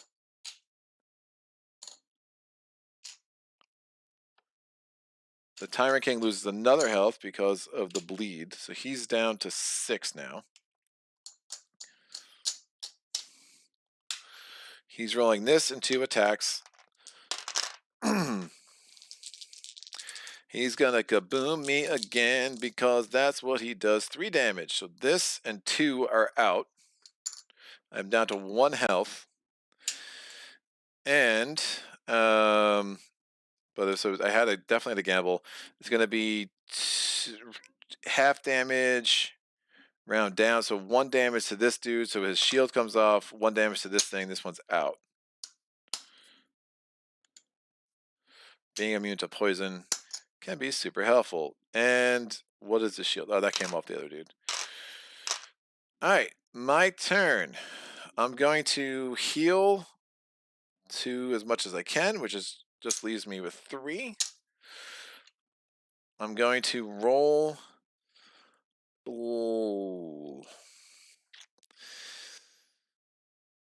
Blitz and blast. My 1 directive. Power spike would be amazing. This, and I have 4 decks total. I have 6 decks, so this doesn't count as decks. That would be 6 dice there.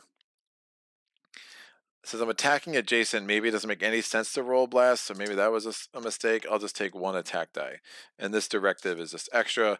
If I can get the power spike, that would be amazing. So attacking the Goblin King, hoping for a miracle. Okay.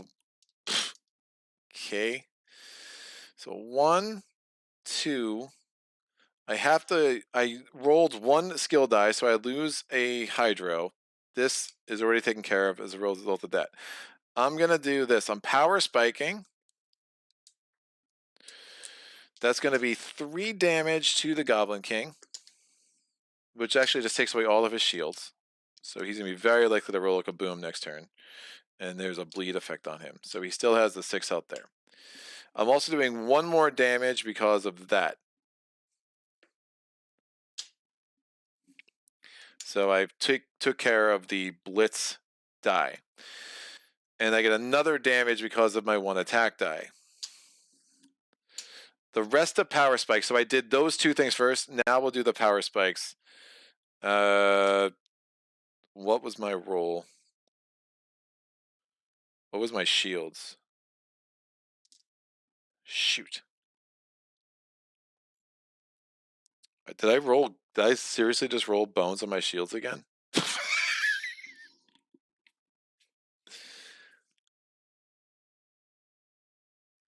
I think I did. I think I did, because these came off the Goblin King. Wow. I just bones all my shields one more time. That is so ridiculous. All right, following this through, I'm gonna so stupid. All right, 2 damage to an adjacent unit, not including Gasket. So the bog pole is out, and then 1 damage to a unit adjacent to that. But it doesn't matter because he's got thick skin.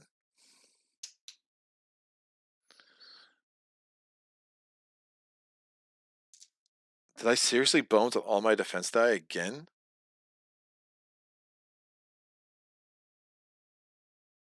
Yeah, because these 5 came out of there. It was at 3. And I added 3.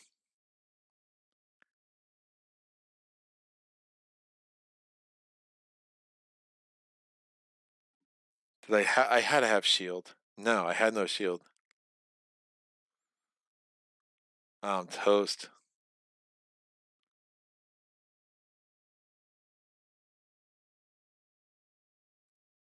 Yeah, because these 3 were in place. I added 3. What the heck was my roll? It was 1, 2, 3, 4, 5, 6. That was my nope. 3, 4. I had another defense die. It was that. I freaking rolled 3 bones. I rolled 3 bones on all my defense die. Wow, that's so sick. Well, that's special. I'm going to not survive this. I have to do my directive so I can push him out of the way. So what I could have done is done my directive first, and then he would have suffered 2 damage because he would have been immediately adjacent, and then that would have just killed the troll brute. I'm still going to need the Goblin King to seriously bones. And I don't want to be adjacent to him if he kabooms, but he keeps adding things. So that would have gone here, and the troll brute would have been out because I had a ram. So but that's not this place, Greg. I keep freaking doing that. I keep treating it like too many bones, like that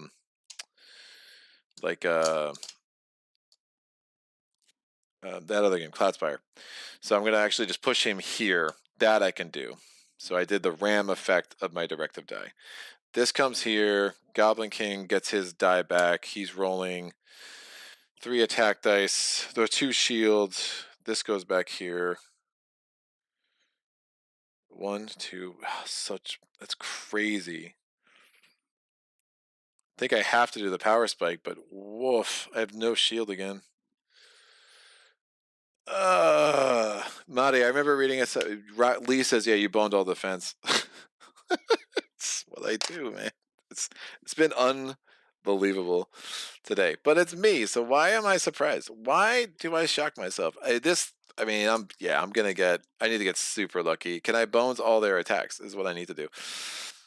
This guy is coming in with a defense and an attack die. Oh, he does 2 damage to me. I'm gonna die in fatigue. I have no shot. We go to fatigue. I die. This guy dies.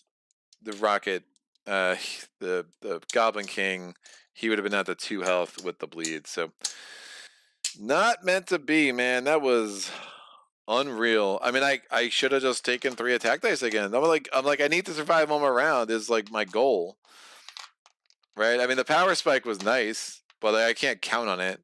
But I guess I get the bones because of the defense. Oh, that's crazy. And then I rolled a 2. I mean, fatigue killed me. You know, I have no more extra health there. He both of his his attack is 2 bones just to make it fun. That was a long playthrough. It is what it is. Thank you, Lee, for the confirmation. We will be back. Well, you saw the Tyrant King. I'm kind of done with him for a moment in time. We'll go to Dart. Definitely more excited about Dart, I think, from a true solo perspective. Gasket will get his day in the sun. That day was not today. And I'm looking forward to playing him more multiplayer. I think there's a fun game here. For some people, I think they're going to really like it and like how his flavor, even true solo. You know, just obviously this was, I think, a good example of why sometimes it just doesn't work. But I think you could say that about a lot of the Gearlocs too. So, you know, it's different. It's a different way to kind of approach the game. You know, the fact that you're only starting with 1 health gives you very little margin. You know, I don't think these encounters did us much favors. We got a lot of the base game encounters where I do think from what I've seen, the encounters in 40 days have been a pretty marked improvement on average. Just a lot more fun, with better things going on. I mean, even the non-battle ones I find are more interesting than the some of the originals. So, you know, true solo in this game is an interesting way to play it. So that is it. We'll be back tomorrow with my first playthrough of Valwraith. I really enjoyed that one. Some really interesting card play that kind of works. We'll be doing Cloudspire in probably 2 weeks, and then we'll be back with Too Many Bones sometime in March with good old Dart. I think that was the vote of the crowd. So I've seen her play it. I've never played her. Excited to do it. The Goblin King will reign supreme for now, but we'll find a good challenge with Dart and see what we can pull off. Mike James Gasket is one of my favorite Gearloc, Stanza, Gasket, Boomer, and my number 1 Patches. Oh, interesting. That's a really interesting number 1. I like Patches. I love Boomer. Stanza is definitely probably my favorite. I love Stanza. I mean, that's the thing with Undertow. Stanza and Duster are both great. I mean, it's Mike. I mean, I'm assuming you play Gasket more co-op, so because true solo. I'm curious. And he was like, "I love Gasket true solo." Brian says Valwrath is fun. Shuffle well. Yeah, I've enjoyed it. It was a review copy sent to me by All or Nothing Games. They also sent me the Gloom of Kilforth, so I got to dive into that.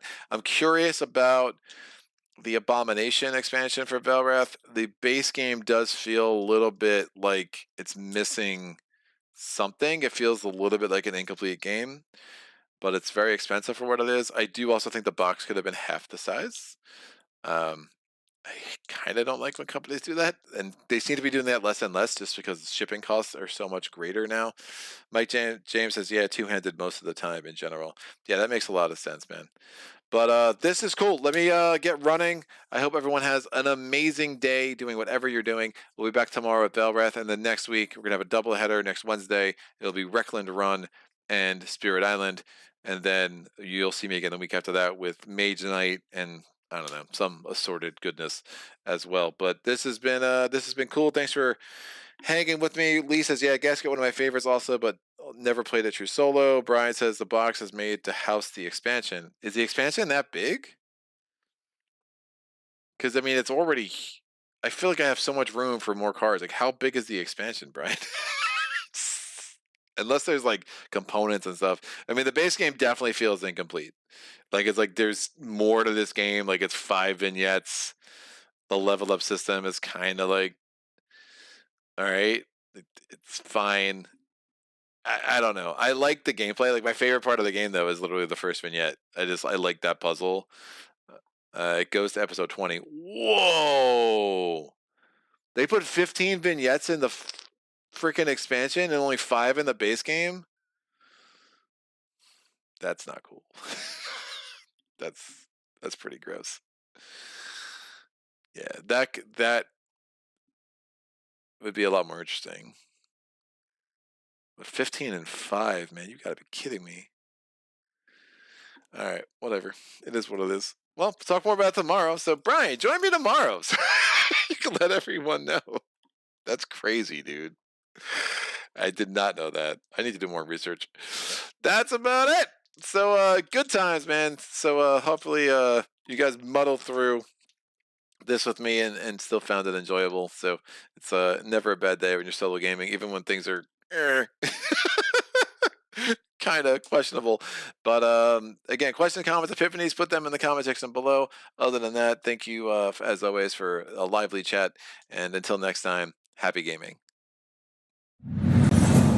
Solo.